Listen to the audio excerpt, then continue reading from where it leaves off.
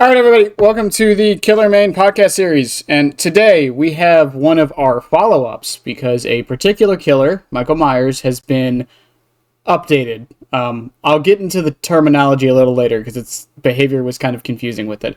But if my guests would like to introduce themselves real quick. I'm Stalky Boy. I play Michael Myers a lot. YouTube, Twitch, that fun stuff. Like maybe 8 hours. 8,000, yes, 8 hours, 8,000 hours, P100, blah, blah, blah, all the usual credential stuff. And I am an expert, I pinky swear. So I'll have all that below, and I'm so happy to have an 8 hours Myers. I just got the game today, and I think I'm pretty good. Could you imagine? I do want to do that one day. I do want to get like a really brand new player on here because I'm genuinely curious on their opinions on the game. I was when you started that, I was imagining you would just like ask them questions and like treat it like they did have like a million hours, but like actually asking like them on the new player experience, that would be pretty fun. So what do you think of the meta development over the past year? What do you think of For the People? They're like, great country? I don't know. but Myers got updated, and what I meant by it's kind of confusing, because I've heard some people say that he's still getting reworked because behavior was very weird with their wording on this. I've heard that too. Do you know where those rumors come from? I have not been able to get to the bottom of that. So basically, because behavior said Myers is getting reworked. They said that originally. And this was like, I want to say like 4 or 5 months ago. And then when the roadmap came out, it just said updated. That's why. Do you have the tweet or whatever message it was with them saying he was going to get reworked? I remember seeing a few months ago they said they had a bundle of tweaks planned for him. I never remember seeing the word rework. It was on the forum. No, it was on Reddit during an AMA. Uh-huh.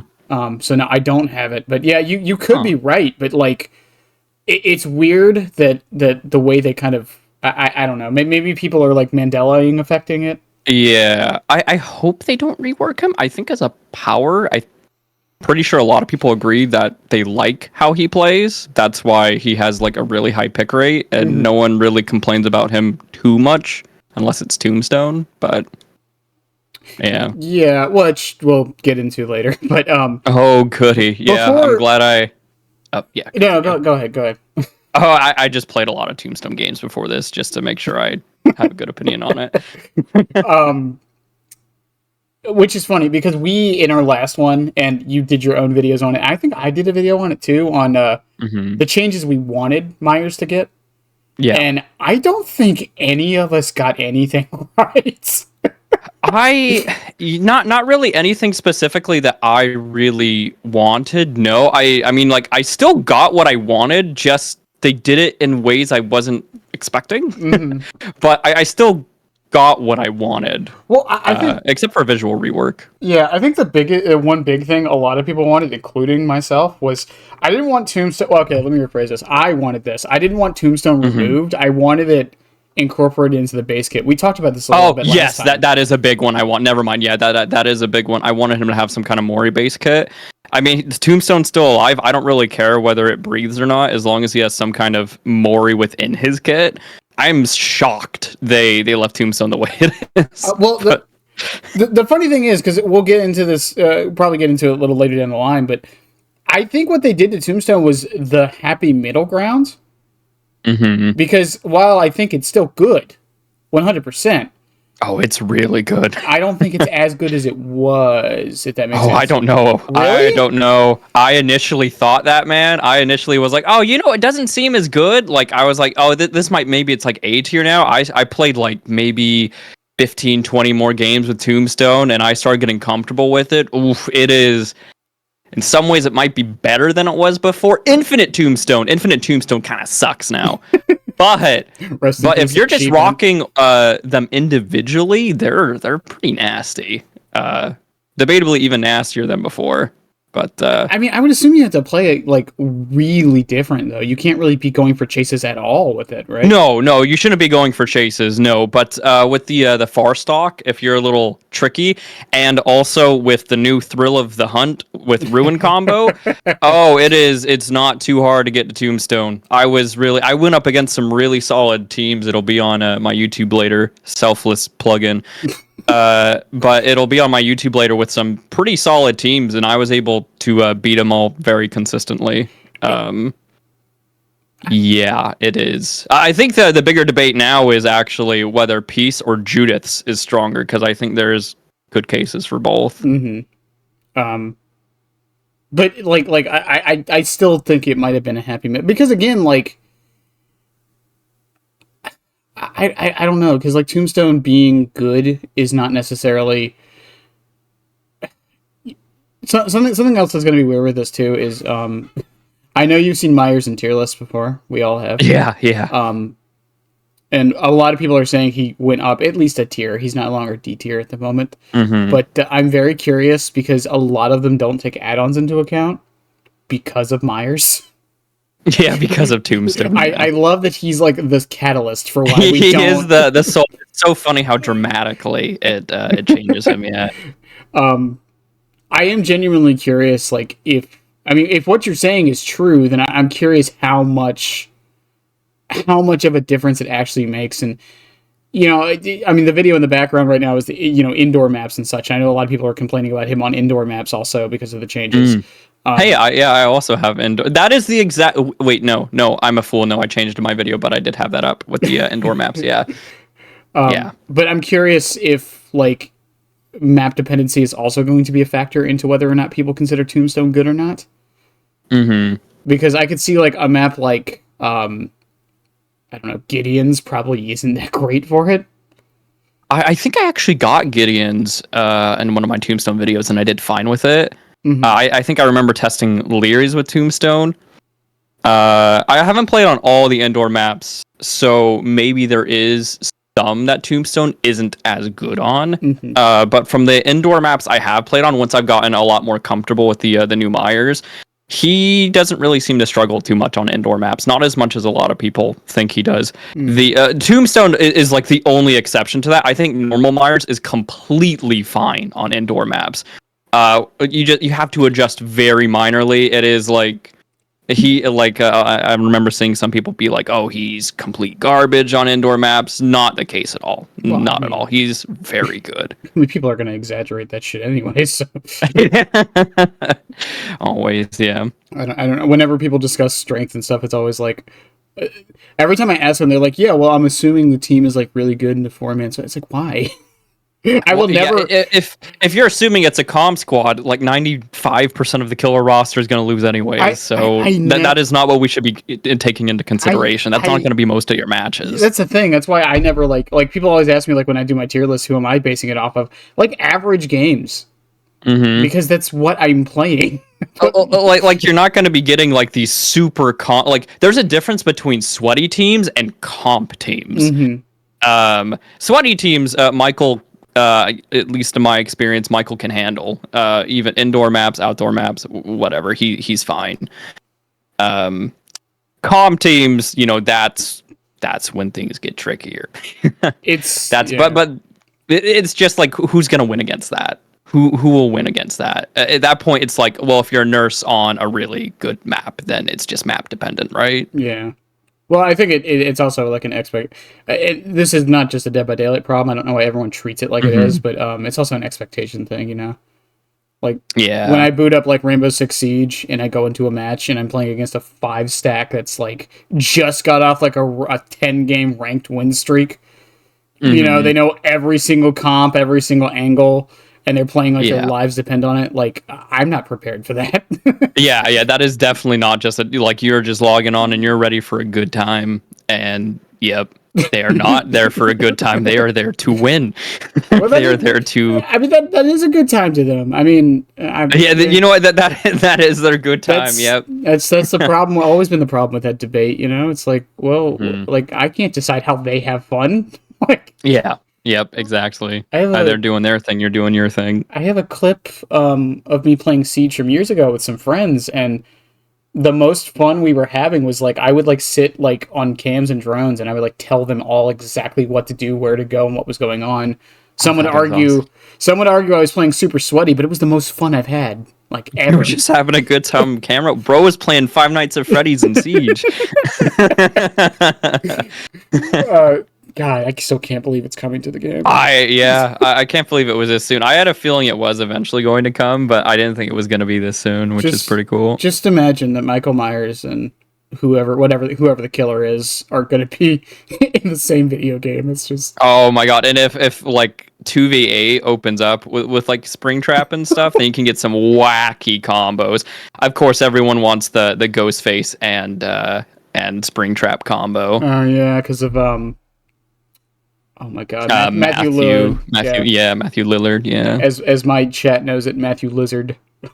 Matthew Lizard. I accidentally, What a name. I accidentally said his last name wrong, and it just became a meme. And now it's forever stained. Do you think it's gonna be Springtrap? Yeah. See, Yeah. I don't think it is. Yeah.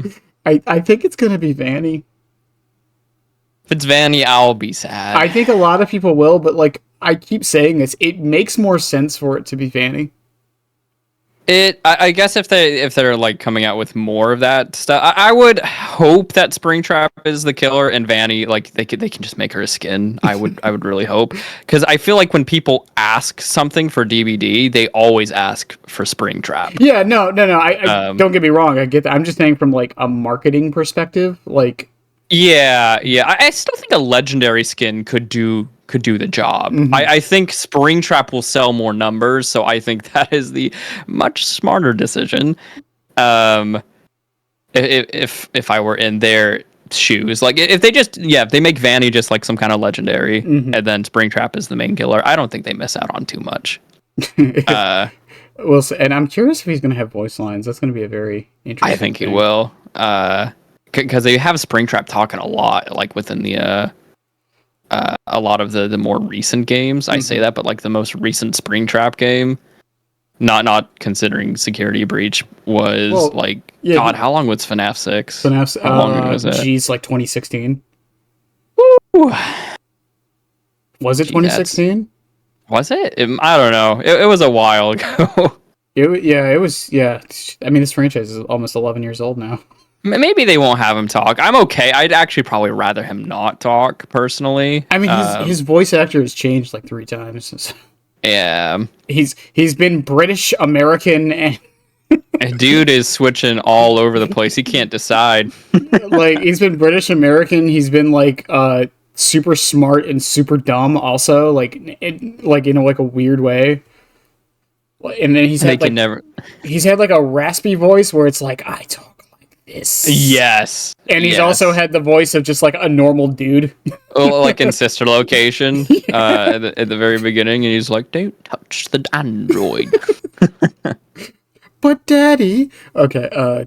Before I start doing my terrible Elizabeth, I'm perfectly happy to also ramble about FNAF later too, if we want to do that. FNAF, Chucky, whatever. It could be Baby. Also, it's another option.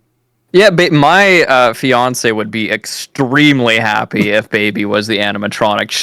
That is the only part of the franchise she likes, because Baby is voiced by the Final Fantasy Yuna actress. Oh, is she? I didn't know that. She is, and that is the only reason my girlfriend has any interest. Or fiance has any interest. That Baby is voiced by like my like middle school crush. Like, come on. You find out today. You find out today. Back to Myers though. Yeah, back to Michael Myers. I love this podcast. So like the changes they did to him, we don't have to go through like every single one like verbatim, but for the most part, they reversed how stalking works as far as distance goes. I don't know what else they did. Tier 1 has a faster movement speed. Tier 1 is also easier to get out of. It takes 2 less stalking points to get out of it. They reverse the stalk, and every survivor has double the amount of evil, which that is a huge deal. that has already, like, games that I would have lost with previous Myers made it a breeze. Because against most teams, 7 tier 3s was enough. Against the really good teams, though, it was not enough. Especially, like, you would come across situations where you would have enough stock on the board, but the one particular person you happen to be chasing just did not have, like, you could have a tier 3 99, but that one particular person you happen to have already stalked a lot, and that, like, that singular down would have been the difference between you winning and losing.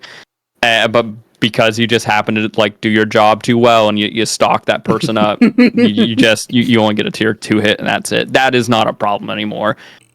Which made his extended tier 3 add-ons, which they changed some add-ons to.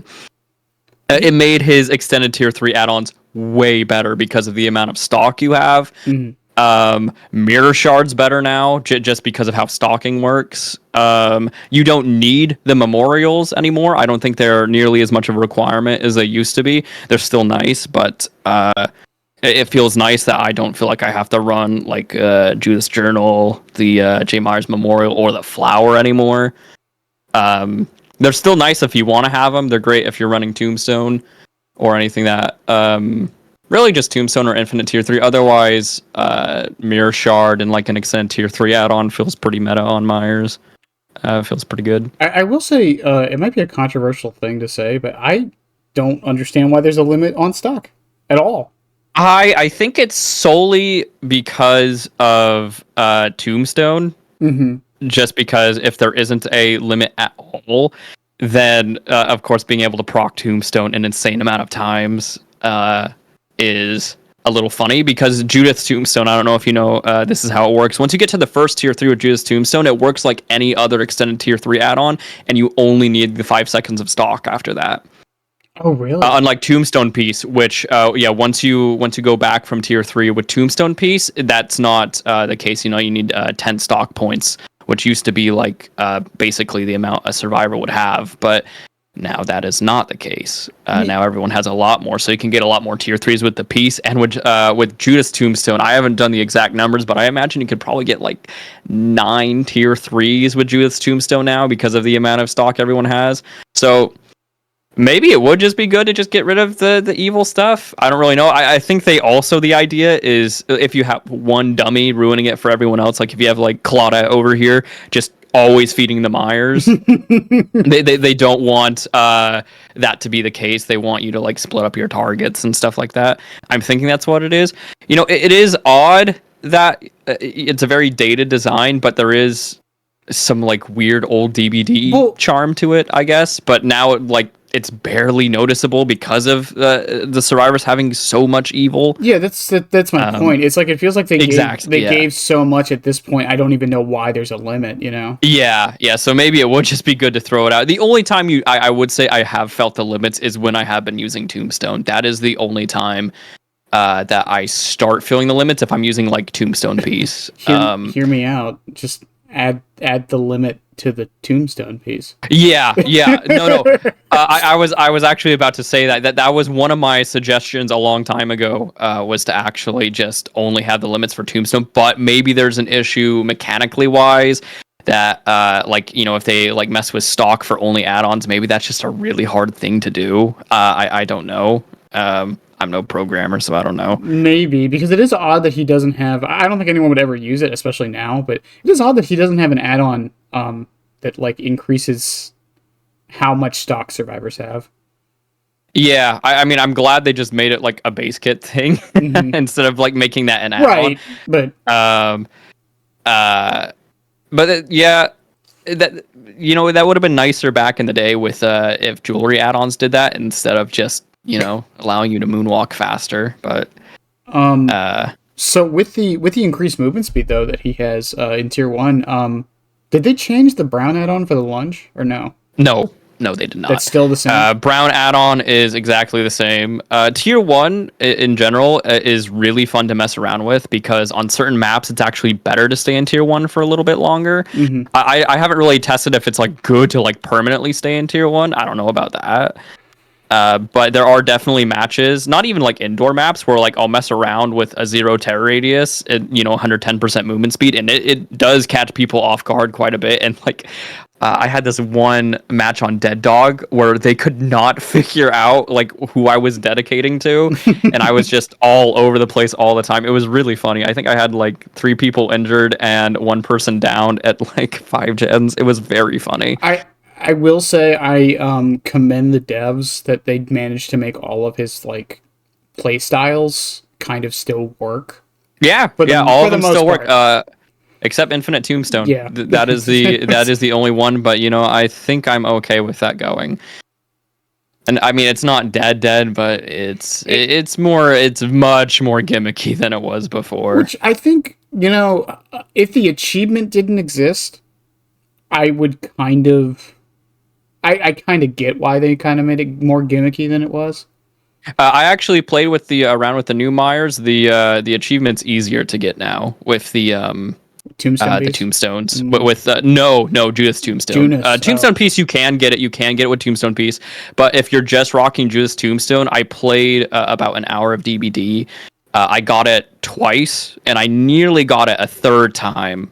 But I messed up. I could have gotten it a third time though. Oh, I did finally test that thing we were talking about with the achievement. If you are in tier 3 and you just do like a normal like Ebony Mori, it does not count. Mm-hmm. I didn't think it did. I had some people saying it did, but I can't test it because I already have the achievement on like everything. So I could never test it. I don't have the achievement on Steam. I still don't. But we tested it on stream a little while ago.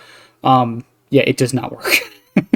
Yeah, I was kind of mad that it didn't. But yeah, that would have been a fun loophole if you just ran Fragrant Tufts of Hair and then you just could Mori all of them with an Ebony. That would have been nice. I feel like the Evil Incarnate trophy, they should just change it to like Mori 20 people. Like just do that. Mori 20 people with the shape. I feel like that's all you have to do. But whatever. Yeah, they should change a lot of achievements. Cough, cough, Chucky. Yeah.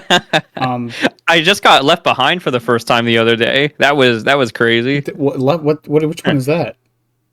When all the other survivors are dead, finish a gen and escape through the exit gate. So basically, when Hatch is going, you have to finish. Yeah. I had a pig that was sitting on Hatch, and I was like, okay. So I just started doing gens. Soul Survivor. Soul Survivor meta. Soul Survivor meta. Let's go. Yeah, I really do think behavior needs to go back and fix the achievements. I know it's a little annoying, especially because of how Microsoft's thing is, but at least the Steam achievements changing would be nice. Yeah, they have changed achievements before. Did you know the Huntress achievement is the one where you have to like throw hatchets and hit them from like 100 meters? On Steam, it's like do it 15 times. On PlayStation, it's do it like 100 times. What? Yeah, I've gotten both though. I don't know why, but I did. Weird flex, but okay. Yeah, I have to put it out there somewhere. I was gonna like do a video on it, and then I scrapped it, so I have to do it somewhere. Chucky's achievement is still. I hate it because here's the okay. I'm biased on this. So the way the leaderboards work on Steam, for those who don't know, is they're based off Steam achievements, and basically it like overgoes the cap. It keeps tracking them. And for Chucky in particular, Chucky's achievement on the leaderboard is hits after a scamper. Yeah, which was fine when you could manual scamper. Yeah, a lot easier back in the day.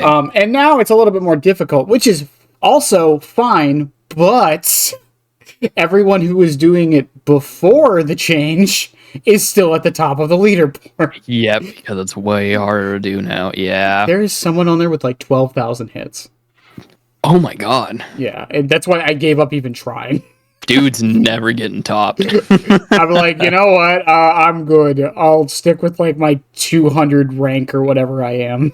200's a nice number. I mean, considering how many people played him, I think it's actually not that bad. Nothing wrong with the small numbers. I mean, 8-hour Myers main over here, and here I am on the podcast. I'm making a T-shirt for that. I'm running it down. Myers main. But like, I think the stock increase. It's such a small thing, and again, like I think Tombstone kind of limiting it a bit is annoying. It could also, well, no, it can't be because of Scratch Mirror because you don't actually stock with Scratch Mirror. Yeah, so you never, can't stalk with so, Scratch. Yeah, so I never mean, mind. you still can like when you're physically stalking them, they still glow white. Like the game is like, oh yeah, you can stalk them, but I'm sure like they're like, oh, if Scratch Mirror is on, they just like flip the switch and you physically just don't gain evil. Yeah. Which I guess is a lot easier than the stock thing. Otherwise, you know what we mentioned with Tombstone would Yeah. be yeah. Getting into the other changes, I think the big one I do want to talk about is the reversing of the range thing. Yeah, changing how he plays. Yeah. This is something that I think both of us wanted for. It wasn't even just a gameplay thing. I think, at least for me, it wasn't. It was just a thematic thing. It just makes more sense. A big immersion thing. Yeah, Yeah. I'm always down for my characters feeling more like the characters they come from. Yeah, and it is extremely immersive and it is very fun. It really does, like, you know, it feels like instead of like bum rushing all the time like you would before, like you just run into a room and you're like, hey guys, what's up, and you just you just chat with them and you get it. Now it's actually, you know, you have to think about where to place.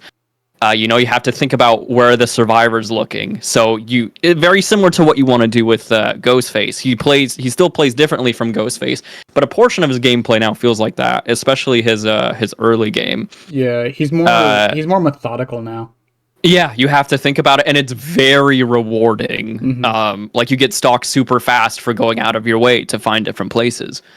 It just makes the stalking part of his gameplay I never thought was very fun. I thought Ghostface's, if you know, you weren't getting broken out all the time, was fun. Like it was the more fun way to do the stalk, like to be more methodical about it. The actual stalking portion of Monkey wasn't as fun. It was more fun to sneak up, hit people. But now the actual stalking part of his gameplay is really rewarding and enjoyable. So now, like, you know, it's just another part of his kit that's fun. So, like, I don't know if this is a very good comparison, but like, old Myers before this change kind of felt like how Nemesis should feel, if that makes any sense.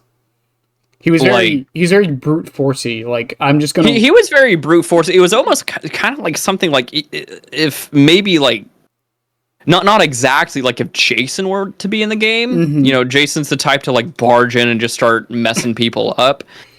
That's kind of what Mikey sort of felt like. And, you know, Jason still is sneaky at times, which, you know, you wanted to do with previous Mikey. You would still, like, step away and stab people. But when it came to stalking, because close stalking was just so much better, yeah, you just barge in and you just look at him like that. But now he really feels like Myers. Yeah, and even from like a gameplay perspective, is not even like talking like thematics. There are situations where this actually helped, because I think we talked about this a bit on your stream and a few times, but the fact that now hitting somebody with a normal M1 and then you can stalk them is not as punishing as it was. It seemed... punishing is the wrong word, but it never seemed like the correct play to do on old Myers. It's more reward. It was better to sort of like stalk for a little bit while they were really close, and then hit them before they were getting out of range, and then like kind of stalk again. But of course, then you have a weapon cooldown, so you're missing out on stalk. But now, yeah, it's good to hit them and then watch them as they leave. Right. Which, you know, once again, thematic, but also from a gameplay perspective, Myers now gets an injure, so they either have to waste time healing, or if they don't heal at all, then they later have to deal with you with a smaller tear radius, possibly sneaking up on you and saving you time either way.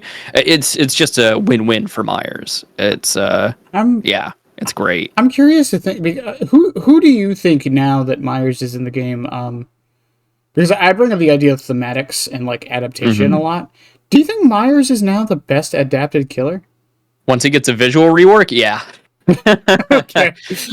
Once he gets a visual rework, absolutely. Man, Chucky and Pinhead are really solid too. Yeah. Chucky, especially before the Scamper changes, oh yeah, he was so amazingly adapted. Now Scamper feels, at least to me, Scamper feels like a little clunky. I still think he's one of the best adapted licenses in the game. Probably the best paragraph in the game. Pinhead too, for sure. I think Pinhead Yeah. was really well adapted. Pinhead's a great adapted license. Once Myers gets a visual rework, yeah, I think he would be the best. And when I say adapted, I don't just mean like, oh, they play just like the character. Like, not only do they play like the character, like they function. Because like I think Pig is a good example of someone who is kind of adapted badly, but like we get why. Because if Amanda was adapted correctly, she would be more miserable. It would not be very fun. Nemesis is one that I wouldn't say was adapted very well either. Probably one of the worst adapted. I still find him fun, but I wouldn't say like he's incredibly like true to his character. Me and Horser have talked about this. There's a few things they could do to make Nemesis a little bit better adaptation wise. The big thing, and this I say this is small, but one of the bigger things they could do, give him some different animations. I think a big one that me and him have talked about, and I've mentioned this a few times, is when he kicks a wall, instead of him kicking it, he just walks through it. Yeah, that would be awesome. That would be that's like such a Nemesis thing to do. That is such a that's a Nemesis thing to do, yeah. Xenomorph's another one a lot of people say wasn't adapted very well, which I think people forget that this game also has limitations, and that's why. Yeah. I think there was like a dev interview, and they said that they planned something where he was gonna like crawl on walls and stuff, or I guess she, and they just could not get it done. They just could not do it. It was way too complicated, so they settled for the tunnel vision. I think considering the limitations, I think they did Alien well. There's a little the tunnel system, the flamethrowers and stuff like that. There are parts of the franchise that would have been nice if they were put in there, like the xenomorph eggs. Maybe ovomorphs. The what? They're called ovomorphs. They're not eggs. Ovomorphs. Yeah. My apologies. Yeah. Oh no, I was trying to figure out. I forgot I was trying to figure out what the why the xenomorphs were afraid of fire on like Reddit, which is a bad idea by the way. And someone told me, they're not eggs or ovomorph eggs. They're just ovomorphs. They're like they're a different species. Cool. Yeah. And now I know. Yeah, see, I teach you a few things. You teach me about ovomorphs, and I teach you about Yuna playing baby. It's because if you say ovomorph egg, you're basically saying like ATM machine.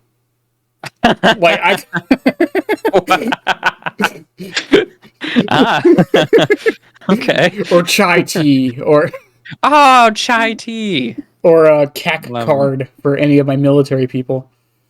Because that was always my favorite. Because there would always be that one fucking lieutenant who would make sure that no one said CAC card because the last C means card. What were we even talking about? Oh, adaptation. Okay. yeah, adaptation. Yeah, Mikey's pretty close though. He's very, very close. I would say, it's just the visual rework, but he is super.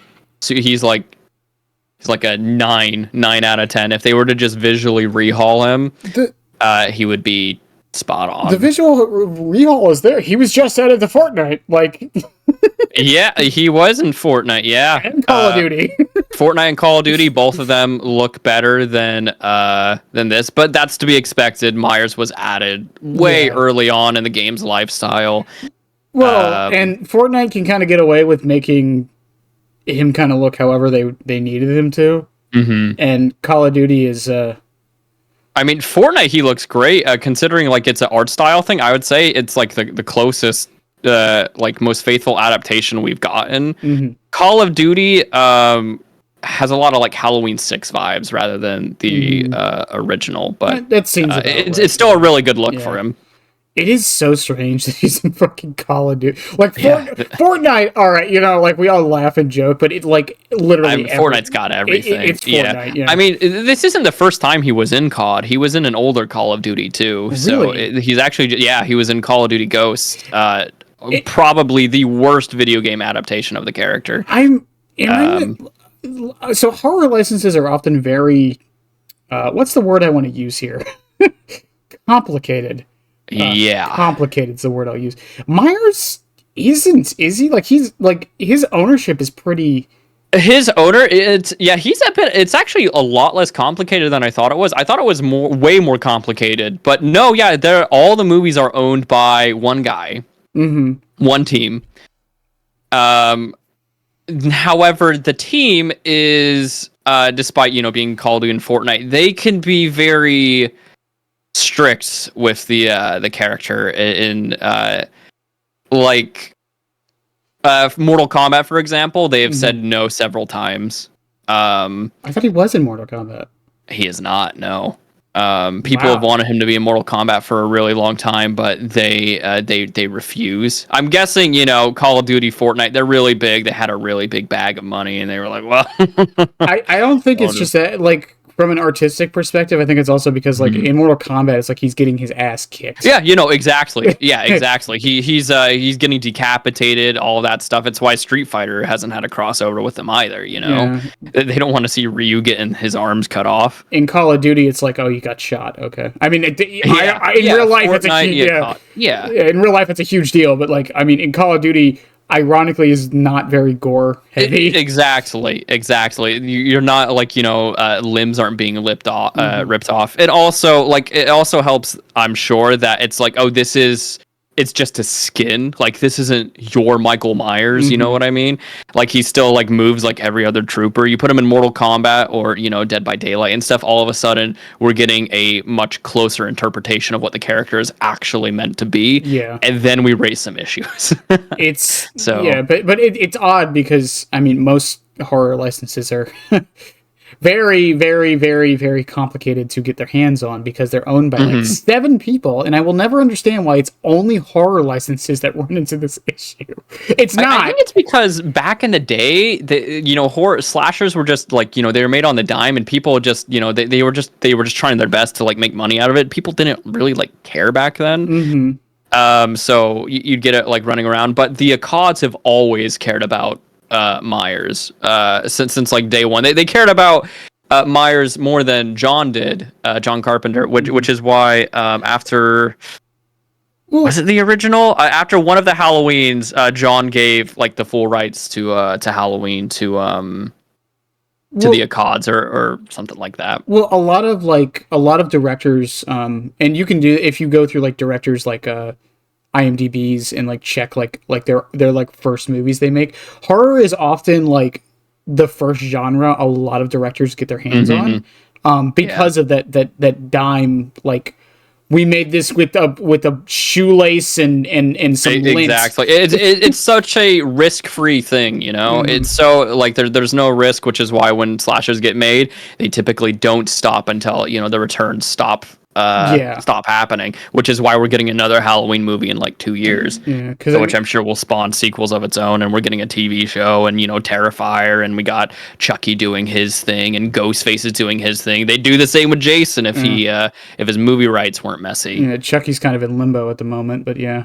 oh really? I thought they were doing. I know the season was canceled, but I thought they were doing a movie on it. It's only rumored. Don hasn't said anything official. He says he wants to, but that doesn't mean he's going to. Oh, that's disappointing. Yeah. That's really unfortunate. Same with season 4. Again, like, we haven't gotten confirmation from, because Sci-Fi like keeps teasing us like they're gonna make it happen. Yeah. Because like apparently they unfollowed Don and then followed him back. Dude, what the heck? Which, okay, this is petty Twitter drama shit, I know, but like with stuff like this, you kind of have to look deep. Bro, he like no, I get it. I've been a conspiracy theorist for sure when I've been like looking through. I remember before FNAF was added, I was definitely one of those like looking between the lines kind of people. They followed Scott Cawthon yesterday. They followed Scott Cawthon. Oh my god, the Pinhead incident with FNAF. God, that was. Have they ever said that was on purpose? Or I don't think they've said it was on purpose. Like, I don't think. I know everyone says it was. I really do think it was just coincidental. I think it was coincidental. I think, which is very funny how the clues for a while could line up very easily as Springtrap too. But they definitely, they were like, they were 100% like, as soon as people probably were like scream FNAF, they were like, oh god, oh no, that is not what we're doing. but like this, the other funny thing with the stalking change, I don't know if you've seen anyone doing this yet, but because he's stalked slower up close, I've mentioned that part of the counterplay for the current Myers is running into him. That is not. You should not do that. Really? Running into him, he'll hit you. That doesn't do much for you. Yeah, but he'll hit you. But if he's running Tombstone or something, he's not going to get it as fast. No, yeah, but he'll be able to just slap you on a hook, get a lot of pressure, and stalk other individuals. What you should be doing is trying to find cover as you're running. Okay. You don't want to run into him. Giving him free hook states is not the plan. Even if he has Tombstone, because that means that if you go down, whether he decides to slug you or hook you, that means you are out of the equation. You can't be doing gens. You're slowing down the team. That enough. Is not the game plan. Fair enough. I just thought it was an interesting thing that might. It is funny. It is funny. It is. I hate to rain on the parade. It is very funny, but that's not the counter to Mikey. Things on paper never work in practice. It is funny though. It is very funny. To just be like, yeah, just run up to him.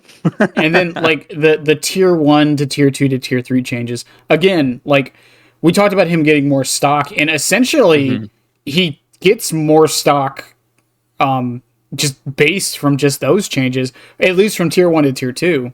Yeah, right? tier 1 to tier 2, he gets a little bit extra since there's less stock needed for that. Yeah. Which means if you do have a Tombstone and you find someone right off the bat and they, they're just kind of feeding you, that means you get a lot closer to your Tombstone because it requires less stock for the tier 1, from tier 1 to tier 2. That's kind of the only like niche situation in which the extra stock is really good from the tier 1 to tier 2. Just because if you're running like extended tier 3 add-ons, there's always enough stock all the time. So you might as well have limitless, which if you have an extended tier 3 add-on, something you couldn't do before, and why I didn't actually really like the extended tier 3 add-ons is if you do have someone that you're stalking at the start of the game, you can fully 99 to tier 3 and know that person still has plenty of stock left for later. Before, it was always like, oh, well, this guy's feeding me. However, I can't gain more stock because I won't be able to 99 him later. And that was always a bit of a bummer that you had to be like, well, I could 99 my hair bow, but doing my job well just hurts me actually. So you just have to find somebody else. Yeah, and we mentioned earlier about they didn't really touch too many of his playstyles. They're all like really there. And yeah, they're all still great. Yeah, and even though like the stalking is slower up close, it is nice that you can still 99. It's a little bit more difficult now. 99, yeah, that's probably my one complaint about the my biggest complaint about the Myers changes is 99ing feels very janky at times. Like actually 99ing is fine, but like when you're up close and you want to pop it right behind their back because it's so slow up close, it's not always gonna pop, and sometimes that can lead to things that would have been down and wasn't. The easy solution, just give him a button like Oni. That's all you need to do. Very, very easy solution. Yeah, but I think part of they want him to have like this moment of, oh, he's in it now. You know what I mean? Like what do you mean? So like with Oni, I feel like the thematic is they want like him to be able to have a little bit of control over it, and then he goes into like this rage mode. With Myers, I feel like they want it to be I don't think they want you to be pocketing it. At least not in the same way as you used to, if that makes any sense. I mean, everyone's already doing that. I mean, we've been 99ing since forever. Well, I know we have, but like I feel like looking at it from like their like we don't have design documents, but I feel like they don't want that to be the case, and there's no real way for them to like fully stop it. But that's why I don't think they're ever going to give us an activation button. I would like it. I think it would help him a lot, but it would also like lead to these situations, I feel, where people would like pocket it forever. I don't know. Maybe I think you're overthinking this because you can already just 99 it. Like the button doesn't really like it adds like a little. It's just a small quality. Like you can still do everything that you can. The button is just it'll stop if you accidental like tier 3s or tier 3 not proccing at all. Yeah. I don't think it would be an issue to give him a button. I think it would be just a nice thing to have. That's more of a it would just make him like a tiny bit more consistent. I don't think it would make him like dramatically. If they don't add a button, it's whatever. I won't like be too upset about it. It would just be a little nice quality of life thing. And it's not like the survivors can like force you into tier 3 anyways, so like it's not. Yeah. I could see it. I guess the only thing that I guess you'd be able to do a little more frequently is if it was a button and not that, is you would be able to phase through survivors a bit more. But you can still do that. You just kind of look up and you can phase through, and you can do that. Right. Yeah. Again, like I don't think it's necessary, but I understand. It's not necessary. It would just be nice. Okay. It would just make him feel a little bit better. Because like when I say that's like my only complaint, that's because I really like the changes. Mm-hmm. It's like a little nitpick. I don't. I really don't have issues with the changes at all. It just, that would be like the one thing that I would be like, that would be nice. I know a lot of people they want a lot more buffs. And I mean, I won't complain. It's whatever. We'll get into that here in a minute. Actually, okay. Speaking of, is it that's really all they changed the base kit though, isn't it? That's everything we gone over. Hold on. Let me rethink. Tier 1 changes. It's easier to get out of. They reversed it. I think so. Wow. I think so. I really thought it was more. Honestly, like, a lot of people were like, oh, I was expecting more. I was only expecting like a tier 1 tweak, and I was expecting an evil change. So like the fact that we got like 2 evil tweaks, 2 tier 1 tweaks, and then we also got the reverse stalking and the double stalk. It was like Christmas for me. I was not expecting that much because Michael has never gotten this many changes ever. I say that like, oh, I was like this isn't that. It's a lot actually. Like it impacts him a lot, 100%. Yeah, I saw some people thinking that these were nerfs. I don't know how you could think that. I know, yeah, some people because of the reverse stalking, they thought it was a nerf, but.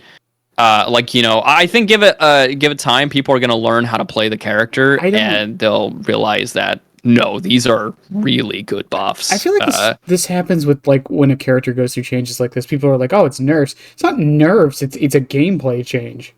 Yeah, it changes how he plays. You can't be bum rushing with him anymore. Mm-hmm. I mean, you can. You just can't be stalking them. Yeah. If you barge in, you have to hit them. Watch them as they go. You have to be smarter with when you're stalking. It doesn't like affect how long you get to tier 3. You just need to change it up a little bit. You'll still get to tier 3 really fast.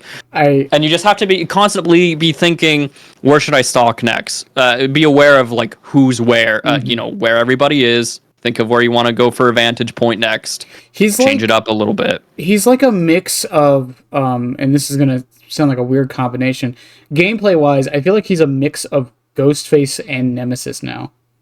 If that makes any sense. Okay, why Nemesis? Because the idea that once you hit that tier 3, you're kind of like running people down still. So like you're not really... Yeah, I think I would more put it as the equivalent to like an Oni, but like an Oni that... Because like, once the party starts with Oni, the party's just going. And it feels very similar to that with Myers because it's very easy to kind of like keep it going, especially with extended tier 3 add-ons. It feels like dude is like always in tier 3. Because again, like with the Ghostface comparison always gets brought up because they're both stalking killers. But beforehand, they both were very different in how they stalked. The way I always worded it was that Ghostface is much more methodical. Yeah, 100%. Yeah, exactly. I do agree with the Ghostface comparison. His stalking is a lot more like that, for sure. Which I think is fine. I think some people would say it might be too similar, but like I think it's because with Ghostface you're kind of stalking one person, and then if you're playing him correctly, I need to add this in here. If you're playing him correctly, as most Ghostface mains would tell you, the idea is 99 this person. Move on to the next. 99 them, move on to the next. 99 the next. You don't chase with Ghostface. At least you're not. Exactly. He is a stealth killer. You're not supposed to chase with Ghostface. And you're not supposed to do that with Myers either. There were some people... sometimes you want to chase. Once you get closer to tier 3, sometimes it's okay to chase. You have to really choose your battles with Mikey. But just like Ghostface, it's good to stalk, find somebody, and move on, right? I think the Oni/Nemesis comparison though, my point is like once you with Ghostface, it's like you're doing this methodically to the point of like, okay, that person's 99, I had the whole team 99, I'm gonna like sneak up on this person, pop it, and hit them. With Myers, it feels like more like once you get that tier 3, even if you hit just one person, it's on. Yep. Yeah, it's game on. Yeah, exactly. Yeah. Ghostface, he needs to he needs to methodically plan. And he takes longer to do that. Myers, he just needs to find that one person. Once game time's on, game time's on. Right. It's like he's good to go. Ghostface, he needs to kind of like keep restarting. Myers, it really feels like once he gets momentum, he just does not stop anymore. For sure. It's really easy for him to just kind of keeping the party going because every survivor has a good amount of evil. Because back in the day, it was I say that. Previous Myers, it was hard because of the limited amount of stock, because it was like, oh well, I can't stock this guy, so I can't build up tier 3. Now that you're always like consistently able to keep building up stock, Myers is just a really he can be very overwhelming once he gets that first tier 3. I wouldn't say he's the best snowball killer in the game. I think that title will I think Plague will always keep that title personally. Yeah, I think Plague and Oni are still better than Myers when it comes to like snowballing and stuff. But his snowballing's pretty good right now. It's because of the stock thing, and also because the extended tier 3 add-ons are just better because of how much stock is on the board now. Yeah, because I feel like he fits this design space of a stealth snowball killer that we don't really have other than him, which is good. Like I know I joke all the time that everyone only wants like a Billy and Wesker, and that's the only characters they want in this game. But it's good that Myers fits this niche of like, again, if you like the snowball aspect, and taking out the character of Myers himself, but if you enjoy the snowball and stealth aspects of it, you have a killer for that. Yeah, he's a very he stalks like Ghostface, but they play pretty differently. I know we just said that they can be comparable, but that's only like a portion of their game plan. And even then, the stalking game plan, Ghostface wants to find multiple different people. Myers doesn't care.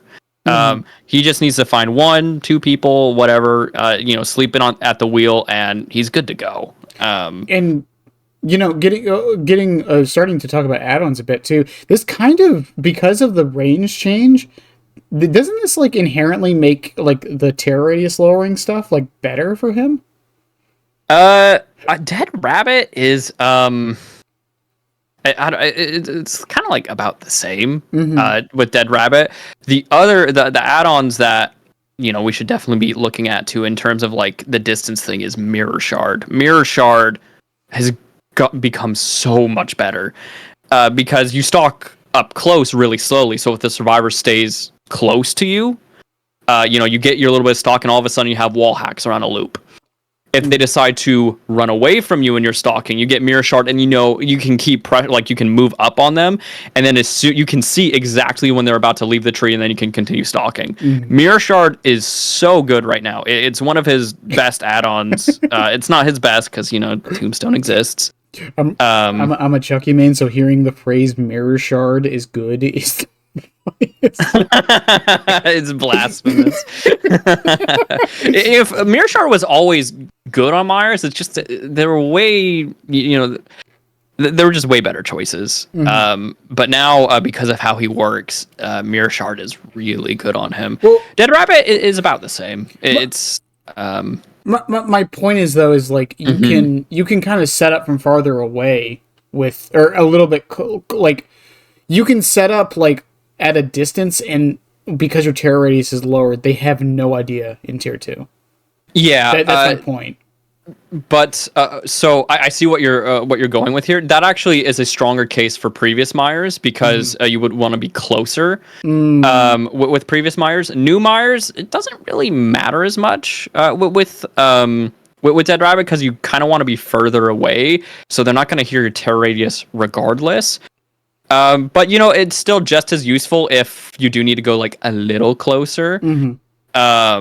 In stock, but usually the smaller terror radius stuff was better for previous Myers since you wanted to get in close. and build up his stock a lot faster. Now, I mean, having a lower tear radius is still fine. It's still great because sneak up on people, down them, it's still great. But I would say Dead Rabbit, in terms of like the stalking stuff, is actually better for previous Mikey. Speaking of tear radius, can you help settle a debate, because the math is weird on this? What's the lowest tear radius Myers can have? Myers can have a small tear radius. I believe it is 6 meters. Okay, so he still has the smallest terror radius in the game. Okay.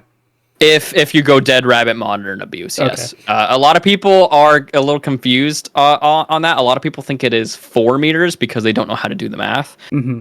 They don't know how it works. It goes Perk first. I believe it's Perk first and then add-on. Okay. So, of course, monitor takes off 8 meters, and then you take off 25% with Dead Rabbit, so you get 6 meters in tier 2. See, it could just be simple like Chucky's, where it literally just says the amount it takes off and not a percentage. Yeah. Well, that's why I bring it up, because I don't know if you know about my 10-meter terror radius Chucky build.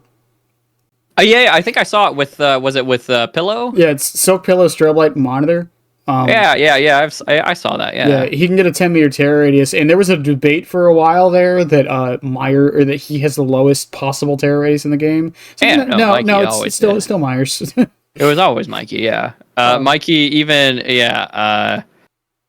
doesn't even need to rock Dead Rabbit for that. He can just rock Monitor, and he already has a smaller tear radius than Chucky. That's the nice thing about Mikey compared to other stealth killers, is his stealth is like always on unless he's in tier 3.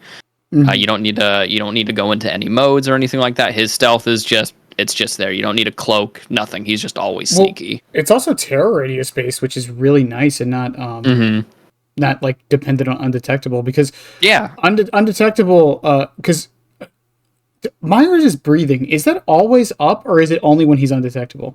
Do you know? He's always breathing. He's always a heavy breather. Okay. He's got elephant feet, and he's got he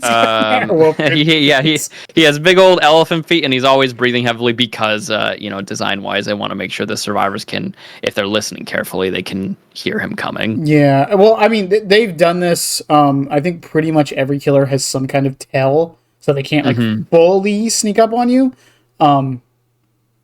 Chucky obviously has his chuckles. Yeah, he has his. That's not even just true. The stealth killers, a lot of the range killers have telltales too. Like Deathslinger has that little sheen or whatever. Huntress has the her doing her, and then controversial take. I don't think Deathslinger should have the sheen anymore because he can't quickscope you.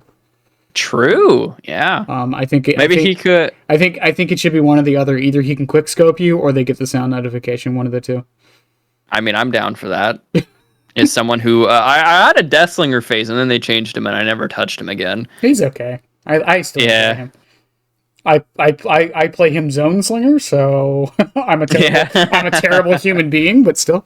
When I played Pyramid Head, I did a lot of M2 fakes, and I ended up on Twitter, and I made someone very mad.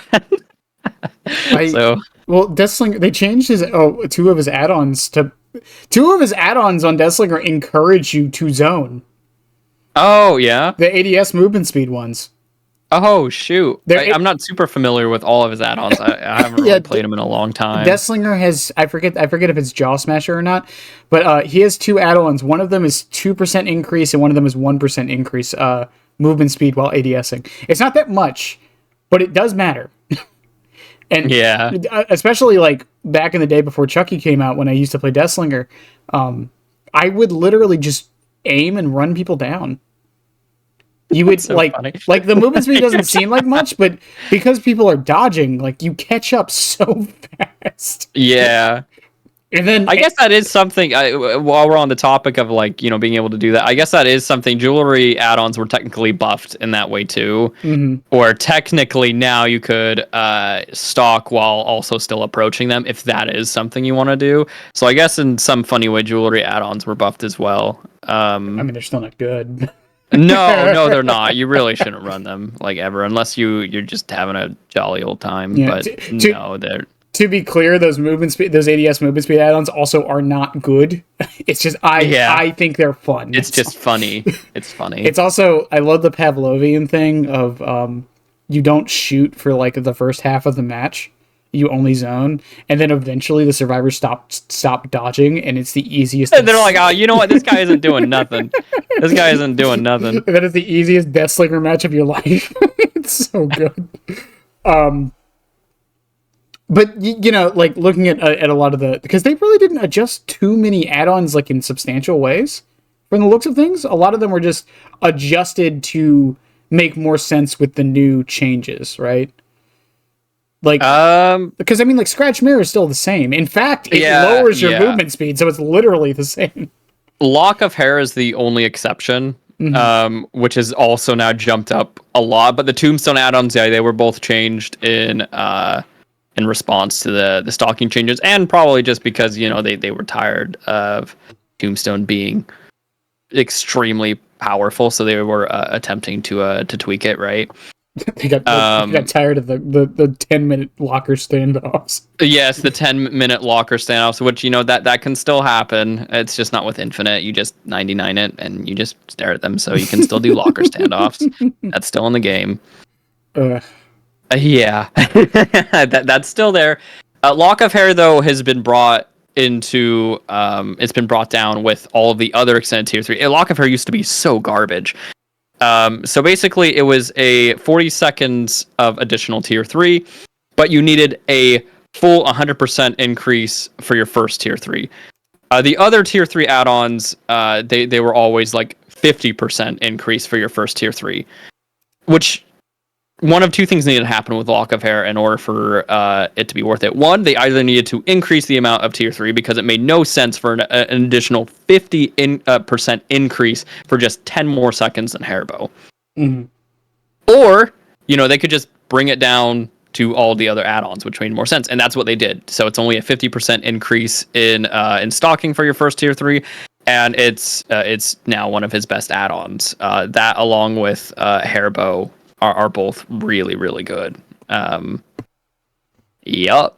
So yeah, I guess that's the only exception. I don't think any other. It was the Tombstones and Lock of Hair. I don't believe any other add-on was changed. Again, it seems like a lot of his playstyles got retained in some way, shape, or form. Even though like Infinite Tier 3 isn't as good or as prevalent as it was, and more of a gimmicky thing now, it's still there. It still exists. Yeah, you still can do it. Yeah, which is nice. I appreciate that this update didn't it changed him almost for the better, and it seems better for the people who are actually dedicated to the killer, which I think is how a change should be. Right? This is a great change. Yeah, this is a great update. I wasn't too worried that they were going to change him too much because people actually a lot. You don't really hear a lot of people complain about Myers, unlike Chucky, which I was a little more worried about. I was worried we were going to get something a little more drastic, but maybe that's coming later down the pipeline. But you don't really hear him people complaining about him like people complain about Gold Merchant or Freddy. Because I mean, I think like I said, the dedicated mains definitely enjoyed this. The dedicated Myers players, the people who seem the most upset about all this are people who casually played Myers. Mm-hmm. He was a killer they had in their repertoire, but not someone they played all the time. They seem to be the ones who are the most upset about all this. Yeah, I think that the people that wanted the more simple, very simple way of playing Myers, because you literally just barge in and look at people and stuff like that. Now you have to mechanically he's still a very easy killer to play. You just have to. He's a little more difficult to play, but he's definitely better now. Right. I mean, Myers. I mean, let's not kid ourselves. Myers has never been the most mechanically skilled. No. He's very simple. Right click, look, and eventually get to tier 3. It's more now you just have to be aware that was a lot of it was a resource management. Yeah, his macro and resource management has definitely gone up with this. Yeah. Resource management might be easier, but that was something that was heavy in his gameplay before because you had to be so careful with survivors and how they how much evil they had. Now you don't have to worry about that as much, which because you don't have to worry about that as much, not only is it you can be popping more tier 3s, which is fantastic. You can now pop tier 3s. I find myself popping a tier 3 sometimes in situations in which like sometimes I literally just want the lunge, and it's not necessarily just because of like an insta down or something like that. Sometimes I just need the faster vault to get somebody down instantly, and I don't need to worry as much because the resource isn't as much of a finite thing. You know what I mean? I don't like pop it and I'm like, oh god, you know, that's a huge waste. It's just, you know, as long as I can get it down, it doesn't really matter, because, you know, everyone focuses on the insta-down aspect, which is great, but tier 3 does other things too, which can be the difference between getting a down and not getting a down. Yeah, and speaking of those, some of those people who are not happy with these changes, which is a minority, I need to make this very clear. It was a minority. Yeah, I believe the most people are actually pretty happy with the changes, from what I've seen. But there were some people who thought there should have been more, which, from what I've seen, a lot of those more things were he should have a much faster vault. He should get base kit brutal strength in tier 3. Basically, people were saying he should get a bunch of perks like base kit in tier 3. So where tier 3 is like this unstoppable. Yeah. A lot of people want the unstoppable. That's what I see the most is people wanted tier 3 buffs. I mean, if they decided to, I don't really care. I'm cool with that. I don't think I don't think it's necessary. Like I don't think it is either. And I also don't think it fixes the problems Myers has. It's like Michael is a sneaky boy in the original movie. I think a more brute force killer is would be Jason. That is more so what they want. But that kind of goes hand in hand with what we were kind of talking about earlier, and the people that are unhappy with him, they don't want a stealth killer. They want like a rush down stalk killer, I guess, or something like that. They want to be able to like go up in people's faces. They want to stalk. They want to gain the stalk really fast. Play Oni. That's what I think a lot of them want. And you used to be able to really play Michael like that. Now, not so much. Play Oni. Play Hillbilly. Play Oni. Yeah, play Oni. Yeah, exactly. Put modern abuse on Oni. And there you go. You have options. Like, I mean, the idea of a stalking killer, like, even if they make another one, which, I mean, we'll see. It's possible, but I doubt it. But if they do, I mean, it's like, if they make another stalking killer, I mean, the idea of a killer that, like, stalks from a distance, or even up close, that's like a brute force kind of killer, kind of doesn't makes sense. Like, I kind of get where people are coming from with it, but it's like, it would be like if you made like a stealth character in a video game, like in any other video game, but they're also an explosives expert. Like, yeah, it can work, but it kind of doesn't make sense. I think when it comes to it, some people might also be thinking of some of the Halloween sequels as well. Like Halloween Kills. The best movie ever. I love Halloween Kills. I know. But talked about it for like an hour last time. Yeah, I adore Halloween Kills. But not even Halloween Kills, but even like Halloween 2. Where he is a bit more of an aggressive person. Like in Halloween 2, I remember a lot of people wanted Michael's wall break. We were just talking about to him literally be walking through a doorway, right? And that happens in Halloween 2. It's not even just, it's not kills. It's a lot of the subsequent sequels made Michael more aggressive in general. That's a staple of horror sequels, though. Like. Yeah, more bloody, more. Michael is always. I shouldn't say that, before I get bloody, labeled like a fake fan or something. Yeah, more bloody, more deaths, and even in Halloween Kills, he still hides. He sets up bait and stuff like that. I more so think of when I think of like really aggressive Michael, that is not really the sneakiest boy around. I usually think Rob Zombie, not really as much Halloween Kills. Because I mean, the other thing with it too is like, this is like talking more about if Jason comes to the game. I think the one problem with adapting Jason in this game is which one do you adopt? Because whatever they get their hands on. Because whatever they get their hands on. I don't even mean like aesthetics wise. I just mean like gameplay wise. Because for me, I'm going to sound like the weirdo for this, the 2009 remake to me is the perfect Jason. 2009 remake Jason. No, I agree with you. Remake Jason is such a cool. That is a remake done well, where it's faithful to the original character while also adding like new things to it. Yeah. Remake Jason, I think, is the only situation in which I prefer the remake over the original variation. It was like the only, and someone can correct me on this. I think the remake is the only time we like see the fact that he was at a summer camp, like being a part of how he does things. Like he was a survivalist. He had like a tunnel system. He set traps. I think you're right. It's not the only one, of course, like at a summer camp or anything like that. But like actually, they had like the tunnel list, the going full on like the survivalist and stuff like that. And I should say this before my fellow Friday the 13th fans eat me. I don't think the 2009 remake is the best Friday movie, but I do think it has like the best Jason. Yeah. Yeah. He uses a bow in the remake. Yeah, like he uses quite a wide variety of things, and that is the only time Jason has ever used a bear trap, which I will always point out when someone wants to make him a Jason skin. Wait, are you serious? I never remember. Oh my god, the amount of times I've heard on my chat that people are like, yo, you should make Trapper a Jason skin. It makes me want to rip my hair out. He's only used a bear trap once in the entire franchise. It's just in that one scene in the remake. That's it? That's the only time he has ever used a bear trap, and I'm so sick of people being like, oh, he would just be Trapper. No, he wouldn't. He wouldn't. Sorry. Like, I believe you, and now that you say it, like, I fully agree, but it's like, why do a lot of us think he's used them more? It could be the game. He used them in the Friday the 13th game, but that is the only instance in which he has ever used a bear trap. As long as we don't get Uber Jason as the character, just the skin, please. No, he shouldn't be the main. No, yeah, you should definitely. I think if they were gonna go with Jason, I feel like you'd have to go with like a part 3, part 4, or even the remake look. What if they just throw us a curveball and it ends up being Pamela? I'd cry. I'd be so sad. That would be. I mean, it wouldn't be as big of a deal. Like if Vanny ends up in the game, then it's whatever. Well, Jason's mom being the killer in Dead by Daylight would be the funniest thing and make the most not make the most sense, but it would make sense.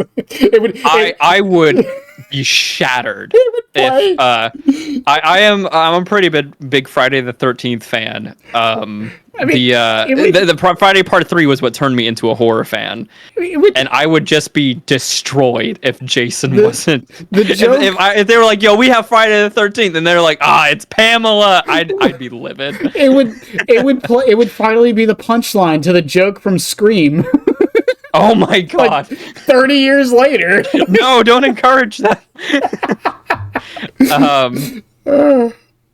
That would Like I said, this is more about Myers, but like I said, like my point is, like, I feel like Jason, I don't think he would be this brute force killer like a lot of us kind of think he would. Like, I think, they've already said they already know what they would do with Jason. They said they have multiple power ideas for the character. So I mean, God only knows what exactly they have planned. I do think he would. Stealth is a part of Jason. Like, Jason is sneaky. It's just not the first thing that comes to mind. Like, Michael is much more stealthy than Jason is. But Jason still does, like, he's versatile. I think that's a big thing with Jason. That's probably the biggest thing. And to me, like, I think, especially back in the day, they probably weren't thinking about this, but with Vecna and Dracula doing what they do, I could see Jason kind of doing a similar thing with, like, or if Art the Clown was added, I could easily see that too, like a bag of tricks. Art the Clown, easy. Oh god, that's a controversial one. It's gonna be I think it will happen. It's just gonna be. It's gonna happen. Did you see that one of the Terrifier guys? they said that they're talking with DBD. It's not an if, it's a win. It's a win. Yeah. But going back to the whole, like, people don't think it's enough. I really don't know, again, what people... Because, like I said, I feel like even if... Let's say he got Brutal Strength base on Tier 3. Let's say he got, like, a movement speed buff in Tier 3. He shouldn't, but let's say he did. Let's say he got, like, all of these changes. At the end of the day, he still would be an M1 killer. He's still an M1 killer. He's still, like... I don't think it changes him enough to... I mean, Brutal Strength in Tier 3, that would be great. But, like, I don't know. Does it really change him enough, like, tier list-wise that, like... I don't know. And again, like, should that be the goal? Yeah. Should it be the goal? That's what I was looking for. Thank you. That's what I like. Should that really be the goal in making like Michael, like just for the sake of like super strength? Like, do we just want to make him like a S tier or whatever like that? Because like at the end of the day, if we really wanted to make any killer S tier or like A tier or whatever, just give him a teleport of some kind.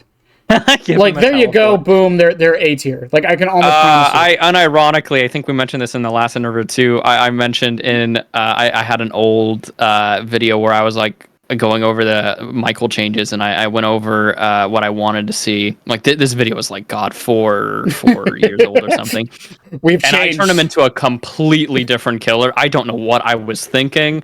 I don't think I understood what I liked. I've changed a lot. I just got out of high school. I'm learning to use more of my brain cells more every day. So I look back. I don't know if it's narcissistic to watch your own videos back.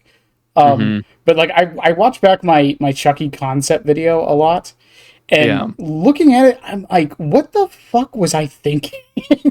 we often, it's good to observe like older videos and also to like improve and stuff like that. I don't really watch too. I like to watch my very, very old videos when I was just starting, and I mostly made shit posts where it was just like memes and stuff like that, and they're just memories attached with those that I remember like where I was when I was playing it, and I remember like being really excited to like show my siblings what like silly funny thing, and then like they would help me like come up with funny ideas, and we like crafted some of those videos together. So watching those old videos, I really like doing that. But I play enough DBD. My stuff is mostly gameplay stuff. So like I lived through it, so I don't really need to like watch it. Really. Well, I mean, and I mostly do discussion stuff in the podcast. And you do lots of discussion stuff. So like discussion stuff is like, especially like some of my really really old takes. It's very, I feel like, good for me to go back and watch them. Just to 100%. like to see how my mind's changed and things, but it like it's also good to like pick up on your habits, like to see like where you're speaking, where you're not speaking, and like maybe you're saying a lot, or like maybe you say specific words a ton, and then you're like, I gotta like work on that. And that can be the same for my gameplay videos. Like when it comes to commentary and stuff, that is one thing that I could definitely, I could look at it and be like, I say this word too much, or I say etc. so much. Not when I'm talking to people. When I'm recording videos, I say etc. all the time. Don't know why.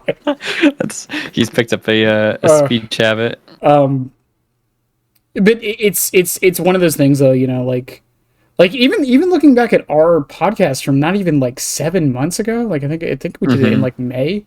I am shocked that Myers was changed that fast. I thought for sure we'd have to wait another year. But it's funny looking back again on some of the ideas we had that, again, we weren't completely wrong, but we had some out there ideas that I don't know how either of us thought was going to happen. What idea? What idea did I have? I think the biggest thing obviously was the base kit Tombstone. I again, like, I wanted it, but I looking back and even now I'm like, I don't think they'll ever do that.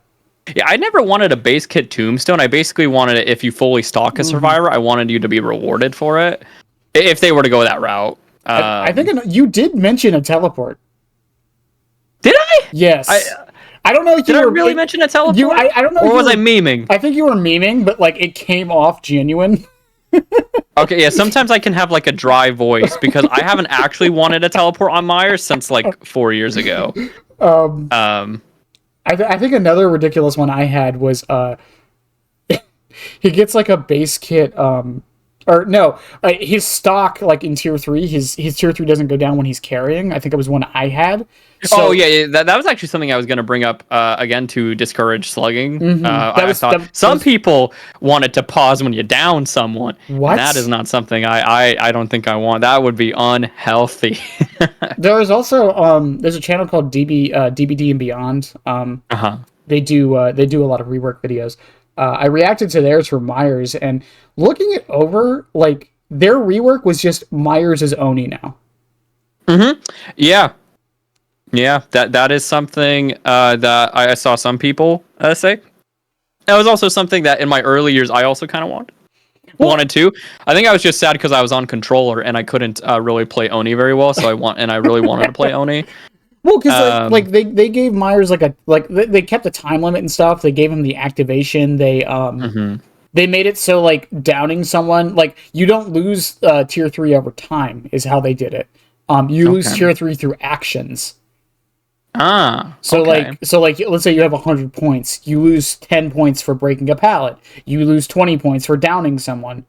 You lose like another 10 points for vaulting because you get the faster vault speed. So it was more like an actual resource management thing. Rather than that is interesting. Thing. That's interesting. Which I kind of I get where they were coming from, but again, it felt more like Oni. It's a cool idea. It is a little gimmicky. I think the issue that I would have with it is there would be a lot of people that would like, let's say you're getting like a little low on the resource and there's a pallet, and then all of a sudden you're getting a lot of Mikeys wanting to bloodlust 3 pallets. So yeah. Yeah, I think there are a few issues with it, but Myers is like such a simple base. I think a lot of people want him to be more than he is. Well, yeah, and I think that kind of takes away from the beauty of the character. We have a lot of characters that are so complex in the game right now. It's kind of nice to have a killer that is a little more simple. And Michael comes from a very simple movie. He's a very simple character. He stalks, he sneaks, and he kills. So I think once you really like up it, like, you know, you make him very complicated, especially because, you know, we're adapting the original movie, not any of the sequels. It takes away from that identity. I think. I was talking to Pixel about this the other day. We were having a philosophical discussion on what evil is. Oh yeah. And I made the argument that technically speaking, Myers isn't evil. I know this is a really weird tangent, but no, go ahead. I mean, I'm a big fan of the character, so I'm very curious to hear. He does what he doesn't have a purpose for what he does. There's no overarching. He just does it. Yeah, there's no rhyme or reason. So technically speaking, he's not evil. He's just like a force of nature. I've heard some people describe that. However, there are points, even, you know, within the original movie, especially in the original movie, that would contradict that statement, because Myers in the there are several times where he goes a little out of his way to do extra stuff that kind of implies that he enjoys it. He admires Bob, that's the obvious one, the head tilt. You know, he likes to set up his kills, right? He sets up this whole elaborate act for Lori, and he plays with Lori. Oh, don't forget the Tombstone scene alone. The Tombstone. Like that's not easy to set up. Michael is definitely evil, like, and he relishes I don't know, like, as much like causing. He definitely enjoys causing pain, because when he has Annie in a choke, like when he's choking Annie, he could have killed her at any time. He has the knife. He enjoys watching her suffer until eventually he decides to end it. Maybe it's just because he doesn't talk that, like, he just feels more like, again, like I like comparatively like a force of nature rather than like an actual I could see where you definitely where you're coming from, but from my interpretation, from what I have gathered, like I feel like there's too many things pointing, but that's the fun part of Myers, is like trying to figure out like, you know, from a viewer, like how much of him is human, how much of him is just this monstrosity. What is Michael Myers exactly? Was he evil fully to begin with? I mean, Loomis literally made a career on it. So. He did. Yeah. Literally, you know, us Michael fans, we're literally just Loomis. That is just what is so insanely fun about the character, is like looking at the movies, and when they don't give you too much, because when you get too much, you ruin the whole fun of the character. You should never outright say what Michael is. Like the second Rob Zombie movie that no one remembers. Even the first one, the first and second one, that just outright. Maybe it's my psychology major. I really enjoyed the first Rob Zombie. Yeah, movie. No, yeah, completely fine. I do not hate you for it, I promise. I understand why some people like Myers from the Rob Zombie film. Some people like that sort of serial killer aspect to him. I just think Michael just being Michael, just Michael being Michael, And then when you sprinkle little things of personality with Myers, that's when Myers is at his most interesting. For me, I get that some people. I feel like just turning him into just kind of serial killer number 5, turning him into Ted Bundy or whatever it is. Not that he actually behaves anything like, you know what I mean? Yeah, it's just not my cup of tea for the character. I feel you. like if you want to like go for a more human thing, you should, Leatherface and Jason exploring those kind of things. I think with Michael, it's more fun to hint things. Like have him like dress up his victims, have him like do this, like in the new trilogy, like in Halloween Kills, right? You see him in a bathroom repairing himself, like he willingly goes to a bathroom and bandages himself up. That's kind of interesting. That's cool. He's moral to some extent, and yet he can take like the beating that he does at the end and still live. And an explosion at the beginning. and the house fire, and he can take a fireman's hose like straight on and move on like it's nothing. Like that kind of stuff I think is really cool, because then it has you wondering, like it has you like looking at him and being like, how much, like how human is he? Like and then like he has certain human traits. He ages. He's really cool in that way. He's there's so much more speculation around him than I think a lot of other slashers, and that's what kind of makes him very special to me. Yeah, and it was definitely a catalyst, especially not just him, but like slashers, because people often ask like why not Friday the 13th, why Nightmare on Elm Street became so popular. Part of the reason was because a lot of the slashers before Freddy were not nameless, but like they were just that. They were just like embodiments. They were silent. Yeah, there was a real name to the face with Freddy Krueger. That's for sure. Lots and lots of personality. It's so easy to see why he really kicked off. And Chucky, Chucky too, and then Chucky later too. Yeah. And then even Ghostface, he has a lot of personality too. He has they often express with Michael. You often have to read between the lines. Jason, you don't really need to do that. Jason, it's very obvious as to what he's feeling. The actors, especially like Kane Hodder, they do an excellent job with their body, so you can really tell kind of what Jason's feeling, which is usually just rage. Rage all the time. But you can tell kind of what's going on through Jason's head just by how they express themselves. Yeah, I mean, it was just an interesting conversation, because we were like, because again, philosophy and psychology major, so I'm a pretentious asshole, I know, but this idea of like what evil actually is, I think Myers, again, like, because of the different interpretations we can have, like, I do think it's very interesting, because I can see the argument you posed, he does, there are moments where, like, the humanity, some like sick part of him definitely enjoys it. Like, he's not an animal.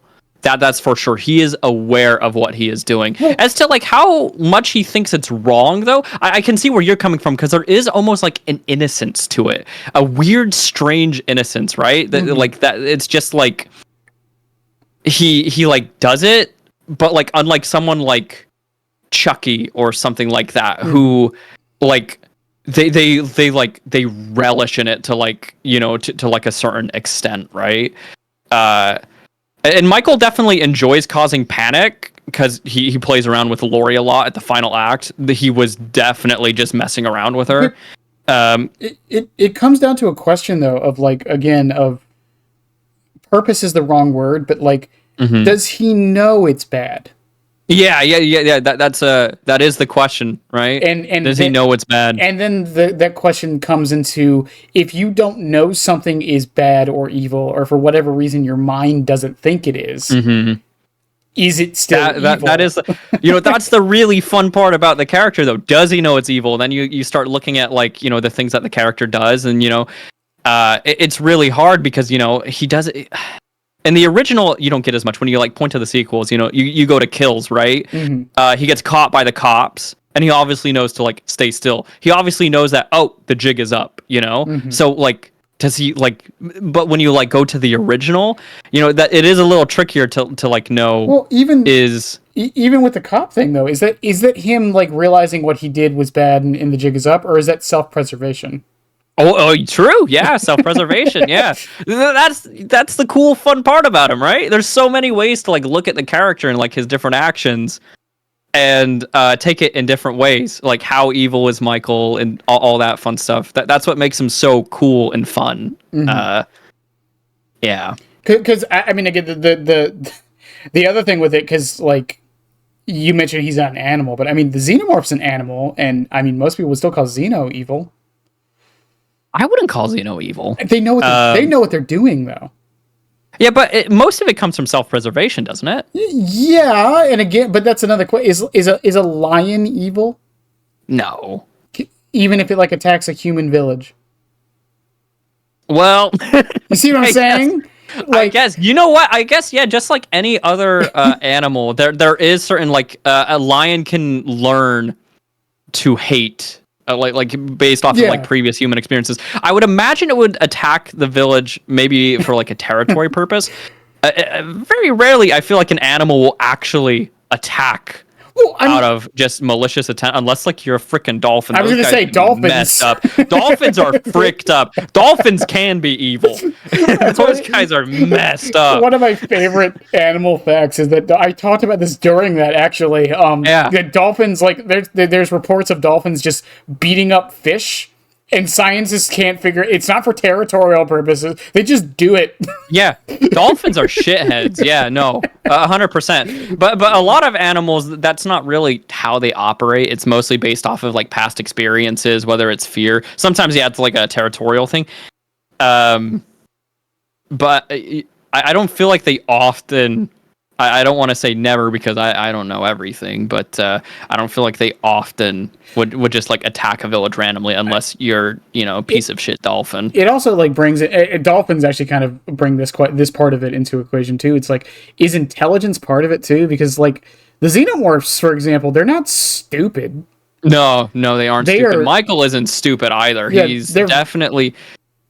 Go ahead. What was that? I said go ahead. Sorry. I actually don't know what I was gonna go off of. I was just agreeing that Michael's also not.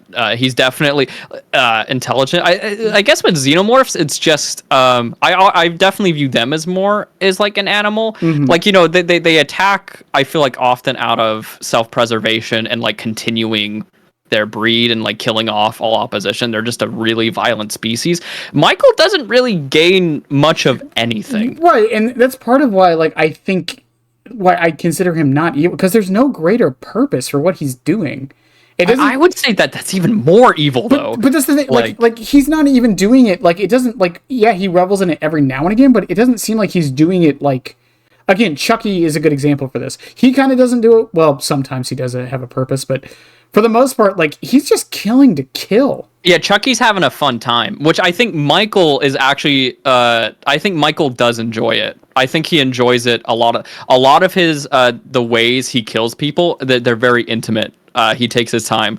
He always has his hands on them. He takes his time until eventually he is done. With Laurie, he 100% was relishing that because with every other character within the film, it's like, once he gets his hands on you, boom, dead. He had several opportunities to kill Laurie, and he takes his time. He chooses not to. I think he likes the fear. I don't think it's until the closet scene that Michael is like done, and he's ready to just kill Laurie. I think at that point he's done. I'm gonna bring up a weird analogy, but I mean, if you go to a dinner and like you kind of relish the food, like you take your time eating it, would you consider that evil? Okay, eating and killing someone are a little different. First off, he has a perk called play with your food. Okay, it makes sense. He's enjoying the process, which is like, it's like with Chucky. He's enjoying murdering people, which I think it's like with Freddy. I think enjoying to do something mean is extra mean. I mean, to do something so like let me do this, right? Mm-hmm. You kill someone out of self-preservation, right? Mm-hmm. That's not inherently like evil. Oh. And now all of a sudden, you kill someone because you want to. Like isn't that more evil? Like the fact that you want to, that you kind of like you're going out of your way to do it. Well, again though, like it brings us to the question: what if you don't think it's evil? Is it still evil? That is the big thing. Yeah, does Michael actually think it's evil? Because like revenge is an often common motivator for murder, right?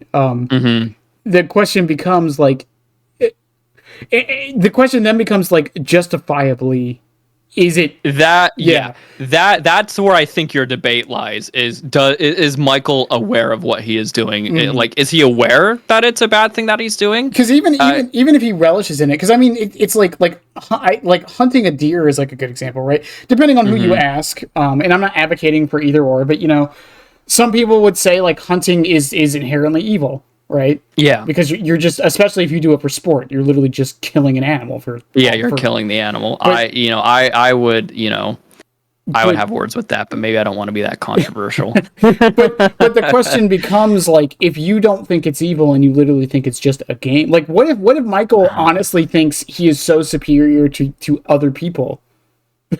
Like he's just a Wesker thing? Yeah, like he's just killing cattle. Mm-hmm. And he's just like, even if he's having fun with it, he's still just That I think that's where your debate is for sure. Whether it's like, do we know though? Not really. It's hard to say, especially based off of the original. Mm-hmm. We know he is intelligent. He's very smart to like a certain extent, but it is like, what is his? Loomis even says he has no real idea of like there's no conscience, there's no reasoning of like right or wrong. Mm-hmm. Now, do we take Loomis's words like as complete gospel? You could, considering other stuff he said, probably not. You could, but there is like certain things that you can like look at it and be like, how would Loomis like fully know what's going on in Michael's head? The dude never spoke. He doesn't, so we don't fully know whether he actually, even like, if you take the sequels, I mean, when you put the sequels in consideration, a lot of them are like, oh, he does it to like end his bloodline because he's got a curse, and then you change it, and then the character becomes very boring. I mean, again, like you even brought up Wesker. It's like Wesker's another good example. Like Wesker doesn't think he's evil. Wesker's freaking insane. Yeah, he's nuts. He doesn't think he thinks what he's doing is good for humanity. He's like, oh yeah, what I'm gonna like freaking we're gonna make the human race better, baby. Make the human race great again. There was another person who said that too. Yeah. I made that connection the other day and I was like, how have I never thought of that? Yeah. But it's Did you think when we started talking about the Myers or changes that the idea, the full philosophical conversation of evil would be? Not entirely. I had a feeling like maybe we'd be talking about Halloween a little bit more. Yeah, I'm always happy to talk about Halloween or most horror things in general. I do want to move on a bit though, slightly to Myers' teachables, because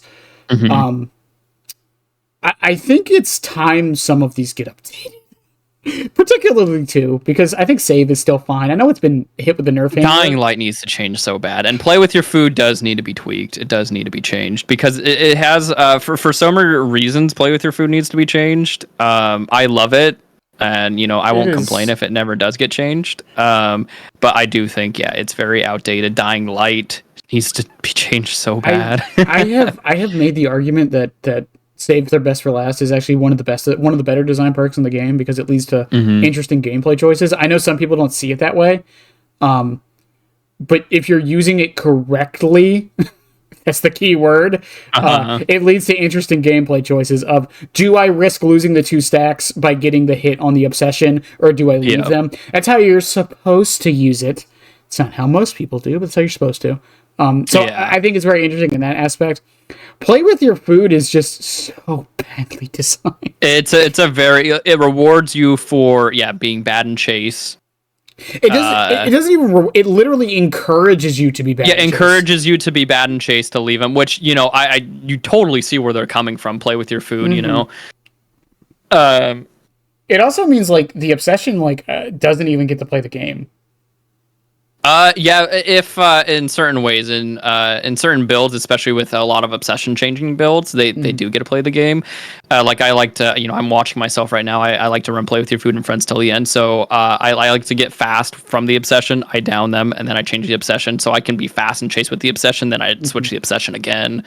But if you just run play with your food, yeah, the obsession doesn't really get to play the game. Yeah. And then Dying Light is That perk's it's a a perk. mess. It's a perk. There's like I haven't really put like a tremendous amount of thought into like what it should be changed into, but God, I would really like it to be changed. It's such a cool sounding name, like Dying Light. Such a cool name. I want to use a perk called Dying Light. Cool. I remember when Wretched Fate got shown off from Dracula, everyone thought Dying Light was going to become meta because of it. Yeah. I remember when Wretched Fate came out. I also, I didn't think it was gonna be meta, but I was kind of like, is this gonna be good? And then I tried it, and I was like, I don't know. The problem with Dying Light is like, it really encourages 3-genning because it doesn't really come into play until like the end game. It has the same problem Leverage had. Gating like a ton of stacks, and then like and then like by the end of the game, like. It's just, why would you run that when you could have like a bunch of slowdown like at the very beginning? It can make a really strong 3-gen, but oops, maybe you lost your 3-gen. I don't know. It just doesn't seem like the healthiest like perk design. It feels like kind of gimmicky. It's one of those things. It's like a win more thing. It's like if it's getting like its maximum use, you're already winning anyways. Yeah. So like, bring something to help you win.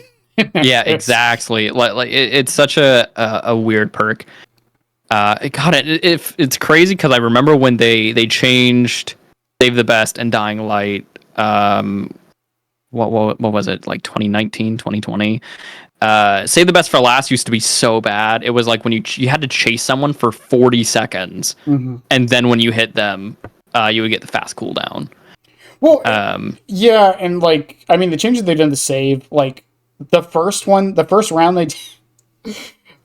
We all had ideas of it just changing the obsession when you hit eight stacks. That was, I think, it was what a lot of us wanted, and the change they did was fine. It's just like I don't think it, as much as I think it's still okay. Like it's still an okay perk. It is not as good as it used to be. No, yeah, I wouldn't even. I definitely wouldn't want to like super change exactly what it does because so many people love Save the Best for Last. It's a feel good perk. What was that? It's a feel-good perk. I love it. It's a very feel-good perk. It's actually, Play With Your Food is kind of my feel-good perk because I get to run at like Mach speed and stuff. But Save the Best for Last, yeah, a lot of people develop Save the Best for Last addictions where they just can't stand keeping their weapon cooldown. Like looking at that slow weapon cooldown, It's one of those things, too, where it's like... remember the change they originally did to it, where if the obsession loses a health state for any reason, wait, you mean? Oh, yeah. Oh, for the stacks, yeah. And then people were running plot twist no mither. Yeah, I do remember that. Yeah, it does suck though now how it's been changed because some of the bigger proponents of save, like mostly Deathslinger, can't really use it anymore.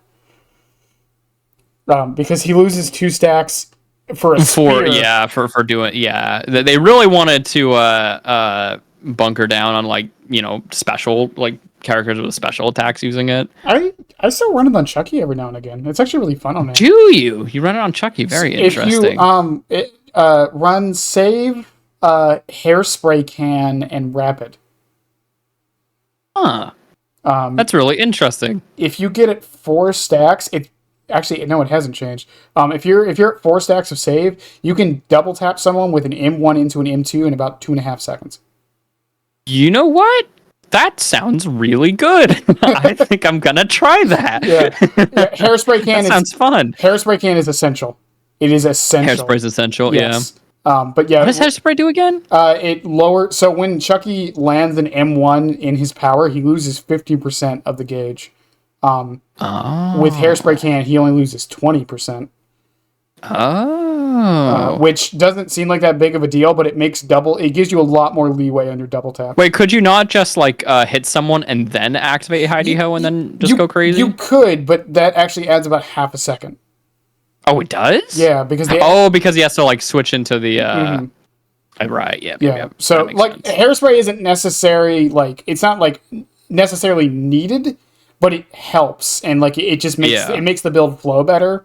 And again, if you happen to like pop Hidey Ho too early for whatever reason, it gives you that leeway. Yeah. And then rapid. I mean, once you M1 them, you're 115, so you can. Yeah, you move faster. Oh, that sounds like a really fun perk combination. I might have to try that. It's not like super good, but it's hilarious when it works. It sounds fun, and you know that's the biggest thing. Yeah, that was one of my favorite things to run on Chucky when it first came out, and especially with the cooldown changes now. I think double tapping is way more important than it was. Mm-hmm. On top of like I'm working on the guide again now that he's officially changed, and hopefully it's the last change for a while. But Chucky could be in danger. I mean, it might be a little while till it happens, but yeah, I think because of the amount of people that are not happy with the Chucky, he might be seeing more in the future. I don't think so, and we talked about this before we started. But the reason why I don't think so, his play rate went down so much. Oh, right. Yeah, yeah. Yeah, and since the changes on, by the time this is recording, it was last week, but since the new patch with the 12-second cooldown and the rat poison nerf, his play rate went down 2%. Interesting that people liked rat poison that much. Like, I knew, like, you know, people enjoyed it, but it's crazy that they relied on it to the extent that they did. It was just a good add-on. Like, it was a very good add-on. Yeah, it was definitely... well, I mean, you know Chucky more than I do, but before the changes, I felt it was his best add-on. It was his best, and I would argue it still is, honestly speaking. Yeah. Aura reading for free is just basically free, but like even in the current version, it's not as good as it was. But right now, it lets you. The reason why part of the reason rat poison was so good was it gets rid of a lot of Chucky's counterplay, because the one of the big things in counterplay is using line of sight to block, so he has to guess where you are. Yeah. And rat poison negates that.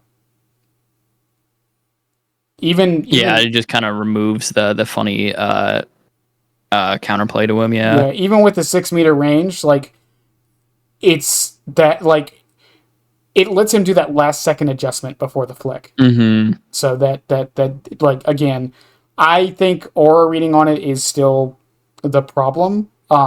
I'm fine with it where it is because it seems like it was at the very least a placebo nerf. Where it was nerfed to a point to where the people who did enjoy it are now like, okay, it's bad now. I'm not going to use it. And now you're just not going to see it as much, yeah. But I mean, in general, you won't see Chucky as much. We'll see. I mean, like again, like a 2% drop in like less than a week is insane. Yeah. Are you aware of Michael's? Since the changes, I haven't really looked at that. Offhands? I couldn't tell you. I didn't really look. He was still I'm very curious. Yeah, I imagine he'd still be up there. I'm curious if the changes was more. Myers is typically like number 4 most of the time. Yeah. He is number 5 at a 4.47, so it went up by about 1%. Oh, well, there you go. His kill rate is 51%. Now, granted, this is Nightlight, so it's not perfect info, but it's the only info we have. It's the best that we can do. Interesting. Yeah, so Myers went up about 1%, which is like I know that doesn't sound like much, but when you look at like especially the amount of killers, especially considering there's 38 killers, almost about so many killers in this game. 8% is a lot. Back in my day, we had Trapper through Pig, and we liked it. Fun facts about those the pick rates. Who do you think the most picked killer is right now? I should also mention that Nightlight does take 2v8 into account. Oh, it takes 2v8. Oh, Huntress. Nope. No. She's number 2. She's 2? Okay, I was close. Yeah. Okay. She has been and keeps getting dethroned by Dracula. What? Dracula? Even with 2v8? Okay, Drac? Like Dracula has like a 6% pick rate. Yo, that's crazy. It's okay, insane. I kind of like seeing him be so popular. It's insane. That's kinda he dethroned cool. Huntress. I'm shocked, but I think that's kind of cool. Like, okay, normally the new killers do dethrone Huntress. Yeah, but that is true. It's for like a month. Mm-hmm. Dracula's been out for 3 months now, and he's still the most picked killer. That's cool. Even with 2v8 in consideration, I think that's pretty cool. Now, granted, I could be wrong about the 2v8 thing. They counted it last time. I can't tell if they did this time. Okay. Part of me thinks they didn't. Still cool. But yeah. Dethroning the Huntress. Yo, right on. That's insane. Let's go, my boy. That's fucking insane. Like, I like to picture like you have like your hands in your head, and I'm like pumping, like yeah. And you're like, oh my god, this is an issue. I don't know how he managed. It's not an issue. It's just interesting.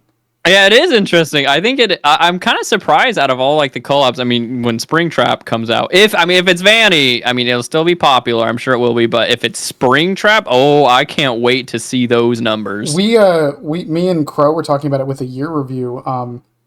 It is kind of nuts. Like when you look back at everything they've done for Castlevania, this is like one of the biggest collabs they've ever done, and not in the sense of like player numbers or anything. I really don't know because I haven't paid attention, but in the sense of like everything they did, Castlevania got its own game mode.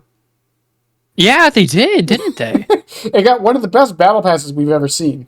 Dracula has constantly been getting balance changes. Yeah, like, they've been really giving Dracula a lot of attention. They are treating Konami's baby very well. It's surprising. This is how every license should be, honestly. But when do I get my Halloween kill skin? It's just so odd they are putting so much into Dracula. I'm not even like mad about it. It's just it's not the norm. I'm surprised as that Dracula is like so picked, compared to like all the other licenses and stuff. Because I wouldn't imagine it to. I mean, it is Dracula. Even if you're not aware of Castlevania, it's still Dracula. That is cool. So I guess there's that, but compared to like Resident Evil or Silent Hill or those biggies, because oh god, I think Resident Evil, I think it was the first Resi was the most popular chapter. I think the second one actually beat it. Second one was more popular. I knew it was like one of the Resis, like that one like did. I mean, 2v8 the first time beat both of them, so. All right, but I'm like just chapter. You know what I mean? Like if we're just going by the chapter, I think it was Resi that was like. Yeah, Stranger Things I know did big numbers. Stranger Things when it came out too. Stranger Things. Yeah, we have never, other than 2v8, we have never gotten to the numbers we did when Wesker dropped. Yeah. I'm curious. I'm super curious to see how well FNAF does. Very excited. And the other thing, like going back a little bit to Myers though, with his high pick rate, like again, even with how, and I mean this with the utmost love, even with how bad Myers can be, sometimes it is still surprising how high his pick rate remains. You keep doubting him time and time again. We started this, and you were like, "I'm so shocked that Michael." Do you like Michael Myers as a character is so incredibly popular right now? He is like 2018 was like the highest performing slasher. Like Myers is like a really. Right now on the Mount Rushmore of horror, I would actually say he is like the most popular, but that has to do with like them Freddy and Jason not doing literally anything. But right now, what do you mean? Right now, I would say Mikey's like Mikey's on top because like they're not doing anything with those two characters really in pop culture. I'm hoping Jason can start swinging back with at least like his show, and they're starting to put him into some more things. I really just want to see Jason do stuff. I've given up hope with Freddy. I don't think they're going to do anything with him for like bare minimum 5 years. New Line Cinema just doesn't care to put him in more movies or anything like that. Yeah. It's whatever. Really, really weird for the Nightmare series. It's sad. He's such an icon, and they're like, but The Conjuring is making so much money. Why do we need to? I mean, we're getting the Freddy changes in January. Oh yeah, no, I'm just referring to I know. But we are getting the Freddy changes. I just wish that we were just seeing like we're having this huge slasher come back, and Freddy's being left out. That bums me out. Now hear me out. What if New Line is trying to gauge Freddy like relevancy, and finally gave them the go ahead to do another change to him? You say that, and I wonder. With a different instance, I wonder if that was the case. I wonder if that was the case with Konami, because the Pyramid Head chapter came out and it did really well, and then we got Silent Hill 2 remake. We're getting MGS 3 remake. The Castlevania collab is a big one for Konami as well, because I think what happened there was normally when licenses get brought into the game, it's to get the name out there more. Like it's more of a help for Dead by Daylight, right? Yeah, 100%. I think for the Castlevania chapter, it was the opposite. Yeah. I think it was more of a help for the Castlevania franchise than it was Dead by Daylight. Because Castlevania, I don't think they've had the Netflix show, but other than that, they haven't really done much of anything. Well, after the chapter dropped, they re-released a bunch of games on Steam. Like they did like a whole like one of those bundle deal things. Yeah. Like a legacy collection. So I have a feeling that Konami was trying to gauge interest in Castlevania again. I hope it does well. I would love some new Castlevania stuff. Would love to see that. I'm just glad that they are giving love to Metal Gear and Silent Hill. Speaking of Konami, do you think it's odd that we didn't get anything when the remake came out? Yeah, we didn't get anything, did we? We didn't get anything. I was expecting like a skin or something. I am a little surprised, not incredibly, because Pyramid Head has a lot of skins, right? Considering he's a license. He has a fair amount of skins, and Cheryl got quite a bit of love too. I am surprised that maybe they didn't at least do God, my fiance will kill me if I get his name wrong. I think it's Harry from Silent Hill 1. Oh yeah, Harry Mason. Okay, thank God I got it right. It's Harry Mason. Harry from Silent Hill 1, I know is one of the last big Silent Hill characters that we don't have in the game, because of course we have James. It always felt weird to me that we had Pyramid Head but not James. How important James is to the character. It's also strange because Cheryl is more connected to Harry, and I mean, she's his daughter. It's very weird. Harry's not in the game. Also, yeah, and then we got Maria instead of Harry. Yeah. Which I guess they Maria would sell better, I guess. Yeah. Again, I think it's odd we didn't get a redesigned Maria skin either. Oh yeah, we didn't get any. Yeah, we didn't get anything for Silent Hill 2. But maybe they just felt it wasn't worth the hassle that it would sell otherwise. Maybe they were just Resi 2 remake is coming out, so there'll be more people wanting to run on Maria, and we already have Maria and James. So maybe they didn't want to. There's still time. I could see them doing it in a few months. If they do it, if they're like, hey, we redid the James model. I mean, down. I'm super down. We can bring back Gerald. Can that happen? Oh God! In my restless dreams, I see him. If I read a patch note in 2 months, and it's we brought back Gerald, I will fucking howl to the moon. Oh my God! I will find you and I will say this is your fault.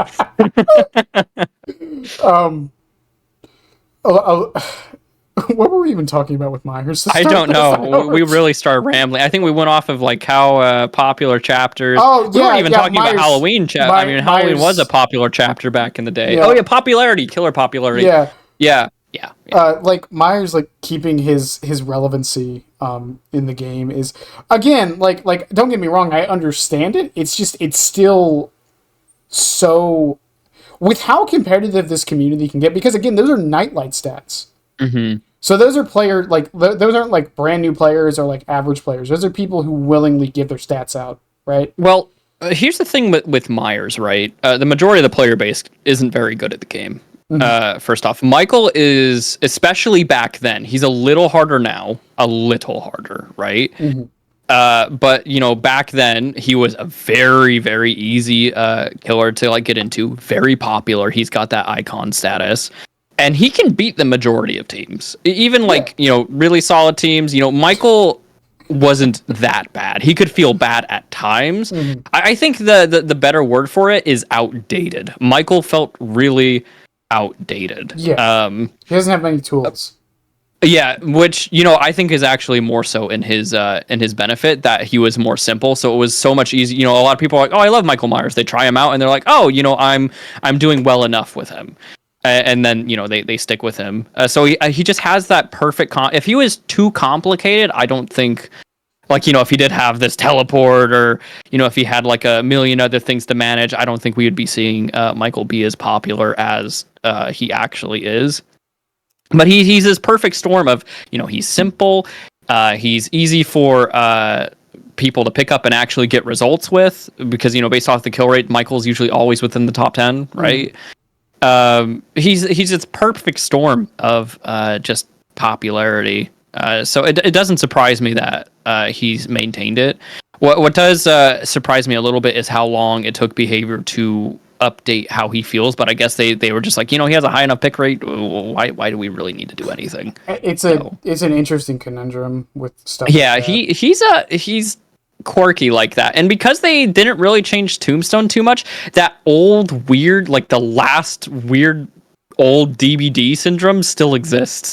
We still have this insta kill mass murdering add-on thing from an age of like instant brand new parts and stuff like that. So that, weirdly enough, that relic from old DBD it still exists. I'm really surprised. I thought Tombstone was going to get hit a lot harder than it actually did. I think we all did. Even Scratch Mirror, like I heard a lot of people complaining about that. It didn't really get touched at all.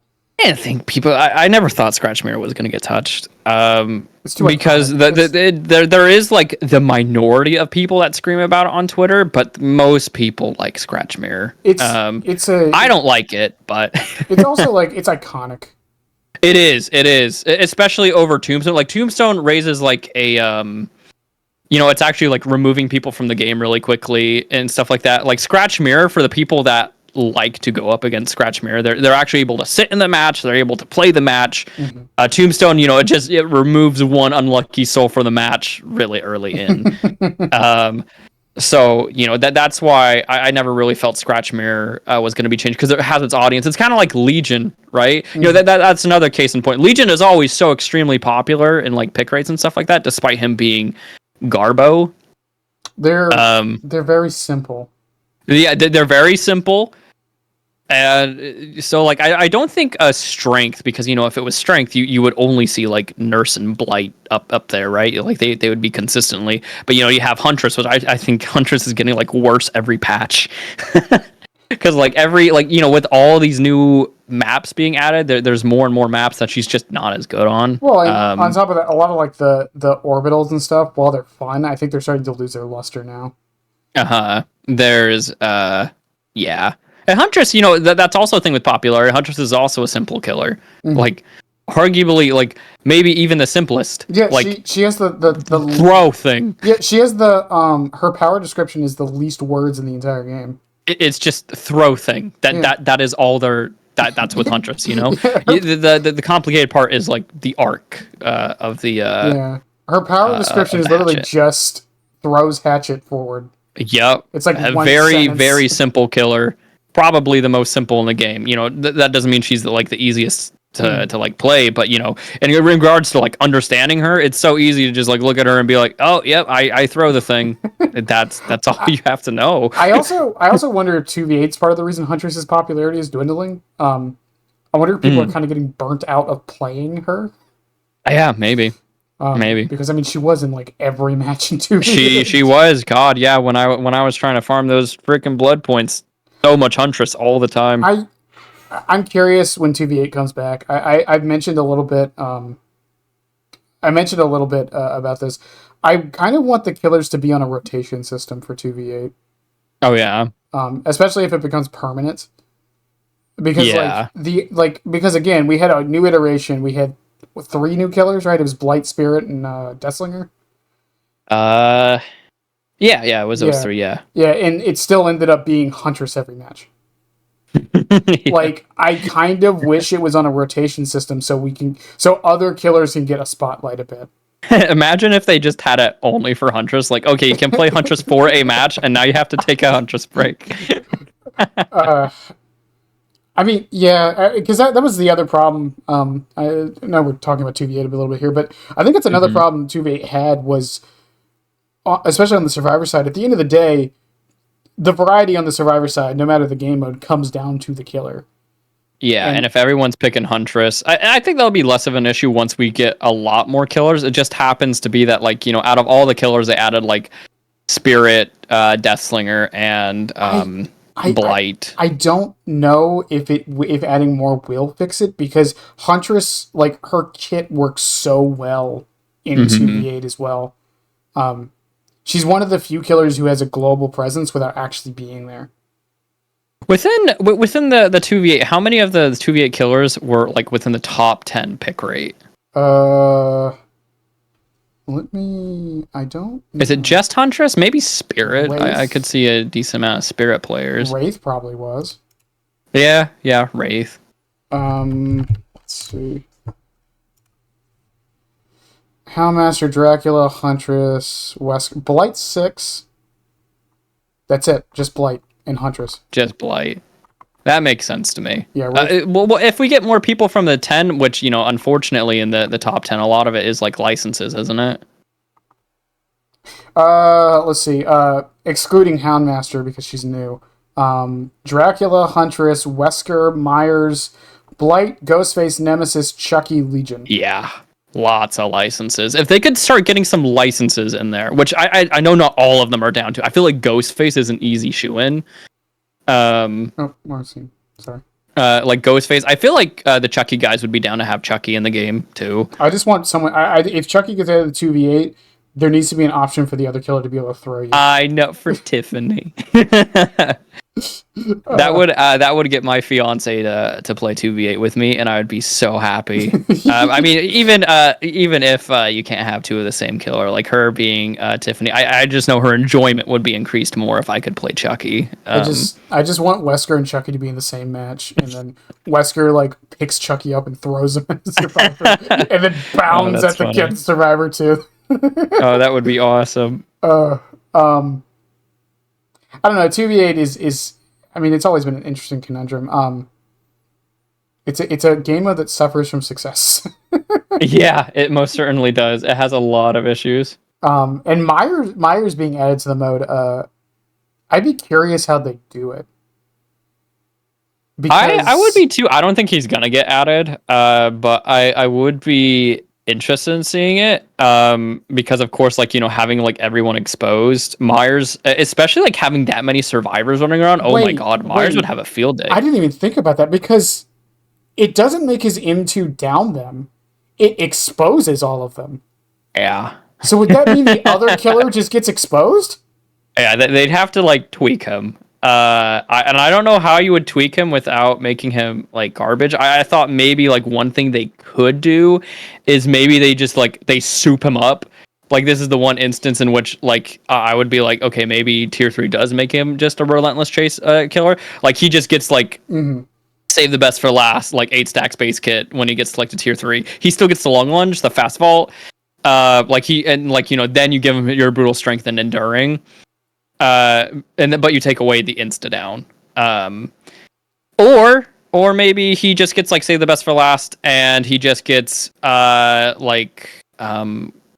what was that? And maybe like a faster movement speed, and then you just kind of call it there.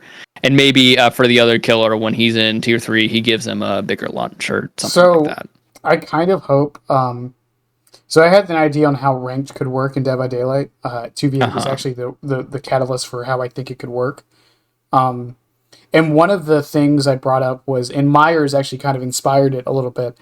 And I hope this, because right now in 2v8 you pick your killer and then you pick your class. That's the new thing they did. What I kind of hope they do in the future is every killer has like 3 archetypes they can pick from. Yeah. And Myers was kind of the inspiration for this, because whenever I brought up Myers being added to 2v8, that was something a lot of people kind of lamented was if they give a bunch of add-ons base kit to, which like they have been for every other killer, Myers wouldn't get, you couldn't do scratch mirror Myers, you couldn't do infinite tier 3 Myers, you couldn't do like faster stock, you couldn't do like the aura reading. Like there would be a lot of things missing because those options aren't there. And I think a solution to that, and something I hope they add to 2v8, is this idea of like archetypes, where like let's say you pick Myers, you have an option to play scratch mirror, and it has a bunch of different add-ons that he gets base because of it. You get infinite tier 3, and like it has options for it because of that. And you could do this with a bunch of other killers. Like for Blight, you could have one that makes him super fast, one that helps his turn rate, one that gives him maybe his old iridescent tag, just for 2v8, obviously. But like I feel like they could do something like that, because if they just add Myers and they just give him a bunch of his add-ons base, but they're not like it would I don't know, it would kind of feel bad that you don't really have the option to play the other versions of Myers that have become so iconic and people really enjoy, Yeah, that's a really good point, because a lot of stuff with Michael, a lot of the fun comes with the different add-on and perk combinations, because Michael is such a malleable killer, one of the most in the entire game, if not like the most, because he's just a basic M1 killer. So much works with him because he has the terror radius, the lunge, and the vault changes. So there's like a lot of like different combinations, and I think that's one of the a lot of the biggest driving factors in Michael being so popular is he can make him feel like completely different. So that would be nice for 2v8 if he did have a class change, because otherwise I feel like a lot of the other changes that they would do to him would just feel underwhelming. If I was to like be a betting man, they'll add increased stock speed, increased stalking movement speed. They'll probably make those base kit. Maybe like what's the one that extends tier 3? Is it Tuft of Hair? All the hair. All the hair add-ons will extend. They'll probably add one or two of those base kit, and then they'll call it a day. I would like if they added mirror shard, so if you like watch someone for a little bit, it would exposes that person to the exposes their aura to the other individual, not actually. Yeah, that would be kind of nice too. Yeah. This idea came from, I mean, Myers is the one that like was the catalyst for it, but it came from, did you play Mortal Kombat, was it 10 or 11? I played both. What was the one that had the class system for all the characters? X had that. Was it 10? Okay. Yeah, 10. Yeah, like that's where the idea came from, because I think it's an interesting thing. And again, like when I was coming up with the idea for a ranked mode, that was actually part of my idea, was that. Because what that also means is you could individually balance the killers around that instead of having to take and then also like the class system would still be there for the perks. Yeah. That would. The only issue right now, I think, with adding that right now into the game is they need to add more incentive for survivors to play and not killers. But eventually that could be a really cool thing to have. Yeah. Once Q things are like, once people I think want to play survivor in that game mode. So 2v8 is a catch-22 on how to fix the queue times. Yeah. Because either A, we keep making it limited time, and we keep bringing it back hoping that the changes we make survivor more desirable to play. Or the other catch-22 is we keep it in the game permanently and keep adjusting it as it is, and eventually the luster of the game mode in playing two killers at once will die off, and queue times will fix themselves. The problem is if we do that second one, queue times are going to be ass for like 3 months.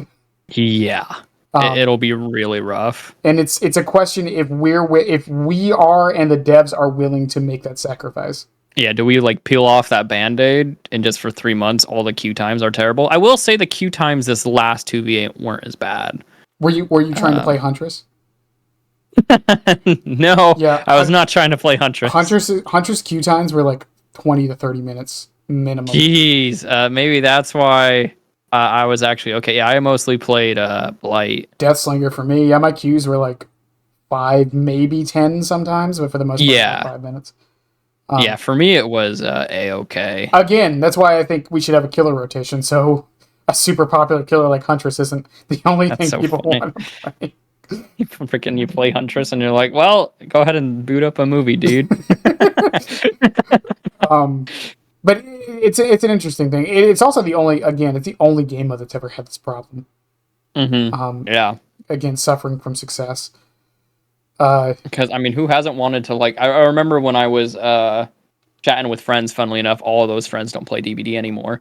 But when I would play with them, we several times we'd be like, "Man, dude, wish there was a 2v8 or like just some kind of 2-player killer mode," because we didn't really like Survivor very much. So well, I mean, that's the other part of it. I mean, killer's a very lonely experience. I mean, we stream the game, yeah, so like we circumvented a little bit doing that, but for the normal average player who doesn't stream, like 2v or like 1v4 killer is so lonely. yeah, like, that's true. like, and 2v8, like, even if it's with a random, like it just Yeah, it feels better. Yeah, a lot of the killers I'd go up against, they would just be playing with a random, I guess, just because they don't want to shoulder that burden, which I guess was a big selling point for Texas Chainsaw too. Mm-hmm. Was the you gotta like play with your friends and stuff. And when you all lose, you lose together. Yeah, I mean, Friday the 13th kind of fixed the problem by making another problem, which was Yeah, you didn't get to pick your side; it was random. I would rather wait 25 minutes than not pick my role. Yeah, it's a hard thing with that because I do think it is a good idea if it's an option. Yeah. If there's like a quick match option, that's perfectly fine. Yeah, I agree with that. The I think Friday the 13th also it came from an era where ASIMs were very fresh and new. So I think they were just because who wouldn't want to play Jason, right? But now we've just had so many ASIMs that the survivor role itself just has an appeal to lots of people. Yeah. Well, because I mean, even like Evolve, which was arguably the first ASIM, at least the first big one, like it didn't really run into this problem because the monster was like running away a lot, and it was like building up to end game. So the appeal to playing like the hunters was more. In theory, it didn't work out this way, but in theory, it was supposed to be more dynamic and more like forward moving. Yeah. Like a lot was going on. That was the idea. So the appeal came from that. That's how they got around it. Didn't work out that way, but did you play Evolve? I did not. I was still in junior high when that movie was coming out, and I was not allowed to play rated M games. Oh my goodness! When Friday the 13th, when that game came out, I wanted it so bad. I think I was 17 at that point, and I was sitting down with my parents, and I convinced my dad, but my mom would not give in, and she would not let me get Friday the 13th. I was sad. Evolve was very interesting in the sense of the problems it had was ironically pacing, which is something that DVD struggles with, but not from an inherent reason. Because people complain about generators a lot, but generators are one of the most genius ideas because it's a pacing tool. It means once you're done with the chase on Survivor, ideally, once you get off hook, you go to a generator and get that downtime. Yeah, it gives you something to do, something to kind of chill out until the next chase. But it also means that the killer constantly has a location to patrol, which means that the gameplay keeps going, again, ideally. Evolve had the issue of you could track the monster, but oftentimes you would be like going on a wild goose chase. Yeah. Especially if they knew what they were doing, because what some monsters would do, because you would leave like your tracks behind, like your footprints, they would literally like spend like 2 minutes setting their tracks going the complete opposite direction and then crouch walk the other way. Yeah, I think making the killer the objective never really seems to work out too well. Like, with VHS, there was always like that game of like, chicken. Yeah, Like, you know, like, there was a lot of downtime in VHS, especially once it got to like the last health yeah. state. It, A lot of like modern ASIMs don't really have that problem. Predator, I had an interesting solution to that by giving, you know, the survivor, like, the killer is one of the objectives you could do, or, you know, if the killer decides not to interact with the Marines, they can just you know, they have like a Call of Duty mission that they finish up and they beat the game that way. yeah. I mean, that leads to a slew of other issues though, where it's like if the killer isn't like doing their job perfectly, then they lose to no fault of their own. Um, it's an interesting conundrum with ASIMs that way. Like, Yeah, ASIMs are a very unique genre. They're really fun, really exciting, because it almost has like there's a competitive nature to it, but there's also like there's like a RNG factor too, which I don't think should ever be completely removed. I think a little bit of jank in ASIMs is fun. well, I mean, even like really competitive games like League of Legends have RNG in them. Yeah, like I guess less like it's a little more. I don't know what the word I'm trying to look for here. It's a little sillier than, I guess, like, you know, your average, like, you know, if you were to like do like a fighting game or something like that. Like there are some like funny little things that can happen within like I'm not really much of a League player, but like if you were to play like Street Fighter or something like that, like little silly oddities can happen. But like, you know, oddities are almost like a part of ASIM stuff. Like, you know, we were just like talking about like Tombstone and like stuff like that. Or like in Evil Dead, the game, you know, you have like the crazy cars and stuff like that. That really kind of put a downer on everything. But, you know, that's Even the not why we're possession here. mechanic, it was very buggy from what I understand. It was different. Yeah. It was really cool. But yeah, it had you know, like ASIMs. I don't know. Maybe it's just like they're down to try some crazy stuff because the genre is just so new. But I just think a little bit of crazy is nice in ASIMs. That's also an interesting. Is ASIM a genre? I think I would. I don't know really because like it's not just horror ASIMs, right? Like there are like not very Yeah, I many mean like there was ASIMs, a but Dragon Ball Z ASIM. there was a Dragon Ball ASIM that I believe people still play. I think you can really hop into just about any ASIM and still play it to this day. Yeah. Well, for the most, I mean, Evolve's dead, but Evolve is dead and VHS is dead, but every other ASIM. it's technically neither of them are. But yeah. Wait, really? So Is VHS, if you go and download it on Steam right now, you can play in private servers. Oh, yeah. I guess by and I'm sure there are actually communities, but you know, without like actually having to like pull up friends or anything, like you can just sit down, queue up, and get into a match. Most of the ASIMs you can still do that with. Oh, Jesus. With Predator's queue times weren't even that bad. Evil Dead's still going. Getting a game of Evolve right now, like, okay, first off, all four of you have to buy the game. Yeah, that's already a problem. Then all four of you have to download a server maker. Which, you know, some people aren't keen on doing because internet. Yeah. But so then you have to download a server maker. Then you have to make your own server. Then you all have to you have to unupdate the game to not its beta version, but its 1.0 version. Then you have to connect that 1.0 version to the server manually. Like, you can't do it from in-game. Then you can all play. Oh my god! And you have to have everybody do that. Yes. Jeez. It is so frustrating. Do you still play it then? Because No. I mean, you know all the steps. Fuck so. no. No, okay. I was like, bro knows all the steps. Has he been playing? No, like it's one of those things. Like, YouTube is YouTube. You know, some people have done it, and it's always interesting to like look at like downfall videos of like where games went wrong. And that's how a lot of people got footage, was doing that, or just playing bot matches. That game actually had a really good bot system. Did it? You know, that's something I wish more ASIMs had. I think it's a really comfortable environment for people. Apparently, DVD bots are like really popular or something. It got my my little brother to play the game, and now he's like comfortable enough to like play the game if it's Springtrap. If it's not Springtrap, he wants nothing to do with it. But if Springtrap does come out, then he wants to like fully get involved in DBD. He wants to like start playing Killer and stuff like that, which I think is really cool. I know I'm a bit older, a little bit older than you, but I think it's odd that like back in my day, Mhm. a lot of games had bots. It was just Yeah, no.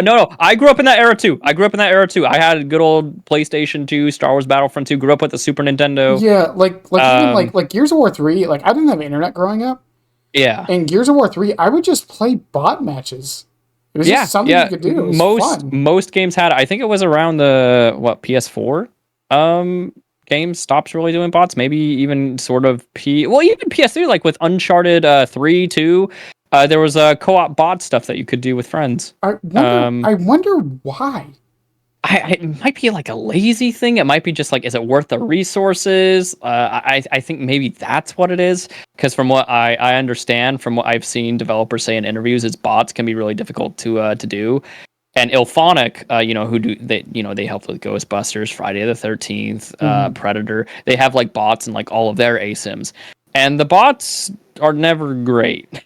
Well, So that's the thing. maybe I don't think they need to be good. If anything, I think sometimes Dead by Daylight bots are too good. yeah, no, I completely agree with you. 100% in your boat. As long as they can like play the game, and like people can like get comfortable, sit in a match, and kind of like roam the map, go around and like figure things out, and like they go for the bots even if they're not good at the game. They get a basic understanding of what they're supposed to be doing. I think bots are just always like a good thing to have. In games, especially for the longevity, like 10 years from now and DVD, it's long and dead. What if somebody wants to like go back and actually see it? I don't want to go through all the evolve steps just to play a game with DVD. It's yeah, it's a difficult thing. Mm-hmm. Little bit back to Myers though. Yeah. My next question, and you kind of answered this a little bit, but going through all of these changes, I'm assuming you enjoy the changes and think it's enough, but do you think they should do another round of changes like this? Or do you think it's just small stuff they need to do? I would need to sit down with him more to really figure it out. I think he's good though. I think like I'd like a button. I think a button activation, or if they want to do it, like if they want to increase close stalking very minutely, I would rather them not, because I think that takes away from the nuance of the character. I think the stalking from further away is cooler. So if they were to just add a button, I am perfectly happy with that. I don't mind that my character is like a little worse up close, because he has other, you just hit them. You play him a little differently, and he has new strengths, and his new strengths I think outweigh what he lost. I think what he lost is just something that I don't want to say like worse Mikey players, because like bum rushing people, that is just kind of like a lot of the time what you wanted to do, because it was just better to stalk up close. So like they were just playing the character. It's just he plays a little differently. Like most of his game plan is still the same. It's just the stalking is a little different, and I think it's a lot more fun. I see. And if they want to just kind of barge in and stalk up close, try Oni. You might like him. Or Hillbilly. Yeah, you might like Oni. What was I going to say? We did also. You mentioned the malleability. I don't know if you really played around with the new perks from Houndmaster at all. Have you? Yeah, I tried All Shaking Thunder. I liked the Scourge Jagged perk. Yeah, Jagged Compass. Jagged was neat, and it had more. The All Shaking Thunder was very funny when it worked, but it wouldn't work very often. Okay. And then obviously the last one is not no quarter. We don't really talk about that one. I don't even remember what that does. It's Merciless Storm for self-healing. Right. Yes. Yeah. The key word in that entire thing was self-healing. If it was all healing, it wouldn't even be that bad. I think I would actually probably run it from time to time. I actually would try it out. Yeah, I would try it out. I think it would be a fun perk to run if it were on all healing. Yeah, I agree. But the fact that it's self-healing, nah. Also, a Myers update that kind of just happened. I don't even think it was in a patch note. We just saw in the background was his Mori changed. Well, it didn't change. But they took it from first person to third person when you're playing Mikey. Oh, that happened a long time ago. When was this? Because I don't remember this. I think we talked about this on stream. I was also surprised. Yeah, I believe it happened at a point I wasn't playing DBD, so I believe it was around Texas Chainsaw. When Texas Chainsaw came out, sometime around there. I don't know exactly when, so sometime in like August to like December of 2023, they changed Mori. It's such, like, I don't like, it's a good change. Don't get me wrong. I think I like it too. Yeah, I think I have always been a huge fighter for like a third person Moris because you spend money on those cosmetics. I want to see them. Right. So it's so strange.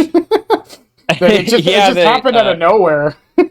Yeah, which it's funny because they would like do like they'd give like Mikey little love taps that would make us be like, oh, are they looking at him? Are they gonna do it?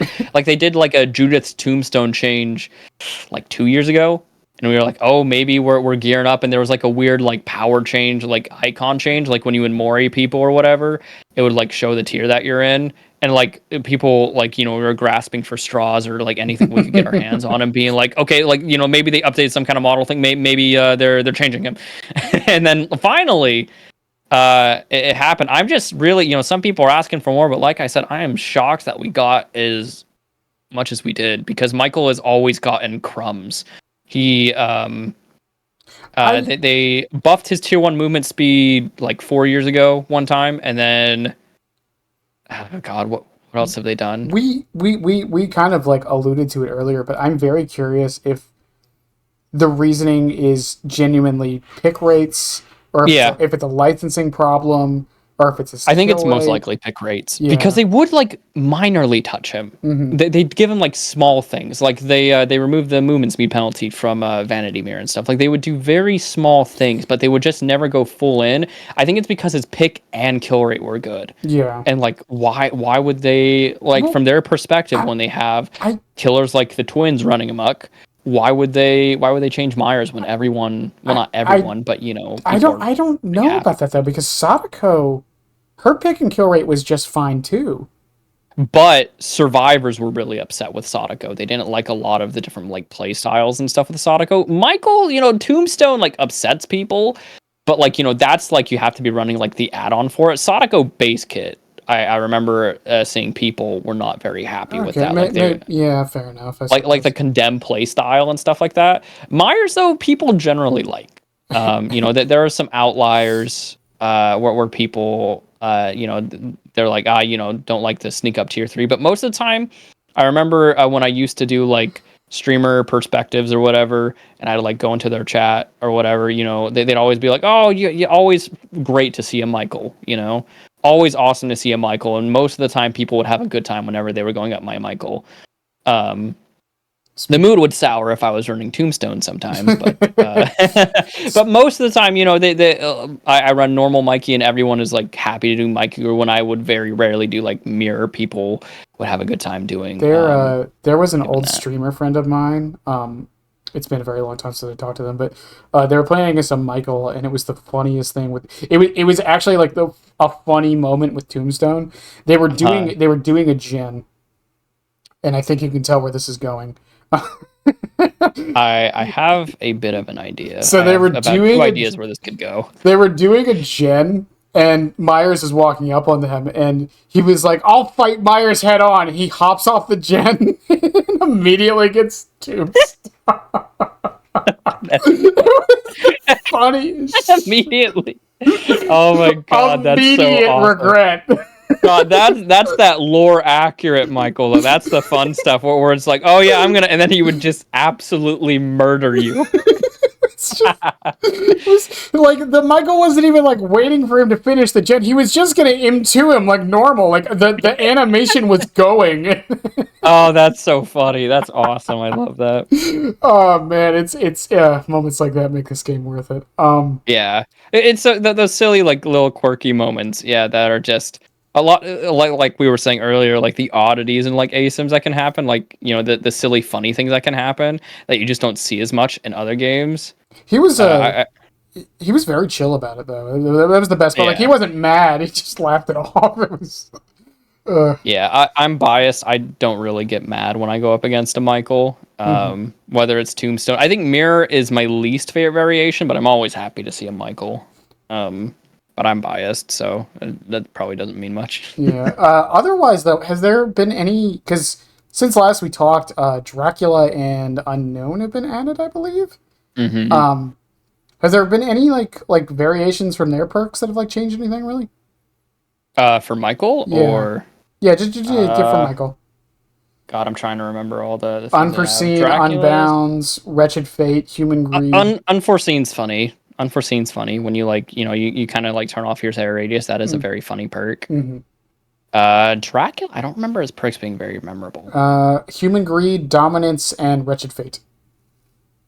I don't think his perks really do too much. I mean, you could do the quirky obsession thing if you want to mess with Dying Light, but Dying Light's kind of just an everyone thing. That's not Michael specific. Unforeseen is probably the most fun perk out of all in that come. And, we just talked about the All Shaking Thunder, which, can make for some funny tier 3 lunges, but it's mostly just kind of funny. And then there hasn't really been any updates on perks that I feel like really affected Myers at all either, honestly. I'm trying to think. I think the best perk for Myers that's come out in like the past while is probably Friends to the End. Friends till the end with the play with your food combo is great, yeah. There is with the new Thrill of the Hunt. I do think the new Thrill of the Hunt goes into the best nowadays Tombstone build. I haven't tested it with Infinite Tombstone, so maybe it'll make it tolerable. But if you do the Hex Thrill of the Hunt, Ruin, and Undying with Play with Your Food, that is the build that makes Tombstone great. That slows down and distracts the survivors consistently enough to like get Tombstone very easily. I tried messing around a lot with Corrupt Intervention Deadlock, and I would get inconsistent results. But if you mess with the Hex perks, that was really good with Tombstone and was very consistent. I haven't tried New Thrill. I know a lot of people are complaining about it right now. Yeah, I'm just the messenger. I said it on Blue Sky. Because I'm not on Twitter anymore, but I said it on Blue Sky. I don't think it's a problem. Yeah. I haven't played it again. I usually use Counterforce when I play Survivor, so when I jumped on Survivor, I didn't have an issue with it either. Here's my thought process. I have a feeling that, and don't get me wrong, I do think they should nerf Thrill slightly, maybe 12% instead of 14%, but my thing with it is this, because of Thrill, Hex builds are now a thing again. Yeah. And I think that's a good thing. I was, even before the changes, I was rocking Thrill of the Hunt. Not super often, but I would, Pixel Bush was the Enlightener for me. Oh, let me guess. Yes. The subtweet build? Yes, the subtweet build. He was the Enlightener for me. I had a Pinhead phase, and he enlightened me with the Hex build. And now, whenever I do not know what build to run, I just use the subtweet build, and it usually works. Because here's the thing, right? The part of the reason why like something like this, and why a lot of metas become annoying, is because everyone's running it for like a week. Yeah. Everyone. So we're seeing like it face first for like that week. Yeah, everyone's trying to play with the new shiny thing. And once it dies down, I don't think we'll see it every match. But my thing with it is, now that Thrill is good, and again, I do think it should be nerfed slightly down, like I said, 12% maybe. But the fact that like Hex builds are now a viable possibility, I think is a good thing for the game, because while they weren't unviable necessarily, they weren't that good, because survivors could just delete your totem before you even have a chance to do anything. Yeah. And I think now this allows for that, on top of the dominance buff that just happened. So like, again, this is just a me thing. I would rather there be like 5 busted builds in the game than 2. Yeah. Right. You know what I mean? And this goes for both sides. I'm not like, and there are outliers. Like, I think MFT was too good. I think the Gen Kick meta was too good. Oh God, yeah, Gen Kick meta. Oh, Oh man. But like the thing is with this, like I feel like the idea that because not every killer can actually even use this. There are some killers who just are not good at totem defense. Yeah. And the ones that are definitely leveraging the crap out of this. Even Howlmaster leverages this. She has that add-on that makes people scream. The really funny thing about the Myers changes, right? He gets more stock from afar and stuff like that. Mm-hmm. I was also just as I said, I was using Tombstone with the build. Just Myers stalking, like they would be on my totem, and I would just watch them. That would be threatening enough for them to just get off of it. Yeah, it's like a zoning thing. Yeah, it is like a zoning thing. It's always been an interesting thing with Michael is, they can choose, like, the threat isn't like immediate, but, it's kind of one of those, like, if they don't like do something about it, they're going to feel it in the morning. Mm-hmm. And usually it's enough to just dissuade them from doing stuff, which is why Ruin is, funnily enough, good on Michael too, just because he can just look at them and they'll be like, okay, my bad.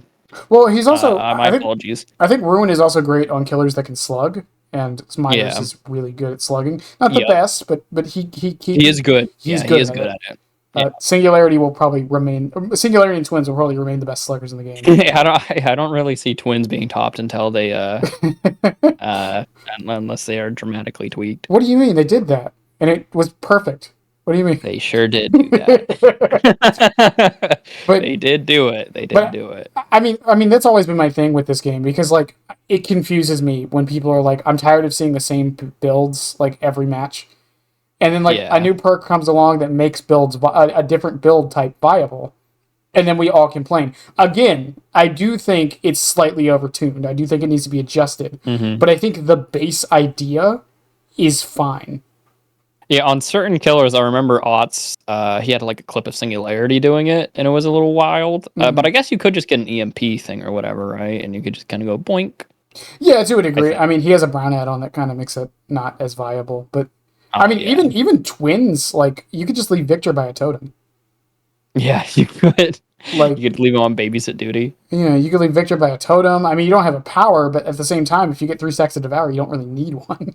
Yeah, then you are the tier 3 Myers always. It's one of those things again where it's like I would rather like 5 or 6 busted builds than just like the 1 or the 2. Yeah, no, I agree with that. Yeah, rather than one thing being meta and then that's the only thing you see. Yeah, because again, like it's definitely gotten better, especially over the past year. For a while there, for both sides, you pretty much knew what everyone was bringing into the match before the match even started. Yeah. To a point to where if you saw something different, you were like excited. Yeah. If you, 100%. Like if you saw an Oni, you'd be like, "Oh, yep, there's gonna be an infectious fright, a corrupt intervention, sloppy butcher." I bring Tinkerer on Oni. I think it's hilarious. A Tinker, Modern Abuse was also a popular choice on him. But again, now that like I feel like there's like different builds, and now that Hex builds are starting to actually, again, like they not that they weren't viable, but they are much more viable now. They're a lot more consistent now. Yeah. And while I do agree that hexes by their nature shouldn't be as reliable, there's a line. And speaking of like consistency in builds, I think that is one of Michael's biggest buffs now. Is that's a great word for all of these changes. Is Michael is a lot more consistent now. Oh, for sure. He can consistently get out of tier 1. He can consistently get the tier 3s that he needs to do. That's one thing. He was not nearly as inconsistent as like Trapper. But now his consistency is he's a lot better. Have you noticed more people underestimating him now? Michael or Trapper? Michael. Oh yeah! Oh my God! I see so many tier lists, and I don't agree with them. A lot of people are putting him under Legion still. I don't agree with it. A lot of people still put him at like the bottom of D tier. Well, I saw one tier list. Someone like put him at the bottom of D tier. I see a lot of people still putting Ghostface above him. I disagree with that. I do think Ghostface is better than Michael on certain maps, but I think overall, Michael is just the more consistent killer. My tier list is really dumb. So here's my tier list. Yeah, I put this out as a joke every now and again, but my tier list has 2 tiers. you will win most of your or you will 4K most of your matches unless it's a comp team, and you will 3K most of your matches unless it's a comp team. That is my 2-tier. That's the 2-tier.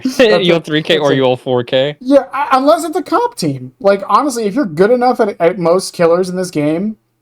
Yeah, I agree. I think you'll win.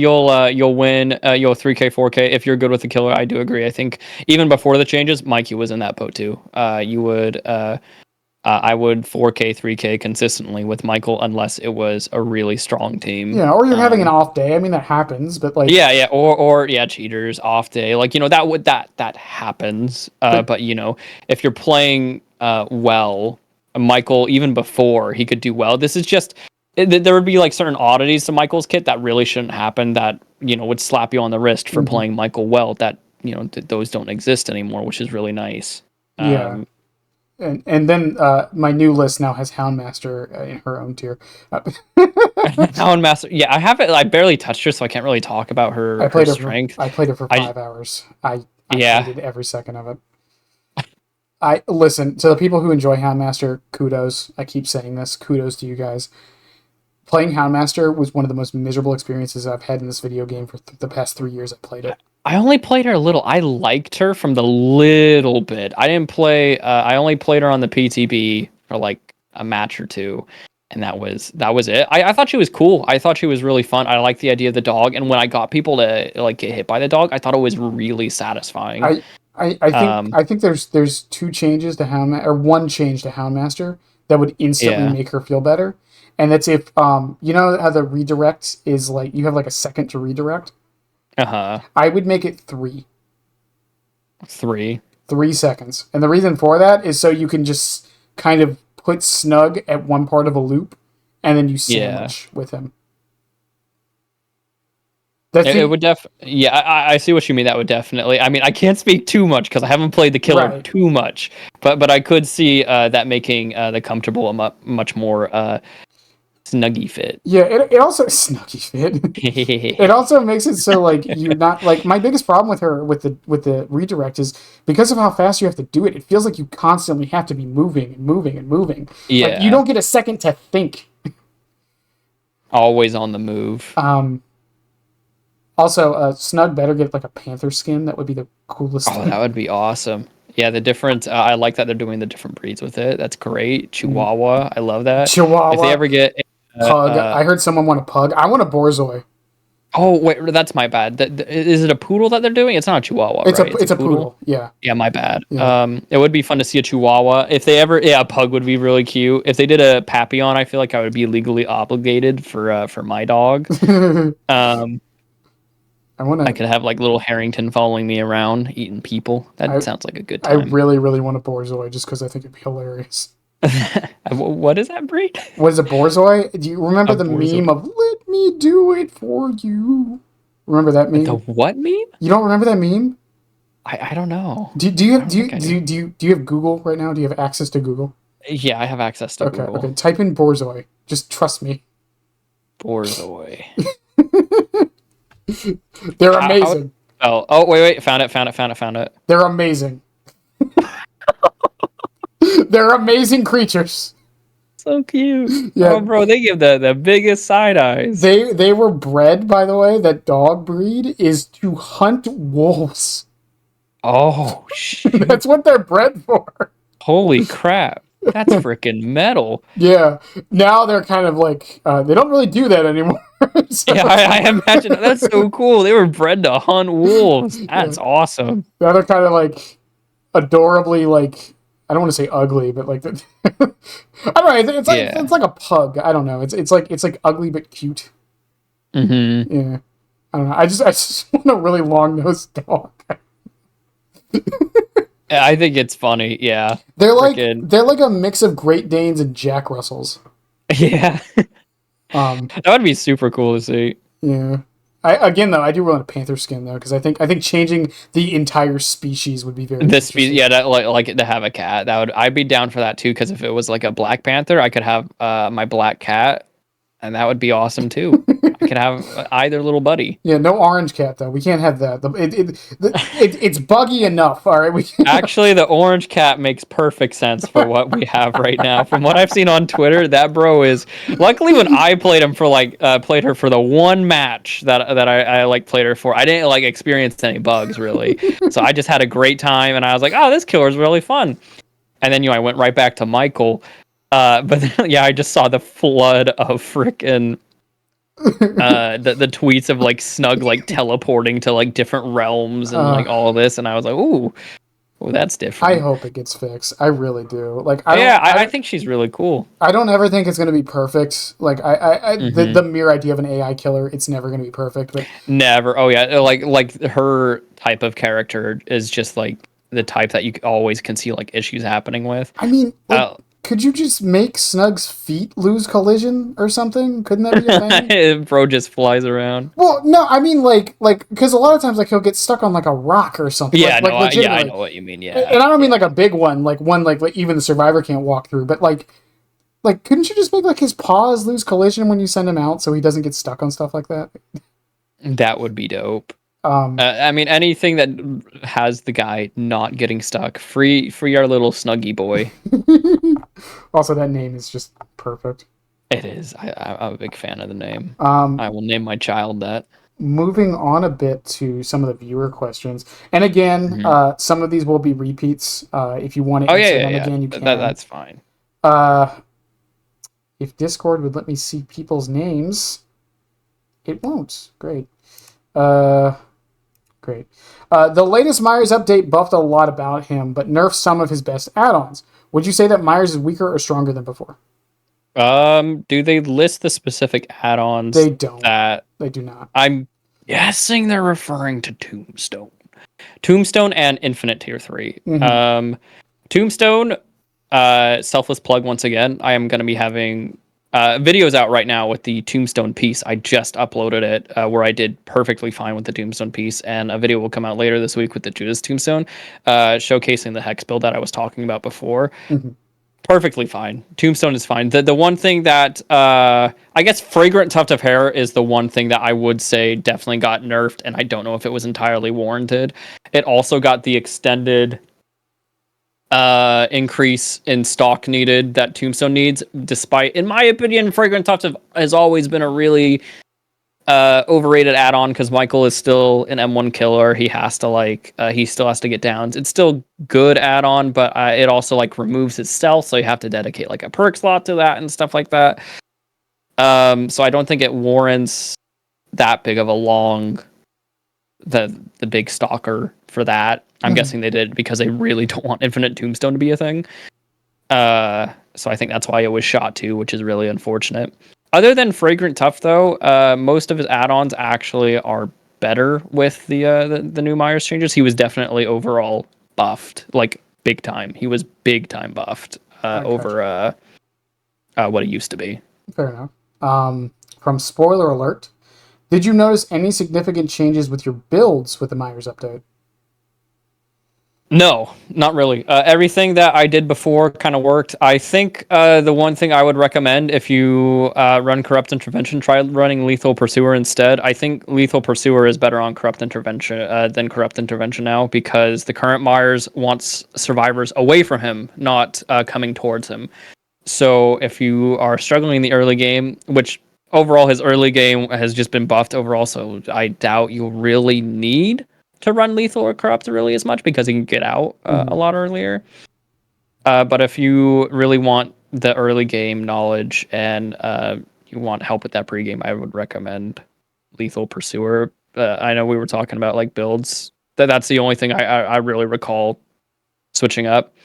I have tried different things. I have taken Play With Your Food off more, and I'm more comfortable taking Play With Your Food off. Play With Your Food I mostly used because tier 3 by itself, with the 60 seconds is only 60 seconds, so I wanted to get as much work done with Play With Your Food as I possibly could. It also gets rid of survivors running W all the time, but because the extended tier 3 add-ons are so much better now because there's so much stock, I don't think you need Play With Your Food as much. I'm still kind of running around with it, the big issue before, and it was much more frequent, is on paper, having the extended tier 3 is great. It's fantastic because you have longer tier 3s, and after the first tier 3, you don't need more stock, which is great, but it takes more stock for that first. So as we mentioned earlier, the you could need a tier 3 at a very pivotal moment, but maybe you just stalk someone a little too much, and now you don't have it. Now that's not an issue, so extended tier 3 add-ons are fantastic. And just because you have so much time with tier 3 now, you don't really... I have noticed I haven't been using Play With Your Food quite as much, unless I'm running Tombstone. Fair enough. Play With Your Food is also, I feel like, depending on the build, but it can be a gamble sometimes. Not, in my opinion, not with really friends till the end. In all of my, I think in the last 7 months of me running the Play With Your Food perk, I have had 2 groups hide their obsession the whole match, and that is the only times I can really recount them actually doing that. Most of the time, it works pretty consistently. Fair enough. From Archie, I swear I'm gonna ban you. Uh-oh. Have you ever had to perform the Forbidden Myers tech known as Stalk Ta? Or Tua, I'm sorry. How does one maybe I shouldn't be asking that. Has this once forbidden strategy had any recent success in your game? And how do you best implement these stock every time? Moving on. All right. Oh my god, you have no idea. I don't know who that is, but I can smell the history. Oh my god. How would you customize Myers for the Dream Blighted outfit? Oh, the Blighted outfit. I always like the idea, because of course Halloween themed. I love the idea of almost giving him orange goop that kind of looks like pumpkin seeds around his around the body, and then making his mask resemble a jack-o'-lantern. I was gonna say, hear me out, just make him Headless Horseman. No, maybe not that. But you know what? Maybe you're onto something. But I thought it's, especially if you made it mimic the, of course, the famous movie Jack-o'-lantern, that would be such a sick Myers Blighted outfit. You could also give him Chucky's 1,000-degree knife. You could do that. That would be really cool. I mean, the model's there. It's just basically the same knife. Yeah, just give it to him. The next one is this one's a bit of a longer one. So if you don't want to answer it fully, you don't have to. But from Yoshi, not a question but a debate: Myers versus Ghostface, pros and cons. Base kit, perk versatility, add-on pool, map strength, ease of use, perk variety. We kind of went into this a little bit earlier. Yeah, we actually just tapped into this. Ghostface is really good at specific maps, and he's still initially I immediately wrote Ghostface off after this update. After playing with the new Myers more, I do think Ghostface is still better on certain maps, but I think Michael in general is more consistent. He performs more consistently no matter what his map is on. Reversing the stalk has made maps that were really large for Michael actually a lot better for him. Ghostface, of course, he doesn't have the distance thing, but if he gets a bad map where it's really easy to spot him, that's kind of rough for Ghosty. While Myers never really has that issue anymore. Ghostface, I still think is better on indoor maps, though. I think he shines. Now, that's not to say I think Michael is bad on indoor maps. I know that was a thing floating around that we kind of touched on. I think Michael is great on indoor maps, but I think Ghostface is better on indoor maps. In terms of add-ons, Myers has Tombstone, so... I win.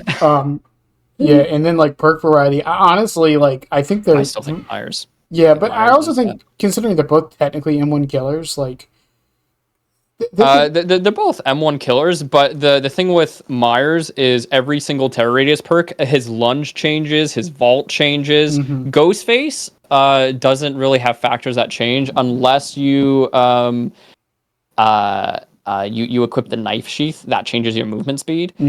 And his stealth isn't based off of terror radius. Michael's is. So Michael, I would still say, has higher perk variety. That's one of his biggest draw strengths, and I've always felt he has the highest perk variety in the game. Yeah, and as far as ease of use, I would That's say Michael. yeah. It Michael is also, easier to use. I think it depends on like if you're playing Ghostface optimally, I think it's still Michael. Yeah, Ghostface to play Ghostface really well. Like you have to play like a freaking assassin, and it's really cool to watch a really good Ghostface player at work. Mhm. They make art when they freaking play. It's really cool to watch them like play their stealth game. I think it's really fun, and I hope one day that I can be as good with Ghostface as some of those players are. It's so fun to watch a really good face player play the game. I think another thing with it, like I think Myers is just in general also just easier. Again, Mhm. Ghostface like Myers is more methodical now after the change, but in general, once you're in chase, it's kind of not that. And this isn't me diminishing any skill, but it's really Uh-huh. there's really not like you're not really thinking to like Ghostface has to manage his cooldowns, the stalking that he has on the current person. He Yes, has to he take. has to manage cooldowns and he can crouch at loops. Mhm, Myers' chase tool is it comes from tier 3. mhm, That's where his if you were to give chase tools, but Myers isn't meant to be a chase killer, just like Ghostface isn't meant to be. yeah. Um Myers is still definitely one of the easier killers. He's just a little harder to play. A little harder, not like he's not astronomically hard or anything like that. You just have to think a little bit more. Map knowledge is important. Map knowledge and just being aware of survivor tendencies is very important. Like where they like to look, and knowing the tendencies in terms of like I don't quite know how to play, but you play the game long enough, you generally know where survivors like to be. You know, and then based off of that, you kind of know where to circle around. What survivors are going to look for. But you need to do the same thing with Ghostface, and it's even more important with Ghostface because if you get spotted, boom, you're on a cooldown. Myers doesn't have that cooldown. Even if he gets spotted, he still can stalk them as they're running away. So Myers is definitely easier. Last question, and we again, I actually kind of already asked you this, but Mhm. do you think this was enough, or do you think they need to do more? And I know you talked about kind of little things, but do you think there's anything major they need to do? I don't think there's anything they need to do. Myers feels fine from what I'm doing. I don't really need Myers to be competing with like the top teams. They have to be like doing so much for that to happen. Myers feels great to me as is, and he's going to be winning the majority of matches if you're good with the character, anyways. Um, I don't really.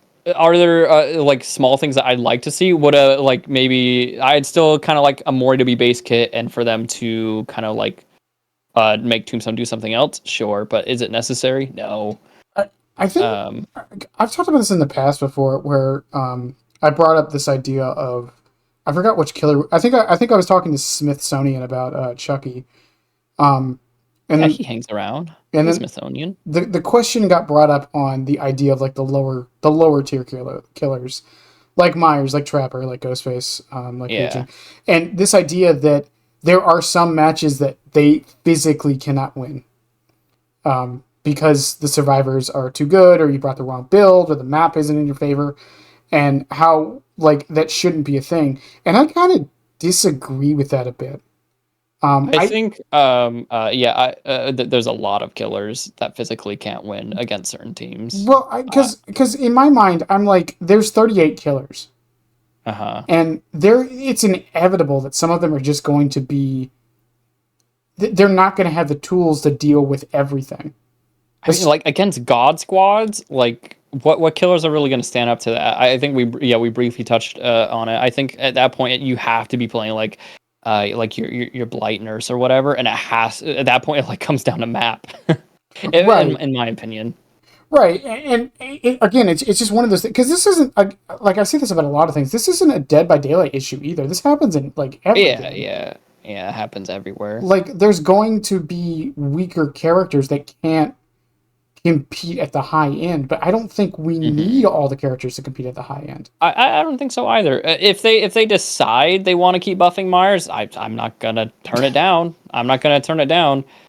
I don't really think it's necessary, but if they're like, oh yeah, we're making tier 3, he can fly Yeah, in tier once 3, again, I'll be like, I all think the right, biggest thing would be giving him mobility, but again, I don't yeah. think it fits the character. And I also just don't think it's necessary. I don't think so either. I know some people, yeah, of course, like they've mentioned a teleport.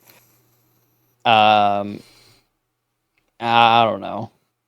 I'm not really for the idea.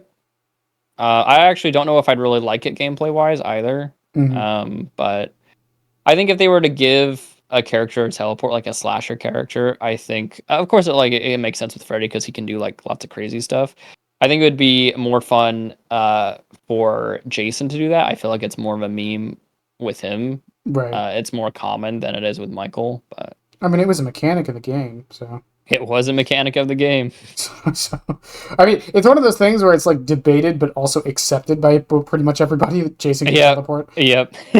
Like, I think we basically gotten to the point where we all agree he can't, but he might as well. Yeah, he might as well be able to, yeah. Just give Jason a teleport. But I don't think Michael really needs it. I mean, if they were to give him a mobility option, yeah, I guess then at that point he really wouldn't need play with your food, because play with your food really, it works with. Well, I still, as I mentioned, I don't think he necessarily needs it anymore. Play with your food just helps him out, and plaster fixes some weaknesses. But yeah, and I think we kind of touched on it earlier too. I wouldn't want him to be. Because the thing is, if you start making every killer with the idea of, like, they're going against a comp squad, it just makes everyone kind of feel boring and samey. Oh, yeah. Because, again, like, the biggest thing that a lot of the top tiers have is just that. It's mobility. And I don't think every killer needs mobility.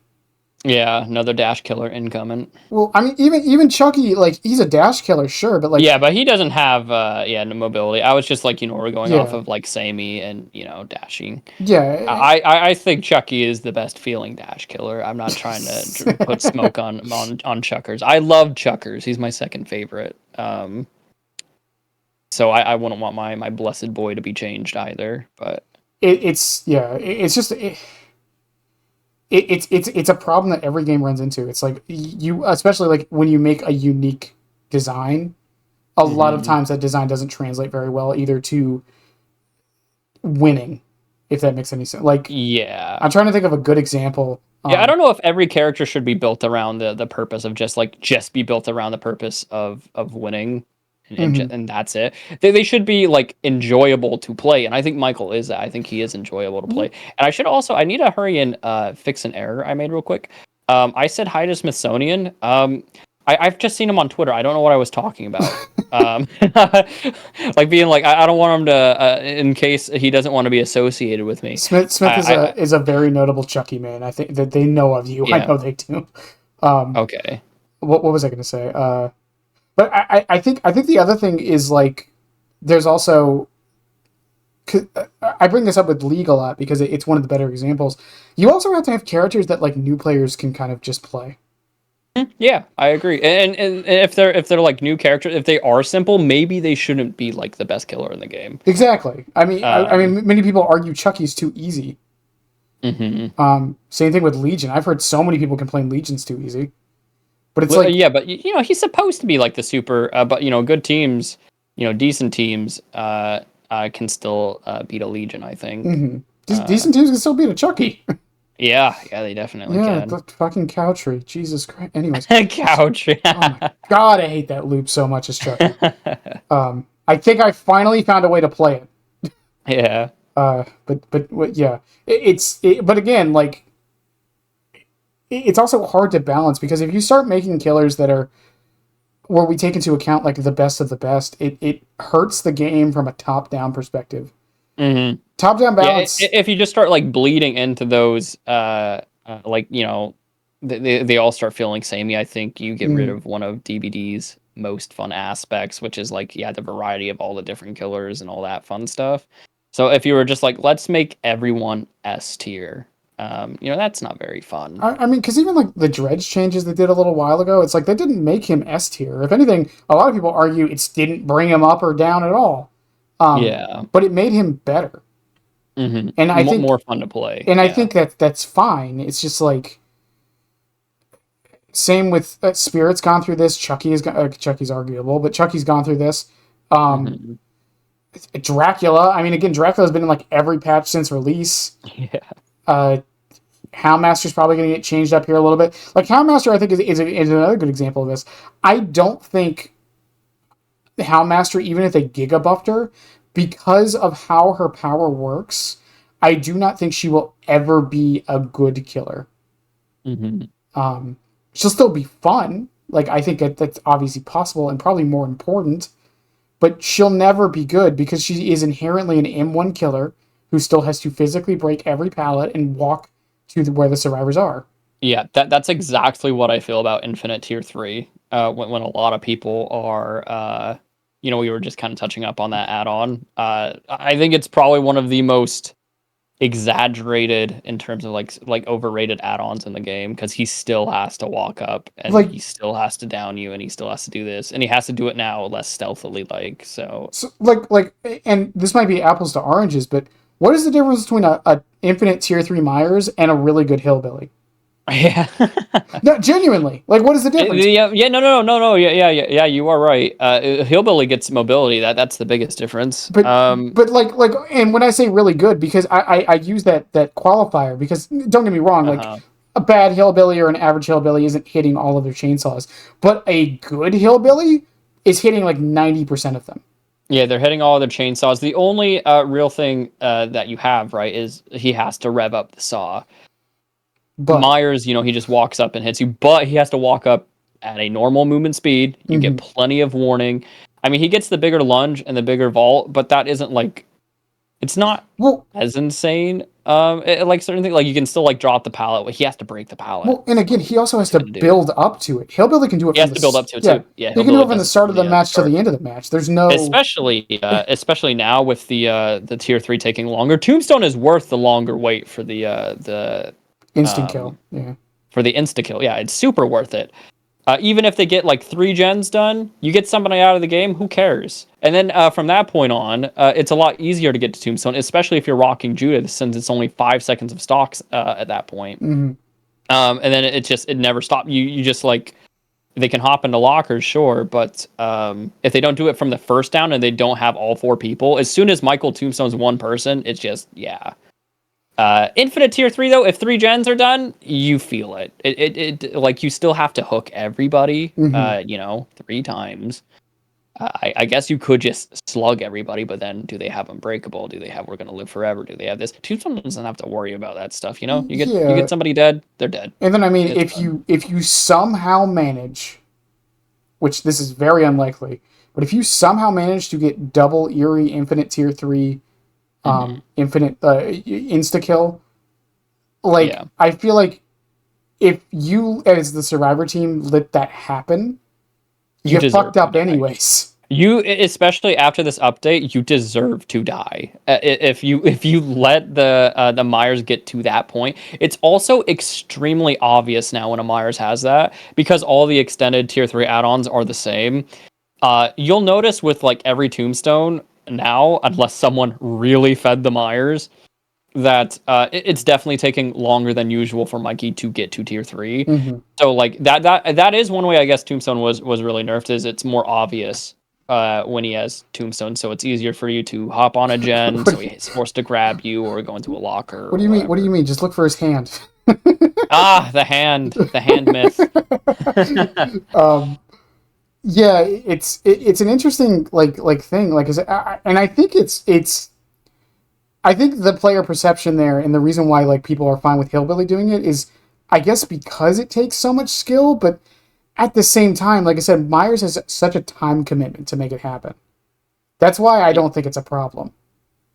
Yeah, Infinite tier 3 has never been a problem. Some people like they put it up there with Tombstone. It's nowhere near Tombstone. I wouldn't even say it's like, Tombstone's like on the S tier of add-ons. Infinite tier 3 is like A at best, I would say. And then possibly like B. I guess if you were...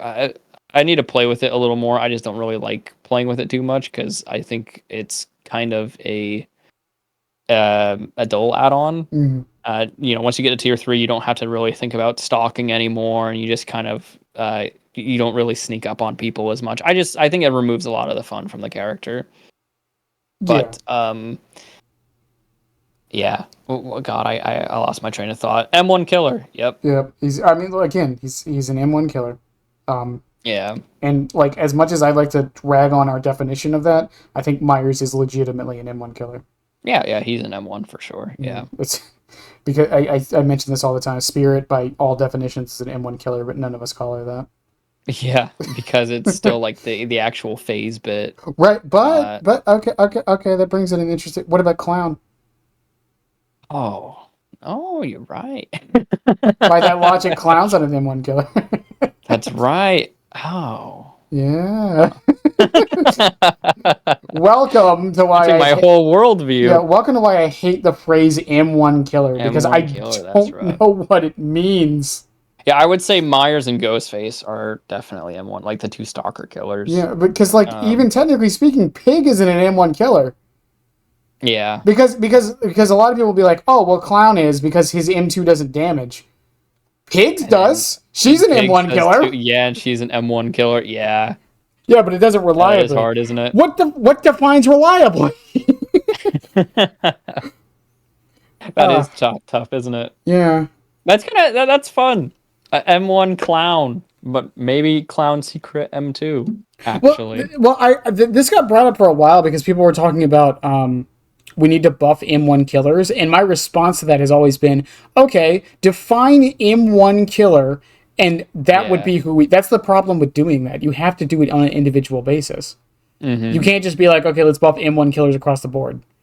Well, okay. And then you have like some outliers that are already like, then like you said, you have what qualifies as M1 because we just buff spirit. Yeah, exactly. I mean, fuck, some people classify Bubba as an M1 killer. Okay, let's not get ahead of ourselves here. No, I'm not kidding. A lot of people consider Bubba an M1 killer. Really? Wait, yes. Why? What's the argument? Because the chainsaw, if the survivors are playing well, you shouldn't be getting downs with the chainsaw. With the pre-dropping, I have there's a really great Leatherface player, Seth Kills. When Leatherface, like a lot of the time when they drop pallets, he'll actually still play around the pallet and get them at the pallet. Yeah, with the changes they did, it's very, very valuable.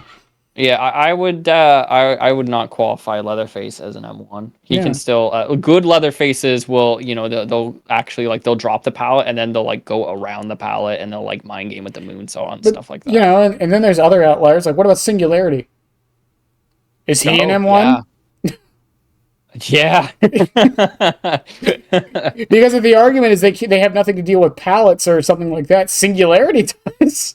Yeah, he has the big the overdrive stuff. Yeah, it's why I hate the classification of M1 and M2. But Myers and Ghostface are probably the purest examples of it. Yeah, I agree. Myers and like ones that are like universally agreed upon for the most part. Like Freddy, like is he an M1 killer? Because while his traps aren't good, they can still lead to hits. They still lead to the downs. Yeah, I see what you mean. Yeah. It gets a little foggy. Yeah, the definition is a little... Yeah. Most people are like... I feel like it's just kind of like, oh, they're M1, but they're also not very good. Pinhead's another weird one. He is, isn't he? But he has his chains, but it's still... They don't damage, so by definition, he's an M1 killer, but do you think anyone's actually considering him an M1 killer? Calling Pinhead an M1 killer, yeah. It's just the definition. It's like video game genres. The definitions are so loose, but also strict that they don't mean anything. But then we have our boys Myers and Ghostface. The world is so clear with them. It's so simple. Well, even Ghostface, technically speaking, like he downs you because of his power. Well, if you want to get that specific. Then there aren't any M1 killers. Then so does Myers. He definitely, at the end of the day, like Myers, especially with the changes now, most of your down should be in tier 3. Exactly. Yeah. You should not be M2ing people because stalk is not as limited, so you're going to be tier 3ing a lot more. There are even instances where they're injured and you might need the fast fall or the bigger lunge, and you might want to do that for tier 3. So then if you're using tier 3 to get it, is he an M1 killer? If by that definition, he might be even less of an M1 killer than Ghostface is. I mean, because Ghostface still has to, he still has to get he still has to chase you like a normal M1. At least Myers gets the bigger lunge and I mean, even then, like what about Knight? Like, Yeah. Because I mean, okay, I'm not gonna crap on anyone's gameplay, but if you're playing Knight correctly or against Knight correctly, if only a guard is going after you, you shouldn't be getting hit. For the most part, there are exceptions, but for the most part, you shouldn't be getting hit by a guard if it's only the guard. If Knight sandwiches you though, and then hits you with an M1, like technically speaking, then he's just an M1 killer. Yeah. What about Deathslinger? There's another weird one. Most of the time, yeah, it is like the M1, but yeah, I guess it would be the gun that would bring him in. But then, yeah, but the gun didn't damage them. The M1 the gun did not damage him, but the gun can damage. Yeah, But it can only injure. It can't down. yeah, running in circles. Yeah, then that leads. Like, what about even Old Skull Merchant? Was Old Skull Merchant an M1 or an M2? What do you think Pixel would say? Do you think Pixel would say Skull Merchant is a? I'd consider her an M1 killer at the end of the day because she. I would too. I would too. Do you think Pixel would? I don't know. I can DM him that later, or if he ever hops into stream, I can ask him. I'd be curious. Yeah, that's a very good question. Because I mean, even like, I mean, there's some lunatics who think Chucky's an M1 killer. For God's sakes, that is absurdity. Well, especially now after the change, I swear to you, go through the comments on one of my videos. If you're listening to this, by the way, person who commented that, who I don't remember the name of, I don't care. You're wrong. So I will debate you on this. They said that because of the 12-second cooldown, Chucky gets punished more now for hitting his M2. That is a claim that makes no sense. No, it does not. I mean, I've seen a lot of because of the Myers changes, I've seen a lot of people. I think the comment I see the knife is the most is buffs. What buffs? These are nerfs.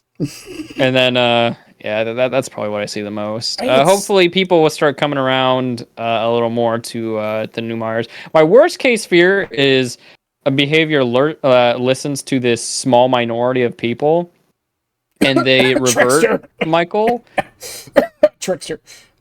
Trickster. I hope he does not get reverted, because I think this is great. I also don't like the idea of just making his stock consistent across all ranges like Ghostface is. I like the nuance to confirm. Michael. To confirm, you want Myers not to get reverted, right? Not Trickster.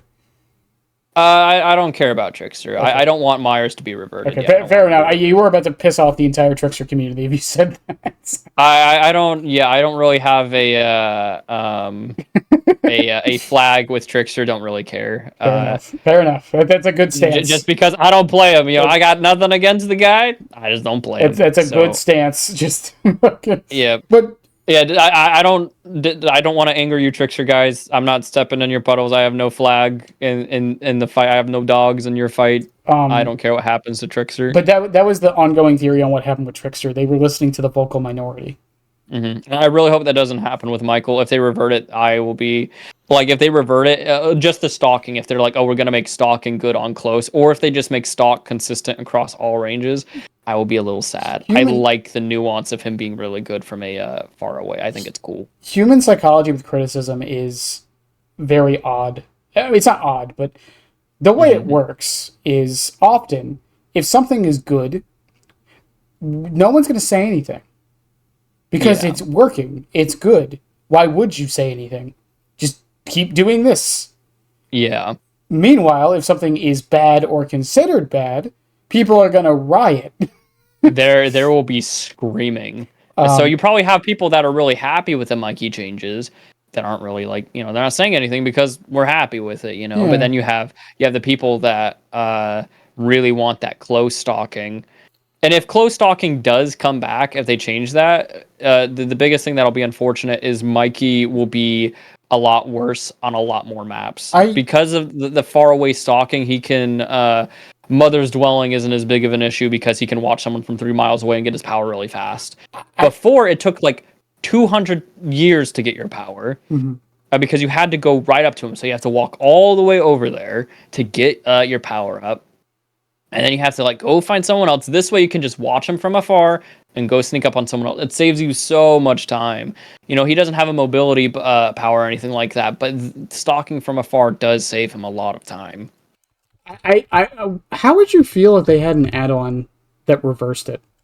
I'm cool with that. You know what? Make jewelry that. Make it do something. Make it for the people that want the close stalking. Make jewelry do that. Make it reverse it. Make it reverse the stalking. Do that. That would be awesome. I'm okay with it existing as an add-on. I think that's a great idea. So the people that miss that playstyle, they can do it. It'll just take like a little add-on slot, and they can keep playing the way they want. I'm cool with that. Yeah, it's. I say this for a lot of killers whenever they like make adjustments that like get rid of something. I think Blight HUD Tech is the one I bring up a lot. I would love it if they had an add-on that lets you do it still. That way they can keep the game or keep the character the way they want them to be, but also let those people who enjoyed those aspects have an option. Mm-hmm. I know. I think that's a great idea. Yeah, and I know some people don't like that idea because they're like, "Oh, well, that means that I have to bring the add-on." Yeah, but like, they're like you can't make everything base kit and everyone happy. So the add-on gives you that option. Yeah, if like Myers just had like if his stalking from all distances was good, I really think that would just remove just a part of that special nuance, and it would just make him feel a little more bland. I like the kind of like the actual Myers characters. It's the little things that like that add personality and character to the actual Myers character too. So I think, like, again, like I said this with Chucky, too, with, like, people were very upset when 180s went away. I don't know how powerful it would be, but I would have liked it if it was an add-on that lets you do it somehow, like, increase its turn rate. Because then I like a manual scamper, even though everyone would hate it. I liked feeling like a little goblin. I don't even care if it's worse or like if they want to be like it's 2 times slower, don't care. Let me do it. Hear me out. I want to go under the pallet. Make it slower than it was. Yeah. And make it part of Hard Hat.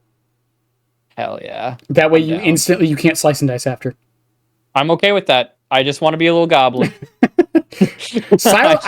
want the silent vaults back. That's the biggest thing I want back personally. Yeah. That was going over the windows with the scamper was actually really nice too. Like that was I would actually say that's probably like the stronger thing that went missing because current Chucky dashing all the time is stronger than just going under pallets or whatever. But I just kind of miss. It was just so thematic to be a little gremlin and like go under pallets and like giggle away. Like I don't even want the vault speed back. I think that was a bit much. But again, just make it quiet when he's in hidey ho. Yeah, agreed. Yeah, he's one of the few killers that makes a sound when he vaults. Yeah, maybe because he's so small that they figured that's why they would do it. Here's my solution to this. I did this in my rework video. When he vaults, he leaves a footstep. Oh, that would be cool. And it goes like you can see it through walls. That way, if the survivor's looking at the window, they know. But if they're not, I like that. That's a cute idea. Just like the movies, you have to be looking for. Yeah. I've talked about the thematics of Chucky a lot, but he even in the movies he relies on panic. Yeah. And in the games, he also relies on panic. On chaos, yeah. Which is just it works so well. Yeah. Don't you just love it when DVD adapts a license so beautifully that everyone hates him? And everyone hates him, yeah. It's just like the movies. Just like the movies. It's all a part of the plan here. Whenever like when DVD that's why I've always preferred the licensed killers for me personally. I've always liked feeling like XYZ, probably just because I'm a really big fan of like, a lot of different franchises and characters. So to like feel like the characters, that's like one of the biggest appeals of DVD for me. And it's something that the original characters most of the time just they can't really do it for me. Yeah, I mean, I think a lot of people, including myself right now, are definitely having license fatigue. I do think we're getting way too many right now. Yeah, I'm the oddball. I just like them. So well, I actually we have a theory. Me and Unladen Crow. I keep bringing them up because we did the whole year review thing the other day. Our theory on why we got so many licenses this time was because of the aftermath of Skull Merchant. Yeah.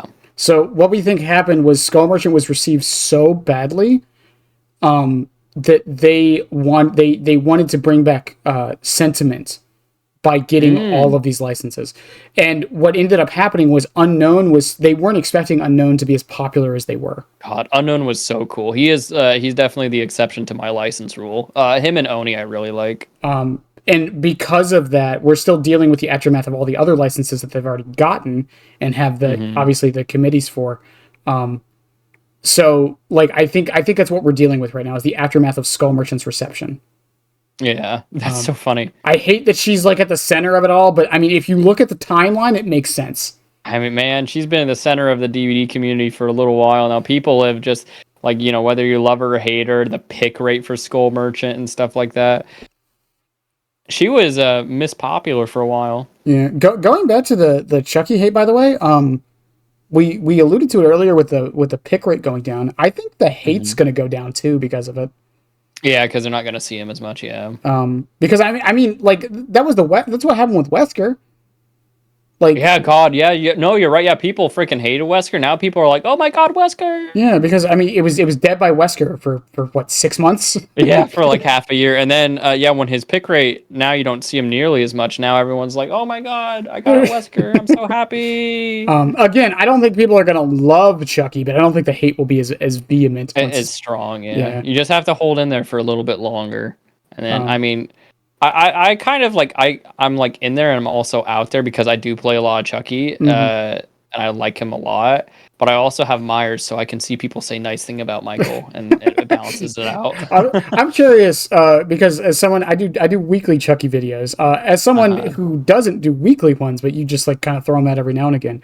How vitriolic are your comments on the Chucky ones?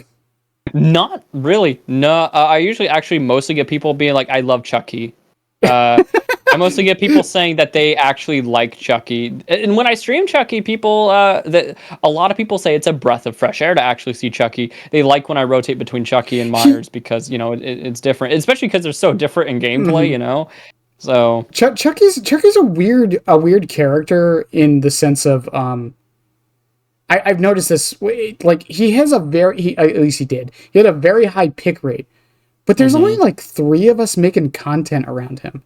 Yeah. It was so odd, and I don't know what the reason was. I don't entirely get it either. Because like, he came out and like I thought a lot of people were going to be covering him more than I thought, because a lot of people when he initially came out, he was really popular and stuff like that.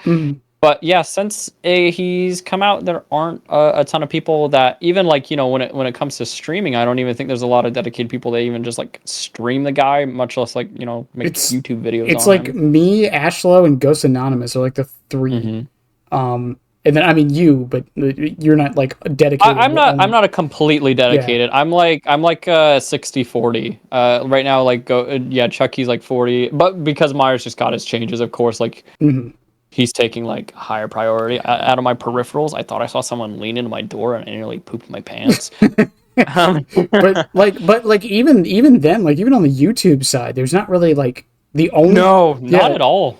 Me, but I also do this. So yeah. You don't like do like you do gameplay, but it's not as heavy as like as like I do. And I typically, I try and like kind of watch it with Chucky. Sometimes my Chucky videos will do insanely well, and then sometimes they won't do very well at all. So I've been taking a little Chucky breaks. I still play him on stream, but I haven't really uploaded because maybe they're feeling a little Chucky fatigue, and maybe I uploaded a little too much. My best performing Chucky video was the stealth build one. Stealth build, yeah, people do love their quirky stuff. Otherwise, it was the camera tutorial. Yeah. Because I still to this day think it's a part of his kit that no one talks about enough.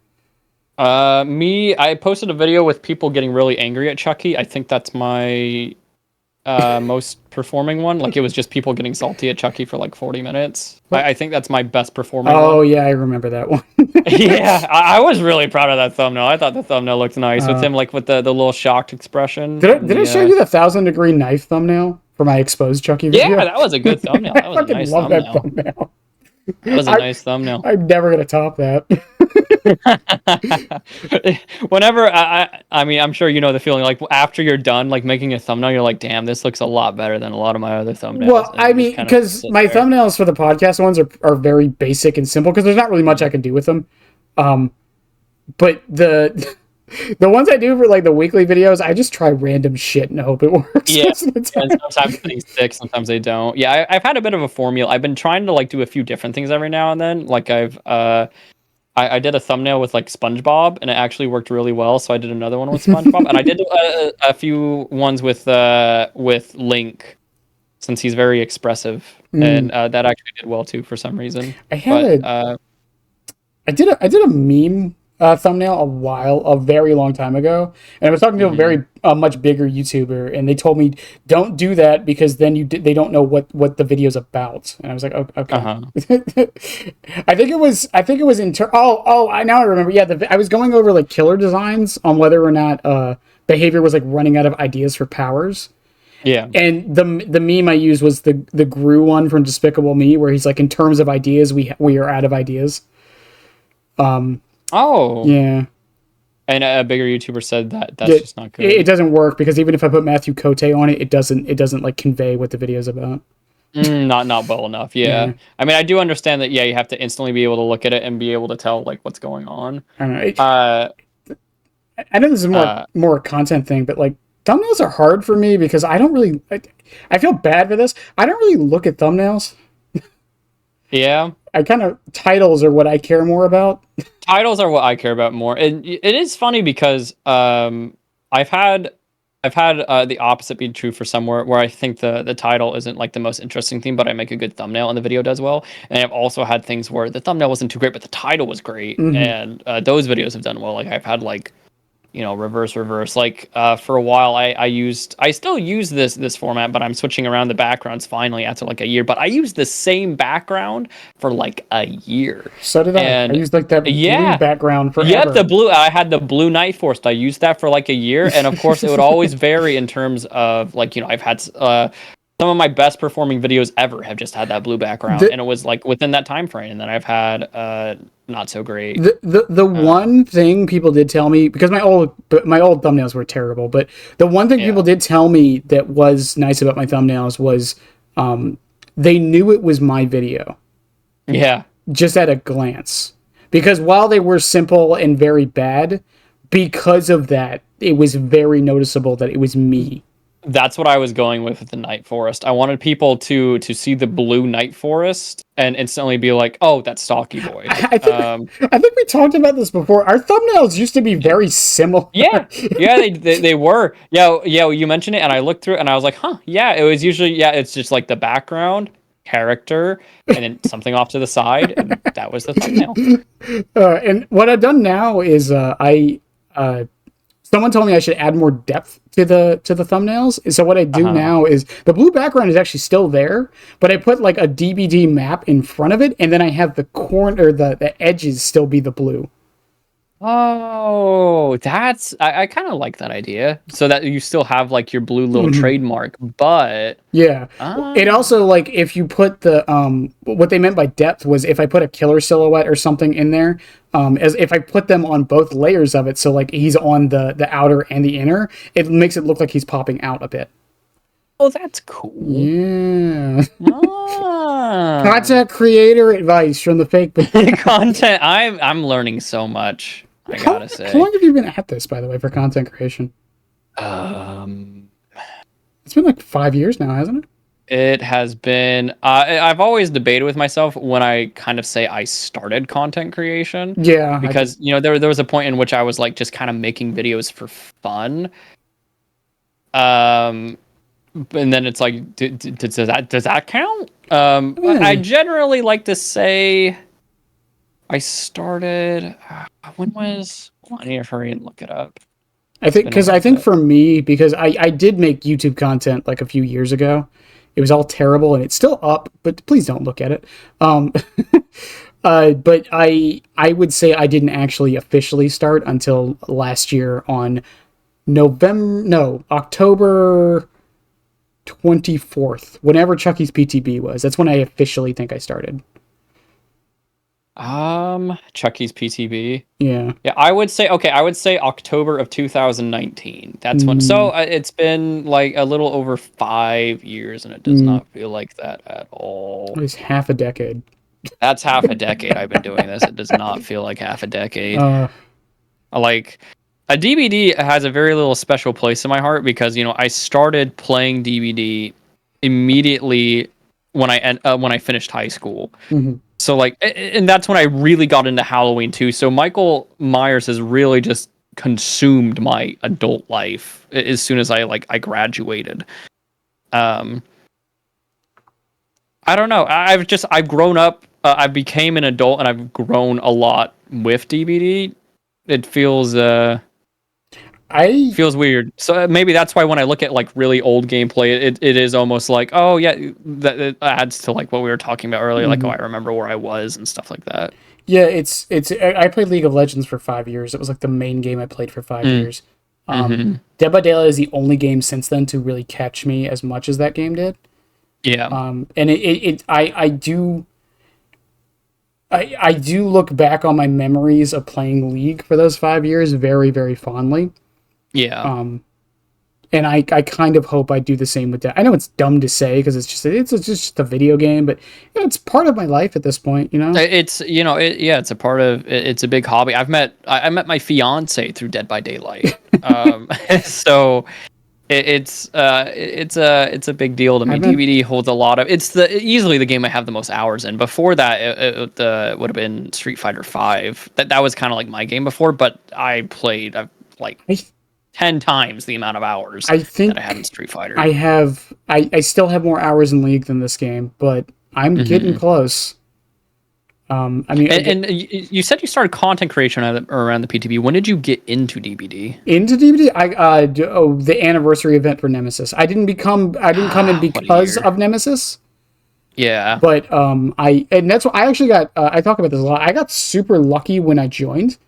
And this is why I tell people, if you ever want to get your friends into this game, the anniversary is the perfect time to do it.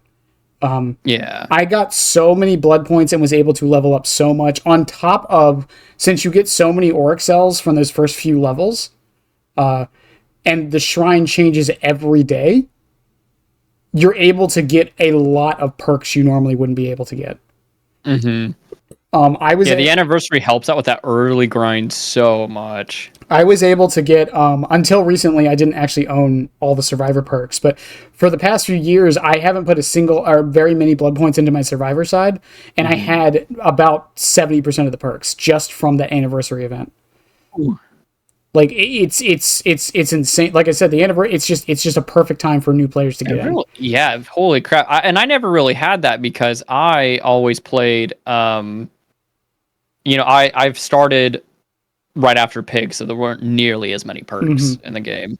So I've just, I've over accumulated like slowly, like, when a new killer came out, I would just gather the perks. So I will never know the new player experience that it is now, and I imagine it is just hell. It is. It is terrible. How many, especially because there's so much in the game, and there's so many voices telling you, what's good, what's not. With the knowledge I have now, if I were to start DBD right now, I know immediately what perks I would go for, and it wouldn't be too bad. But like as a new player, oh my god! For a new player, my advice, and one of these is going to sound insane, but hear me out.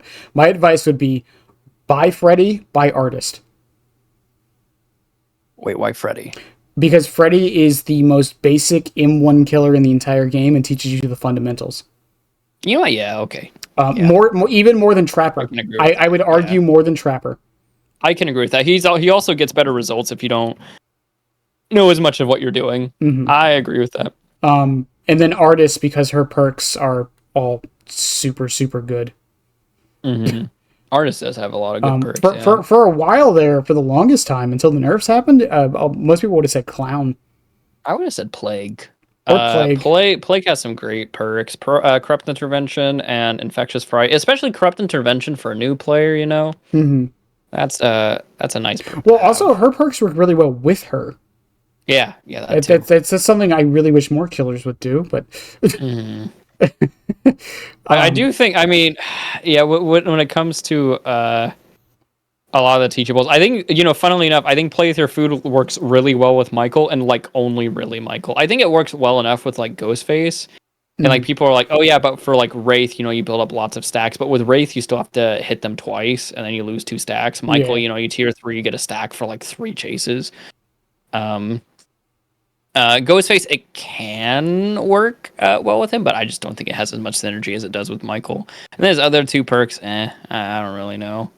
Yeah, but Especially tying like God, change that perk. Like please. even like trying to get a new player into this game, and that's not even counting the survivor side. Like I've said this before with the Shrine of Secrets, because I know the Shrine of Secrets is bad, but the reason behavior can't do or won't do the thing everyone wants, where like they make it like a store, where like you can like buy any perk. Why would anyone buy a survivor? Yeah. Yeah, you would literally only buy the ones that you need. The ones that you like. Yeah, Not need. that's it. And then that leads into a problem of behavior would have to start making sure survivors are all like likable. Oh yeah, and then you have to get like the certain survivor type that will appeal to the masses. Yeah, you would it would just be Sable Wards over and over. It would be Sable Ward the game, baby. But it's again that's the biggest problem with it. And you know, I know we all hate it from like a greed perspective, but from a business perspective, this idea that you have to like buy a character and level them up to get their perks is genius. And again, I'm not like defending greedy company. I'm just saying from a business perspective. Because, it's so easy to see why DBD has lasted as long as it has. Because like they do so many smart things. Like Houndmaster is a very good example, right? A lot of people are not enjoying Houndmaster, and a lot of people are saying don't get Houndmaster until the bugs are fixed. What if you want Jagged Compass right now? Yeah. You still need the perks. It's so smart. Like even if you don't like the killer, but what about the perks? Yeah. Like every character is like a 2-for-1 deal. There's you always and there's not really another. I can't think of another game that does something like that. Where there's abilities or mechanics tied to another character that can be shared with everybody. Yeah, that. The only thing I can really think of, it's not really even sharing. It's if you want knowledge or whatever. In fighting games, you often buy the character, even if you aren't going to play them, to learn the character so you know how to go up against them. That's like the closest I can think of off the top of my head. It's a strange thing that Dead by Daylight's kind of like even with VHS had a very similar system. But again, like every character in that game was technically free. Yeah, and I don't really think other ASIMs do that at all. Like in Texas Chainsaw, like everyone has a unique ability, but they don't give each other things. Same with like Evil Dead and all that kind of stuff. It's so smart to be like, this character, maybe you don't like this character, but this character will help the character that you actually do want to play. Yeah. And again, that's so smart. Again, not defending the greedy part of it. I'm not defending It's smart, though. It is a smart business choice. On their part, it is very smart. The consumer, it does suck, but from their point of view, it is so smart. You know, and getting away from the business side of it, it does also help the game in the sense of variety, because it means every character does still have a purpose, a point to existing.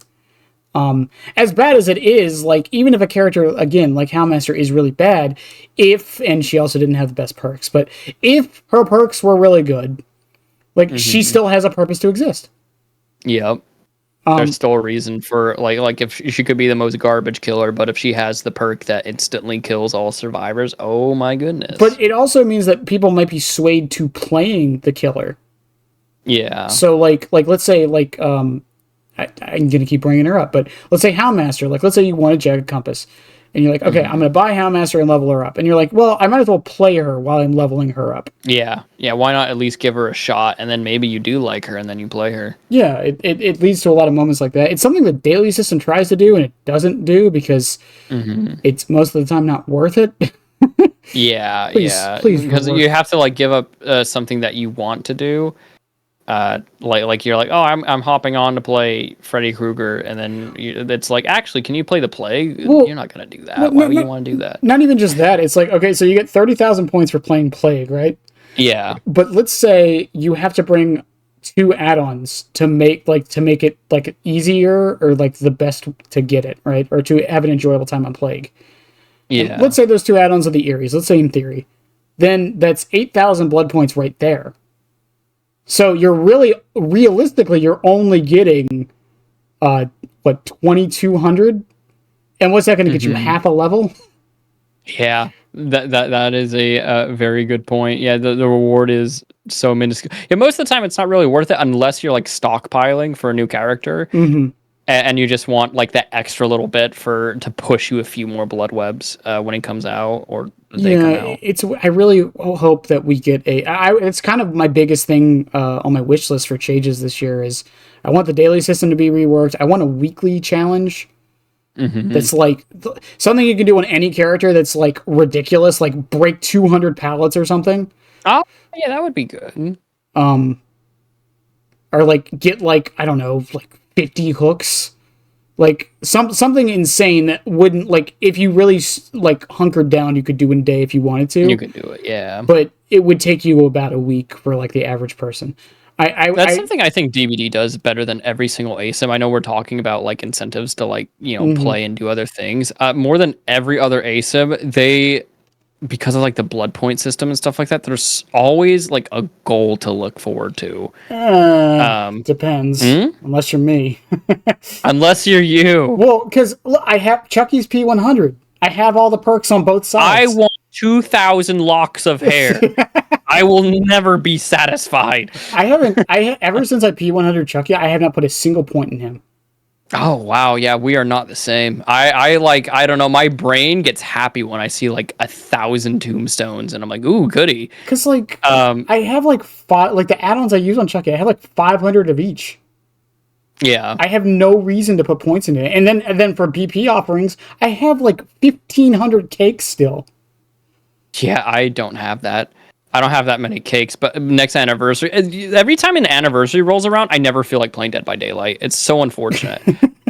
And then like I'll play for like 3 videos and then I get like 100 cakes and then I log off and then I get a real drive to play DBD like a month after the event and I miss out on all the cakes.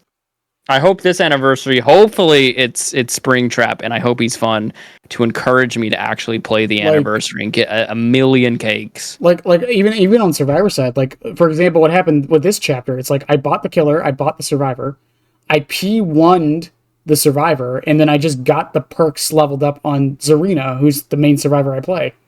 Yeah, and that's it. I don't have to put points into Survivor ever again until the next chapter rolls around. And then as far as the killer goes, I mean, I already have her at P2. I haven't played that much, but, once I get it to P3, then what? I feel that way with Survivor for sure in terms of like all that. I was kind of half joking with the locks of hair. I do like my brain gets happy when it sees like a big collection of things, but I also there's a lot of other killers that I like to play. Like I've been leveling up Pyramid Head, Nemesis. I got Chucky P100. Like right now Ghostface is one that I'm leveling up. Like I like to level up other killers too. Myers is my favorite, and I still like every now and then my brain won't be satisfied unless I have a giant dead pile of rabbits. My goal right now is I'm trying to get every killer to P9 so I can unlock their charms, and so I have a stockpile of add-ons in case someone wants me to play the killer. Oh, yeah, that was definitely a problem I'd run into all the time where, like, people would be like, oh, play Oni with this and this, and I'd be like, It's one of the reasons I stopped doing killer requests is because a lot of people, they would ask for things, and I just would not have what they wanted, and it'd be a negotiation, or I'd have to, like, farm the blood web, and... It's just one of those things. It's just, like, that's why, like... Every time, like when 2v8 was around and the incentive was blood points, I was like, that doesn't, for people like me, that doesn't do anything. You have to give us something else. It's not like a super crazy incentive, but it is more incentive than I think a lot of other ASIMs do. Like Evil Dead, or you know what? Let's talk about Texas Chainsaw. I'm going to rant about that for a little bit.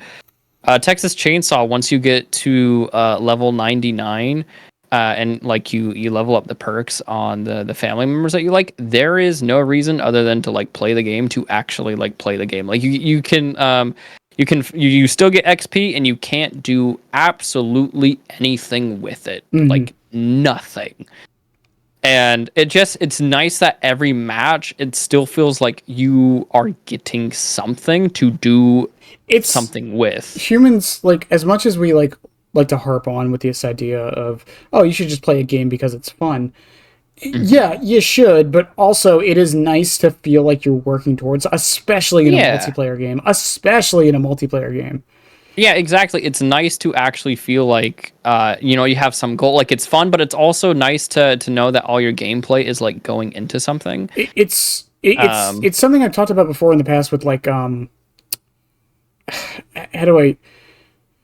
Because like, if people have been complaining the game is becoming more sweaty and like people are playing too hard and people are blaming it on MMR, I actually don't think it's MMR. I think it's just once you hit the point where like I'm at, which, a lot of people are at that point, especially, once the MMRs come up, it's more of a coincidence than a reason. But it's like, once you're at that point, what other objective do you realistically have other than just win? Mm-hmm. And I think that's part of the problem. That's why like I want a daily system change and a weekly change, because I think that archives do this very well, but you only have a limited amount of them. Exactly. Yeah, you run out, and then you have less incentive to play goofy. And then when you have less incentive to play goofy, some people like they'll be like, well, I just really want to go for like flashbangs or something like that. Mm-hmm. Some people will do that, but a lot of people are just like, well, I just now all there is winning. That's like the goal. That a lot of people are definitely going to turn to, like you just said. That makes a lot of sense, yeah. I mean, like, again, I'll bring up League. League has a battle pass system and kind of like an incentive, but most of the challenges in League for their battle pass is literally just play the game. It's literally amount of games played. For the most part, there's exceptions, but even then, like, I mean, that game is competitive. Like, it's designed from the ground up to be competitive. This game isn't. Yeah. Not to say that it can't be, but, like, when you give people nothing else to do or go for, people are going to start wanting to, like, if they can't work towards anything, they're going to work on the one thing they can, and that's their gameplay, because they don't have anything else to touch on, so they might as well just get better at the game. So yeah. And again, like, MMR is probably part of it. I really do think people overblow how much it affects the game. Oh yeah, I do too. Yeah, 100%. Because I say this all the time. If they never told us MMR was in the game, I don't think anything would have changed. Yeah. I remember really noticing it when I think they tweaked MMR a little bit. They do it all the time. Yeah, when it first started, all I got was some really, really difficult teams, and then like they tweaked it at one point, and I never had that issue again. I mean, like, don't get me wrong. Like, I'd say like 1 in 10 games, I get like those super, super good teams, and then some nights, maybe I'll get more than a few. But for the most part, even like if I see map offerings or like stacked builds, like the players themselves aren't like super good. Yeah, generally, I definitely get better players than I don't get better players. Like, not that they're like super, like not every squad is like super amazing and stuff like that. But I usually get decent to good players. It's very rare that I'll get like a Meg that has no idea what she is doing. Which that's nice. But yeah, like what you said, like 1 in every 5-10 matches, I'll get a team that actually really knows what they're doing, and it becomes a sweat fest. Yeah, and like again though, like I don't think that's necessarily an MMR issue, because I say this all the time, because people watch my gameplay videos and they're like, oh, you're only able to do this because you're going up against low MMR. So okay, but I'm winning. So it is, yeah. It's really, yeah. It's so funny. I've had similar. I don't really get those comments really too much, but I have seen a few of them where it's like, oh, why can't I get teams like this?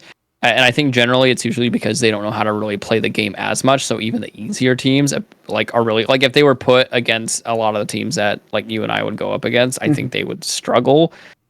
We just make it look easy. Well, I mean, a lot of the time, I think. But again, like I think it's like it's a loaded argument, like, to a degree, because it's like, okay, so if I'm going up against bad teams and I'm winning all the time, and you're winning consistently, yeah, then my MMR would be going up. So either MMR doesn't work, or it does. Either way, I'm either going up against good teams, and I'm just good at the game, or MMR doesn't work. Yeah, like I'm winning like the majority of my matches, so why am I not getting like these like every god squad that you appear to? I think it is just most of the time it's people that aren't very experienced and they just aren't super great at the game yet, so they're just voicing, they're just voicing frustration. I get it. Because the other thing is like Choi did a video going over like how the MMR brackets work. There's only 4 MMR brackets. There's like brand new players, slightly experienced, experienced, and then like really good. But the really good bracket is so small that it often bleeds into the experienced one. So isn't it really easy to get to the top one? Yeah, I think it took Choi it took him like 2 days of playing. Yeah, and over time, you're just going to get more and more people bleeding into the really, good. Eventually, they will get there. You grind something long enough, and even if you're not like the best player, even you, not you specifically, but even like a player specifically that maybe isn't like the best player will get there. It doesn't matter. It's just a matter of time. So as more time goes on, you're going to have lesser good players working their way into like the higher MMR. And like eventually it becomes a snake eating its own tail situation. It's like we're just right back where we started. Yeah, and that's why I don't mind MMR that much. Like, and I almost never complain about it or bring it up. It's just, I think it's a fruitless thing to bring up most of the time. I mean, that could be why MMR was really rough at the start, because only the better players were there at the start, and now that MMR's existed for a while, now it's kind of like, I think MMR, like, the best thing about MMR is it just keeps the new players safe for a little bit. It allows them to, like, play the game. For the most part. For the most part. As long as it, in a perfect world, as long as it's keeping the new players safe where they can, learn the game at an okay pace and stuff like that, I think that's all that it should accomplish. And then, like, you can have the experience of very experienced, because DBD isn't really, like we talked about, it's not, like, supposed to be, like, the most tournament big competitive game ever, so I think it's okay for characters to kind of like bleed into each other. I don't think you should be expected to like kill every team or escape every game either. I feel like when you get into a slasher game like this, you're kind of like expected to die. The game is called Dead by Daylight, so like I think the other thing, like another part of this is like behavior's kill rate thing. Behavior has said multiple times 60% is what they shoot for. Around 60%. By that logic, for the most part, obviously outliers, but for the most part, that would mean, in theory, they would want about 2 people dying every match. Yeah, and sometimes it should be expected. Sometimes it's unlucky, and you're the one of the 2. Yeah. I don't think you should be expecting to win, to escape every match, unless of course then you have the teams that get really good at the game, and then things get that's so rare. I mean, the other thing with it too is, like, I've said this before, the biggest problem in this game, I feel, and not necessarily towards the MMR, but the win condition is very polarizing. Muddy. Well, so and what I mean by that, and I was actually talking on Blue Sky with somebody about this the other day, it's on Survivor. What's the win condition for Survivor? I think most people would say escape. Escape, okay. So if you die, you're the only one who dies. You lost, the killer lost, the other 3 survivors win. Yeah. You see the problem with that? Yeah, no. Yeah, I wasn't saying that's what I personally felt. No, I get you. Yeah. Most people, I think, and I think most people for killer, of course, like, I remember the win condition for killer being thrown around so much. Some people, I think most generally agree it's 3K or higher. But I remember back in the day, a lot of people would say it would be a pip. Like, if you pipped a match, that would be the win condition. But I haven't heard that thrown around in a long time. I think most people agree that 3K or higher is a win for the killer. Yeah, I think that's perfectly reasonable. But again, like the problem with it is, like, from the survival perspective, so one's a team side and one's an individual side, but the win conditions for both are still individual based. That's the problem, I feel. Not necessarily for the MMR system. That's a whole other topic, but like that is, yeah. But the idea of just the feeling. Mm-hmm. Because let's say, I've talked about this before with tunneling. The problem with tunneling, in my opinion, isn't how strong it is; it's how bad it feels. Because again, let's say you loop the killer for all 5 gens. You're the only one being chased. You get tunneled out every single time, and you die. But you the whole lost. game gets to Your killer. If you got like a benefit for that, if they like did something for you, then it probably would be like, oh yeah, I like looped him for 5 gens, and you get something out of it. Mm-hmm. You think that would kind of my suggestion has been, and some people disagree with this. My suggestion has been that survivors' blood points should be a pool. Not individual. When the match ends, there's a pool of blood points that gets split 4 ways. Mm-hmm. The one problem someone has told me about this is that if a survivor just sits in a corner all match. But my argument for that would be, well, yeah, but then you all get less blood points, including them. Yeah. So I think the problem with Survivor is that, again, it's a team. You're on a team, but it feels so individual. Mm-hmm. Make it so. Your idea, you just kind of want to make it more of a group effort towards like everything. Yeah, I get I get that. And then like I've had suggestions for like you don't get punished, but something Deep Rock Galactic does. It's a weird game to bring up to compare, but something Deep Rock Galactic does. Do you know that game at all? Nope. Okay, think of Left 4 Dead, but you're mining. Okay. So at the end of the mission, everyone has to extract, and you get bonus rewards per person that extracts. It's like 15% more per person. Oh. But you don't get negative if they don't. Uh-huh. So what this does, like psychologically, it encourages you to let's say people. Let's say someone's lagging behind at the end of the mission. It encourages you to go and get them and help them. Oh, that's such a cool idea. I like that idea. So like my idea for like Survivor, because this would also lead to like I feel like more interesting in-game situations where and we kind of had this with a perk, by the way, that just got removed. Is when the in-game happens, you get like 15% bonus blood points per survivor that escapes. What was the perk that it wasn't We're Gonna Live Forever, was it? It was oh my god, was it We're Gonna Live Forever? I feel like it was We'll Make It? No, it was it's they just No One Left Behind? No One Left Behind. Yeah, it was No One Left Behind. Yeah. It was that perk? It was that perk. Yeah. Okay. So like I feel like and again, tying it to a perk is one thing, but I think making it a game mechanic would be nice. I mean, it wouldn't be the first time that's happened where they would use a perk and then make it borrow time or whatever. Mm-hmm. Borrow time completely, making that base kit, I think was probably one of the biggest changes that they ever did. I remember when they when it wasn't a thing, I was ruthless as a little killer main. I would wait for them to unhook, and I would go for the I would immediately tunnel the unhooked, and then I'd tier 3 the unhook E. And my friend tried to sit down with me, and it was like, "You're playing really mean," and I was like, "Why? I'm not their babysitter." I was so mean. I was the meanest. There's a line with that. I feel So sometimes if they do something really stupid and you don't capitalize, there's a line. But I personally go out of my way not to tunnel. But if I go back to the hook because I don't know where anyone is, and the unhooker hides. I'm not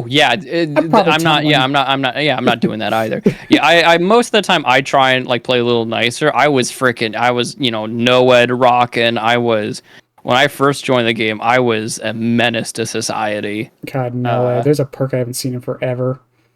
No one runs it. Yeah, no-ed.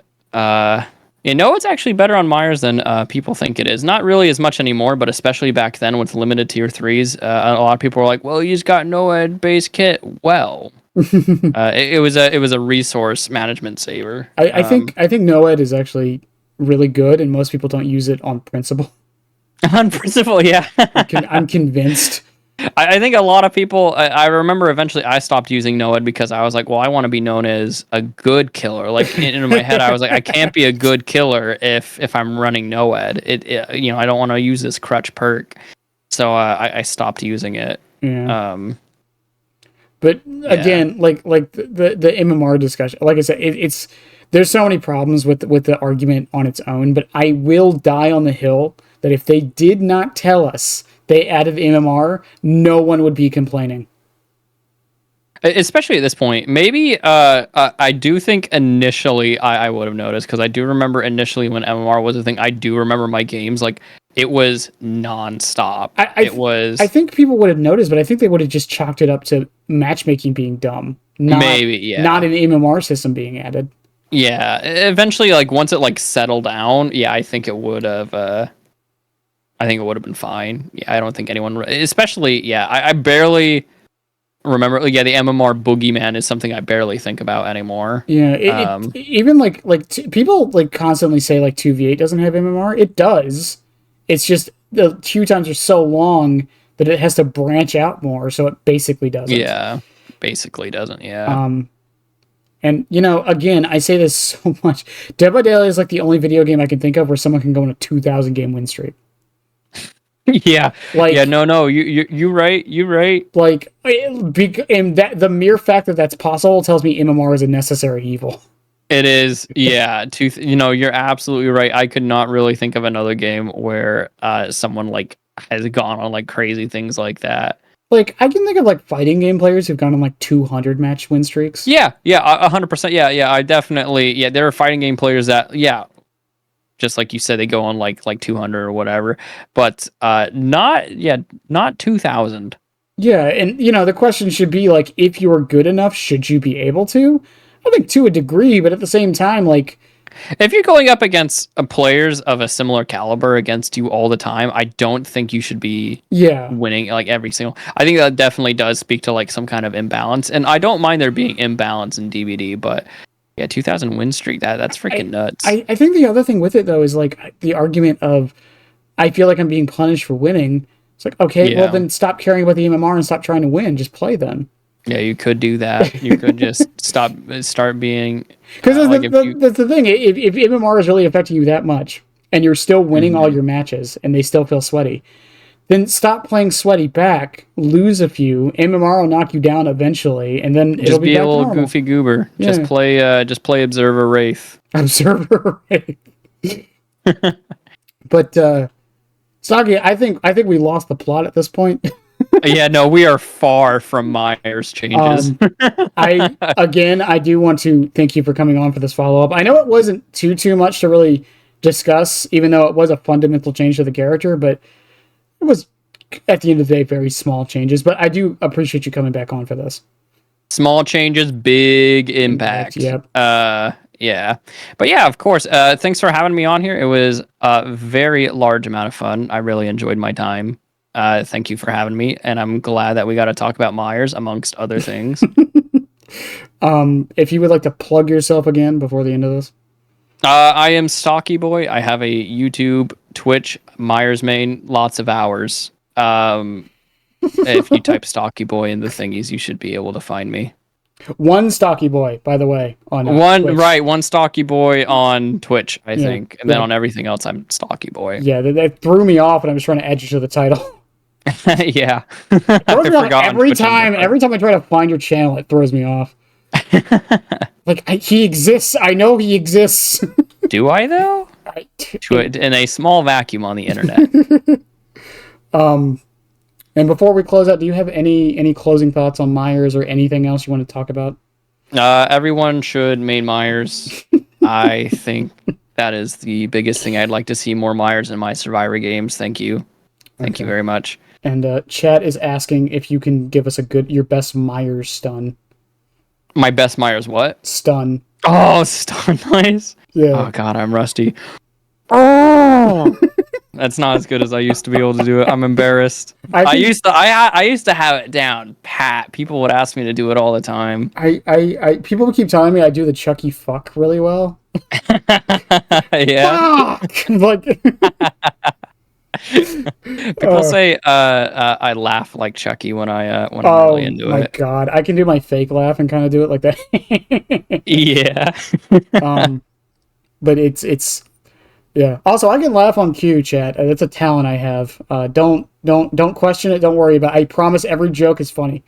All of them, every single one.